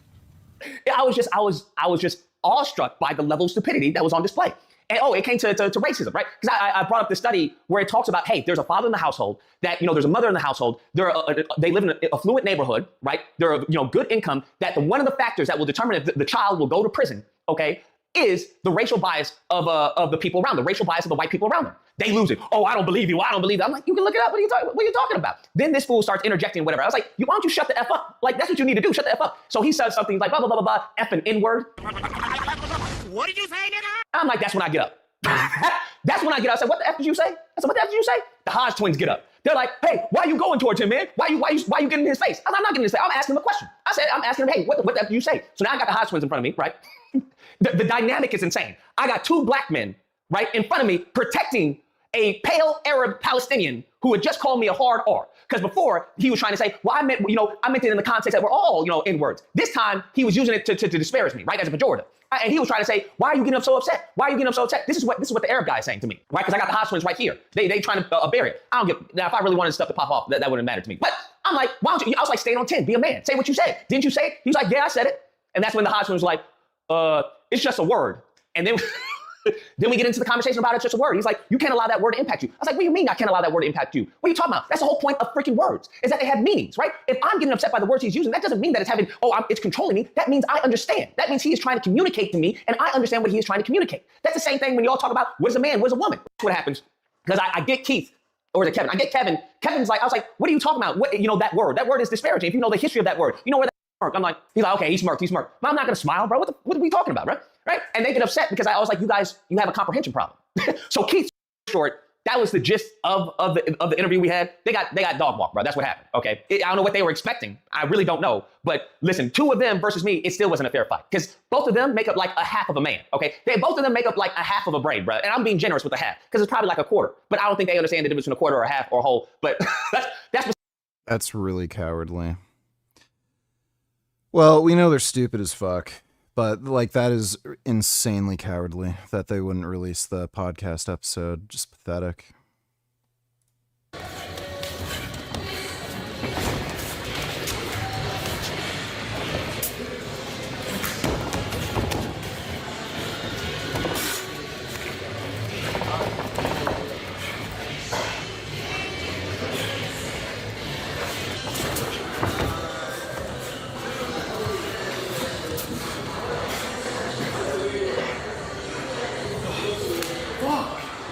Yeah, I know. You just let him do whatever he wanted. Dirty little slut, that's where you were. State champ in Louisiana, 2021, and then rest out in Pennsylvania in college, and then boxing. Oh, I'm even worse at boxing. Actual strength. Well, it's something you really can't. I'm thinking about just like defending because I'm so tired, you know? Just comes with experience, that's about it. Coming back stronger, I'm coming back bigger.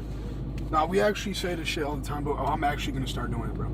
I'm done getting horse trained. I'm listening to King Von, and I'm becoming a wrestler, bro. I'm tatting my face. Getting their ass in a furry costume. Imagine you a. All right, guys, we are back out here in Denver. So, like I said from our last video, we are. Mike Israetel has been under a lot of fire recently for his awful PhD thesis, but as a long-time Mike Israetel hate watcher, I can tell you right now that PhD is the least of his problems. Today, we will take a look at the Israetel iceberg, and we will go over his disturbing views on robots. We'll watch that next time. Here, doing guest posing out in Denver. We did it last night and had an absolute blast. So Martin and I had a packed house, and we love it here. So we're gonna hit some old lats. So what we're gonna do is, hey, I still gotta go, bro. So what we're gonna do is open up our lats here with one of our favorite pullover machines. So this Nautilus pullover, as you guys will see, this is the I'd really like one of those machines. I think this is the second generation, so one of my favorites because it is a little bit wider. So those first generation lats are so tight. This one actually us bigger guys can get into, and it just so isolates the lats, really filling them up, making us wide. So we're gonna run 2 top sets, and then we'll do some kind of like stretch set, a little bit more time under tension there for a third one to get us going, to get us loaded, get us stretched out, and then we'll get into the fun stuff. So tag along today, it's gonna be a good one. Last day in Denver, let's send it off on a good note, maybe pose a little bit, and head back to Florida. Let's go. Me. Let's go.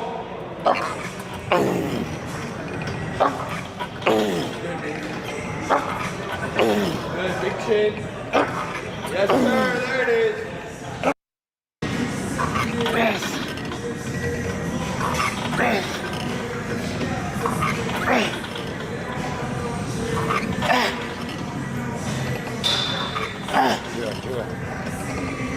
What up, what up? Good, let's go, come on. Yep.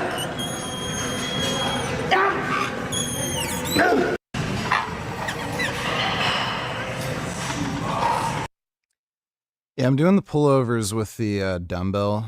It'd be nice to have this machine. I wonder how much those cost.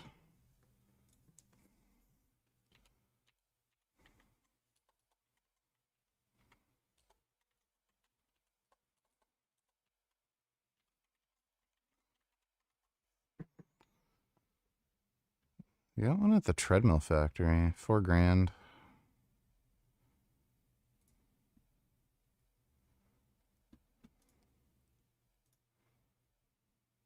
Element Fitness.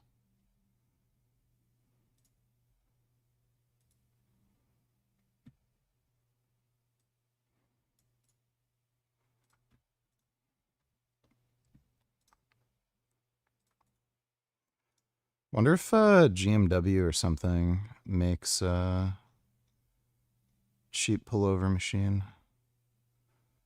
401. It's weird how they don't have videos of it. Really strange.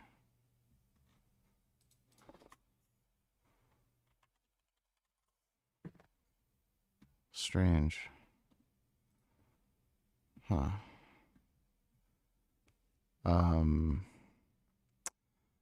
Those are not pullover machines.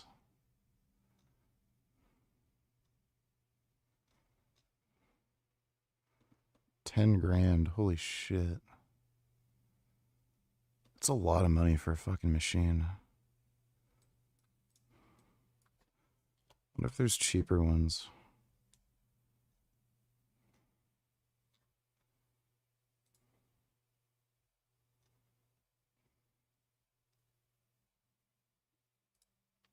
I have a single arm machine.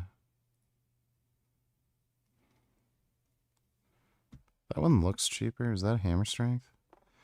Animal Liberation Donatillers. Jimmy Cliff died the other day. I recommend people watch his movie and listen to his music. I grew up on it. Was fortunate enough to get to talk to him a couple times on the phone. Rip Jimmy. I don't know who the hell Jimmy Cliff is.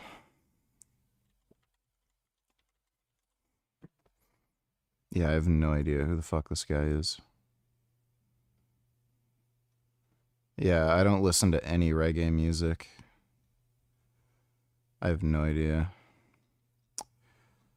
Well, rip. Thanks for the donation, though, Animal Liberation.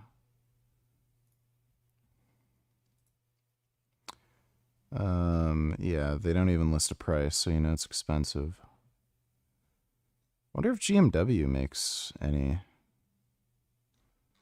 don't think I've seen GMW make a pullover machine.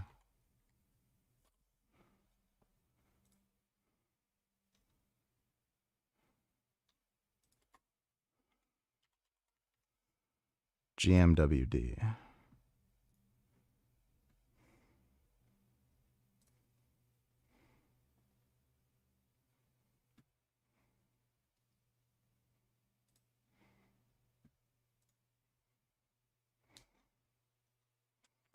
That is not a back machine.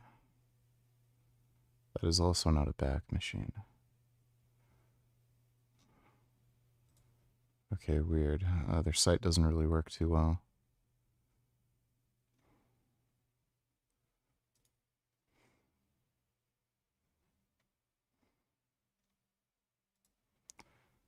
It doesn't look like they have a pullover.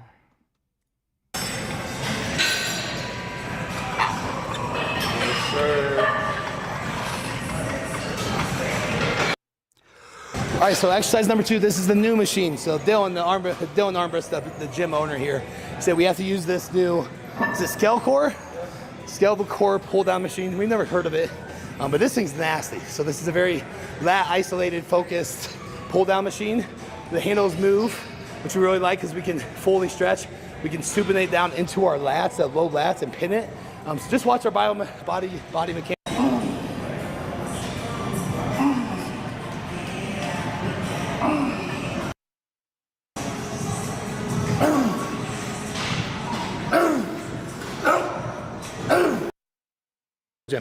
So it's a Cybex plate loaded row machine, and it just absolutely blasts the back in the right position. So we're gonna go to the neutral grip here, working more of that mid back thickness. Main cues on this, of course, are keep your butt back a little bit, chest into the pad, so yeah, you can't cheat. So once you're into that, it's just pulling past your body. Let's talk about elbow drive. So where you position. This guy's some of the craziest quads I've ever seen. Position your elbows where you drive them to is where you're gonna load your back. So here, seat down low. We did upper back with our setup. A lot of machine now we're work. doing.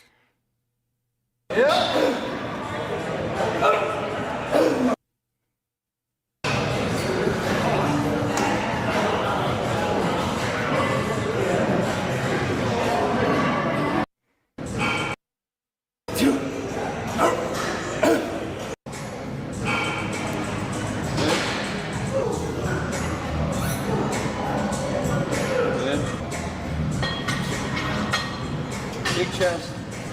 Right there. Good. Good.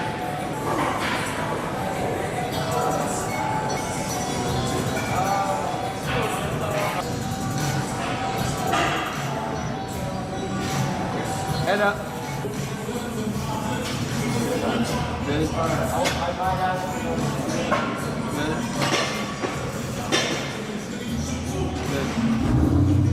All right, that's a wrap out here in Denver. Always bitter.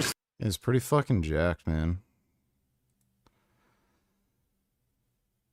I don't know if I want to get that big, because just the amount of food and shit you have to eat, but I do want to get to Kazuya Mishima level jacked, you know?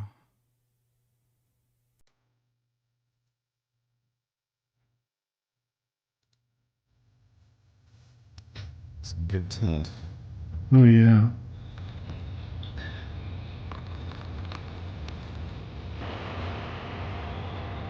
It'll be sick once they have like gene modification technology and you just don't need to diet anymore to lose body fat, and like you can just modify your genes to not ever have a certain amount of body fat.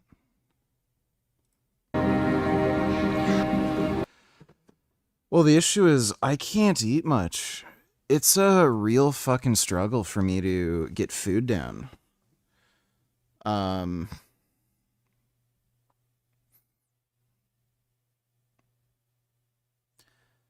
Like, that is kind of a benefit in some ways, because it makes it easier to diet and stay lean.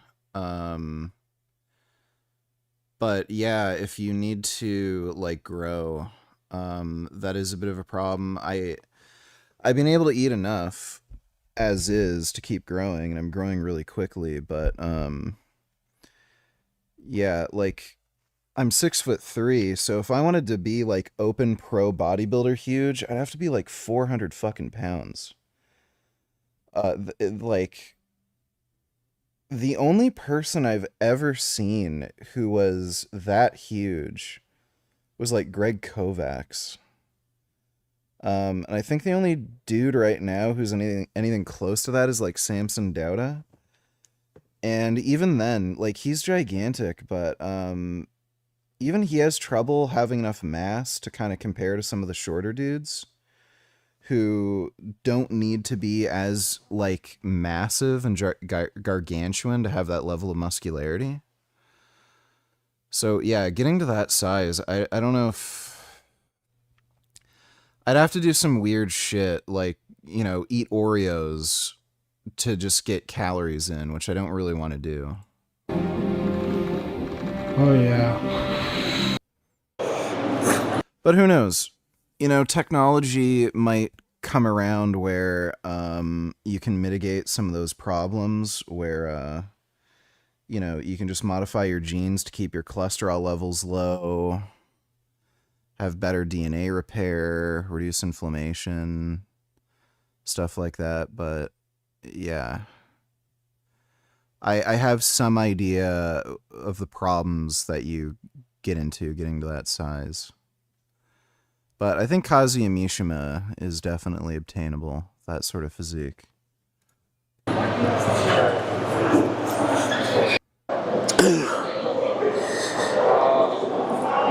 Those donkey calf raises are cool. Yes, sir. I'd never see those machines.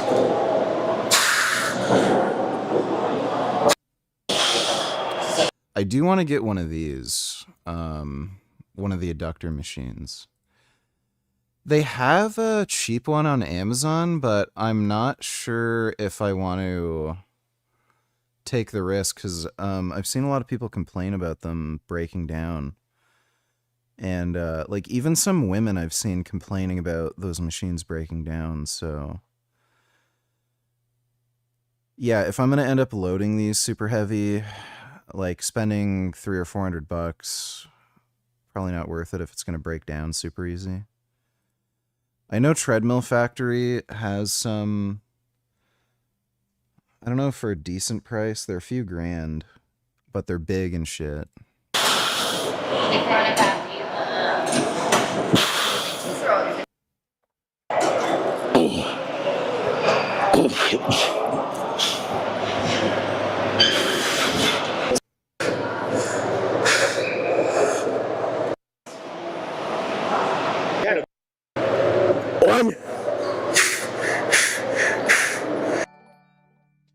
Dodo Donatillers, chiropractor quackery never ceases to amaze me. This is a treatment they do for TMJ. Slide box up.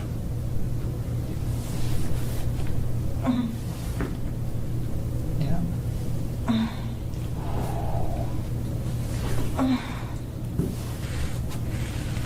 Good. Breath in. Good.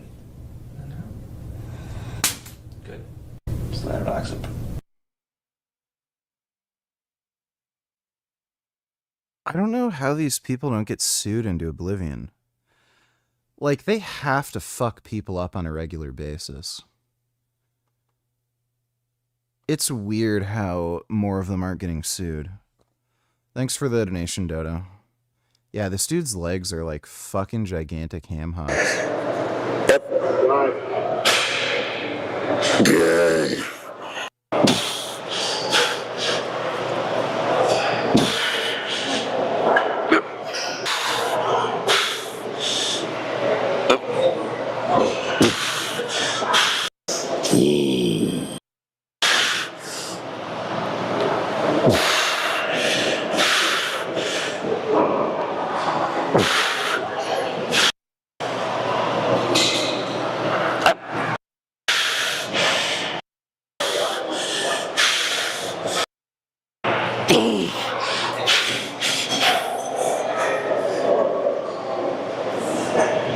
One more.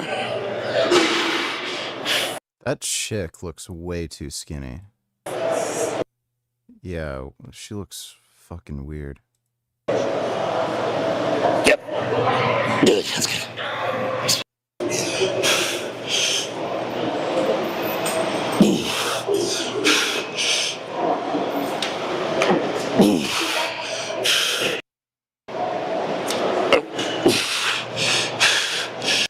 Yeah, definitely want to get a pendulum squat machine. I'm leaning towards the Bells of Steel because it looks really good and it's a really good fucking price.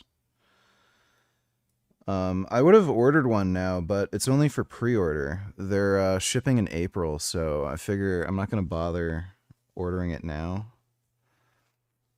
I'll see what the reviews are like, and I'll see if I'll just save my money, see if I want to, like, get a really fancy schmancy,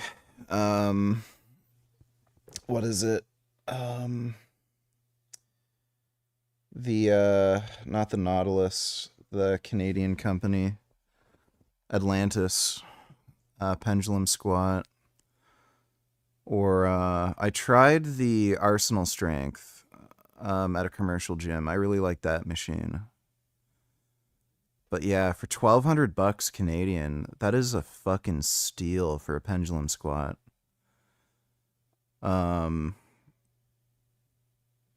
Yeah, the others are like $4 or $5 grand.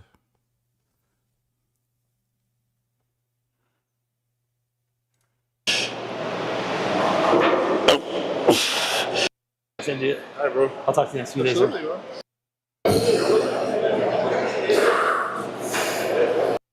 Yeah. Dude, I love you and Martin duo. I love it.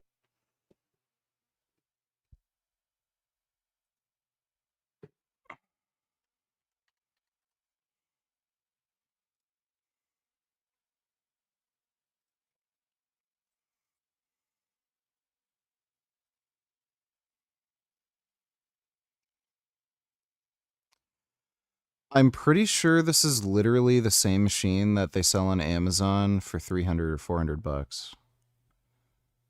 I'm pretty sure. It looks like it has the same hydraulic mechanism.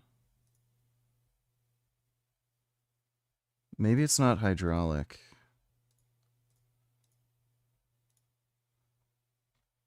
It looks so similar to the one on Amazon. Like, practically identical. That's $800, and I kind of like the plate-loaded idea because, one, they're cheaper. Because they don't have to ship with the weight. Shipping's cheaper. And, like, in theory, if the weight horns are large enough, you could, like, hold whatever weight you need, whereas with the plate-loaded machines, you're stuck with whatever the weight stack weighs. This is 176 pounds, so yeah, weight capacity 250. I don't know if that's like heavy enough.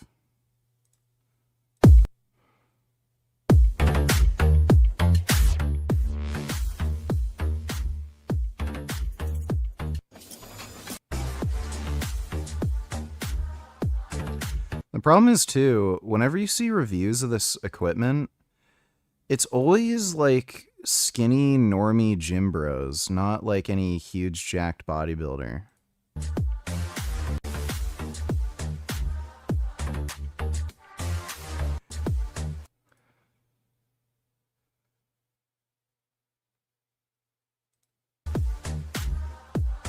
Okay, it looks like it just uses leverage.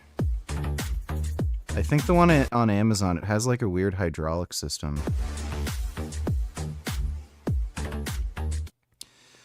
So I've had issues with my adductors. It'd be nice to have a machine where I could just train them directly. Bots and AI.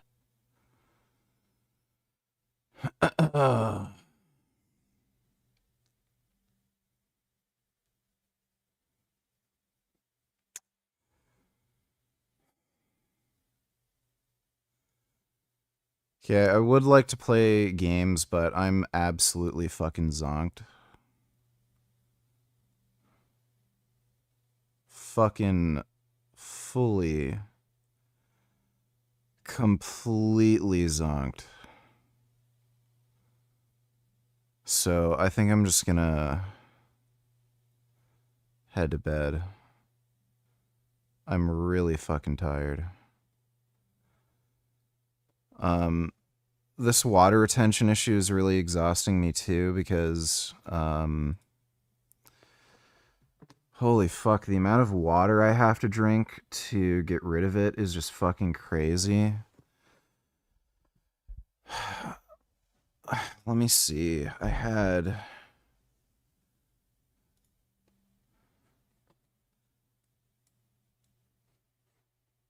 6 liters in the morning. Then I had a protein shake that had 0.8 liters. Then I had a smoothie where I added 2.5 or 0.25 liters. Plus, like, I guess there's water in the fruit too. Then I had another 2 liters. Then I had 2 liters when I was training. Then I fucking drank 6 liters right after training.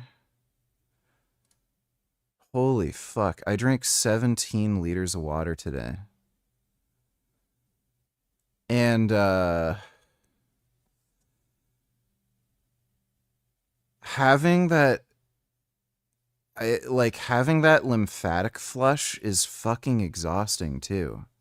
Like, you can feel water draining out of you, and it just exhausts you.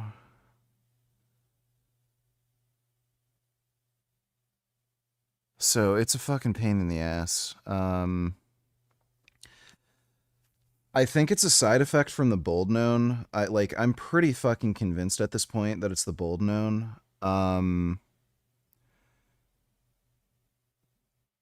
I don't know exactly why it's happening.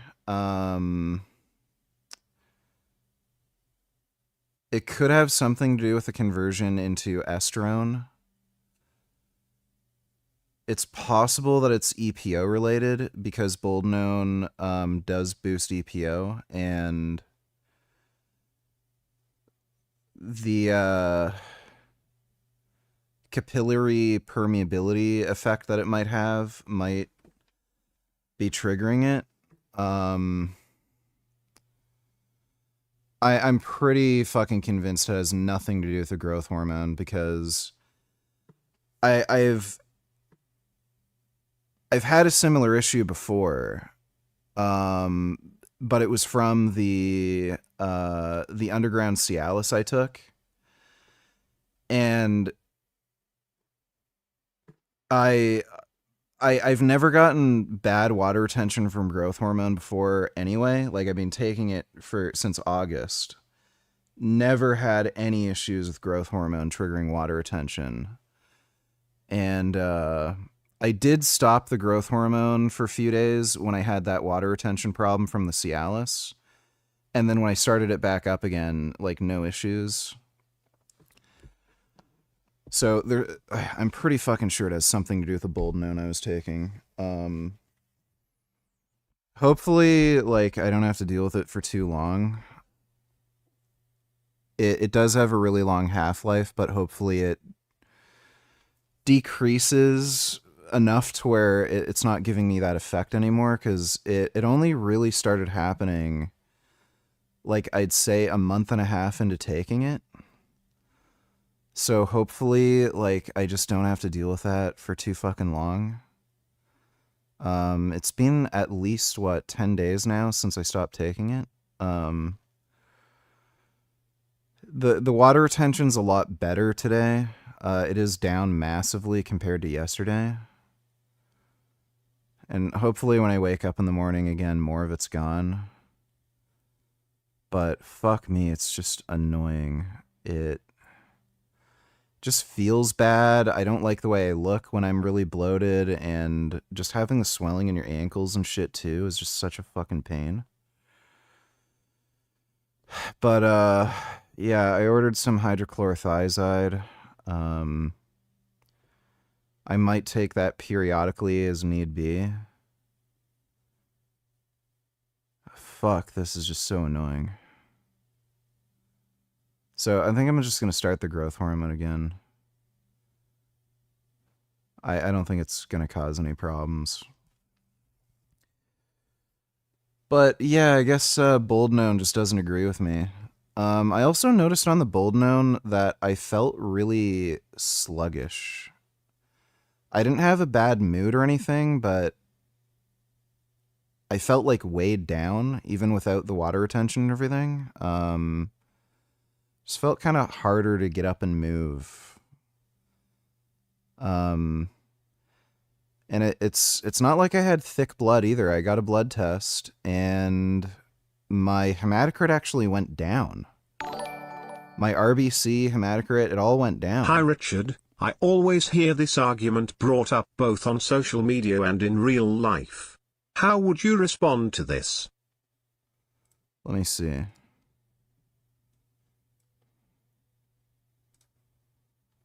Oh. Oh yeah. We already know this is gonna be stupid. Beta male fucking twink who can't even bench his own body weight. Let me get this straight. It would cost $53 billion to eradicate homelessness in the United States, $25 billion to eradicate hunger, and There's no amount of money that would ever eradicate hunger or homelessness. That's just not how economics works. That's not how people work. $80 billion to make education free, yet we have sent over $250 billion to Israel. Something's not adding up. Let me get... Yeah. Fucking retarded. So here's all you need to know. This guy can't even... I don't even know if he could do 5 push-ups. So, don't listen to beta male twinks. Thanks for the donation, Blink.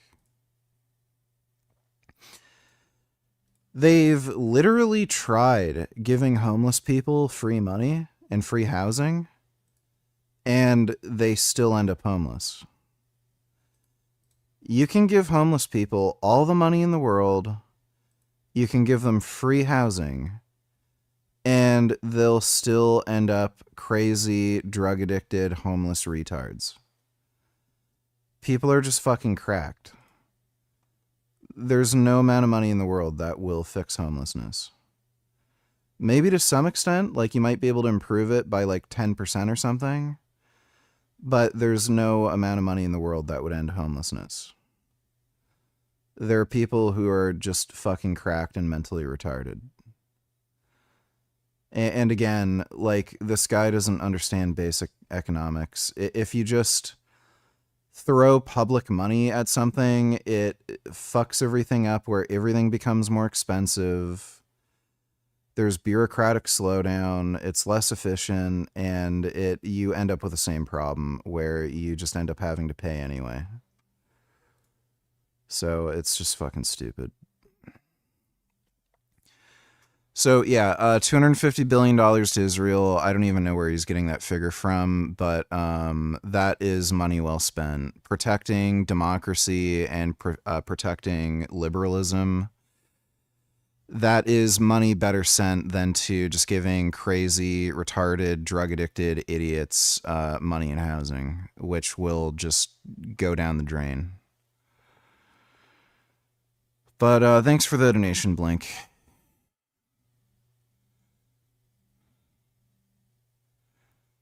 Anyway, I'm going to go to bed now. Hope you all had fun. Big thanks to everybody who donated in Streamlabs. I am training legs tomorrow. I might stream it. We'll see. But I will be on tomorrow. I'll try to keep the same tight sort of schedule. Stream at a reasonable time and everything for you all. But thanks again, everyone, and I'll see you all tomorrow. Sweet dreams.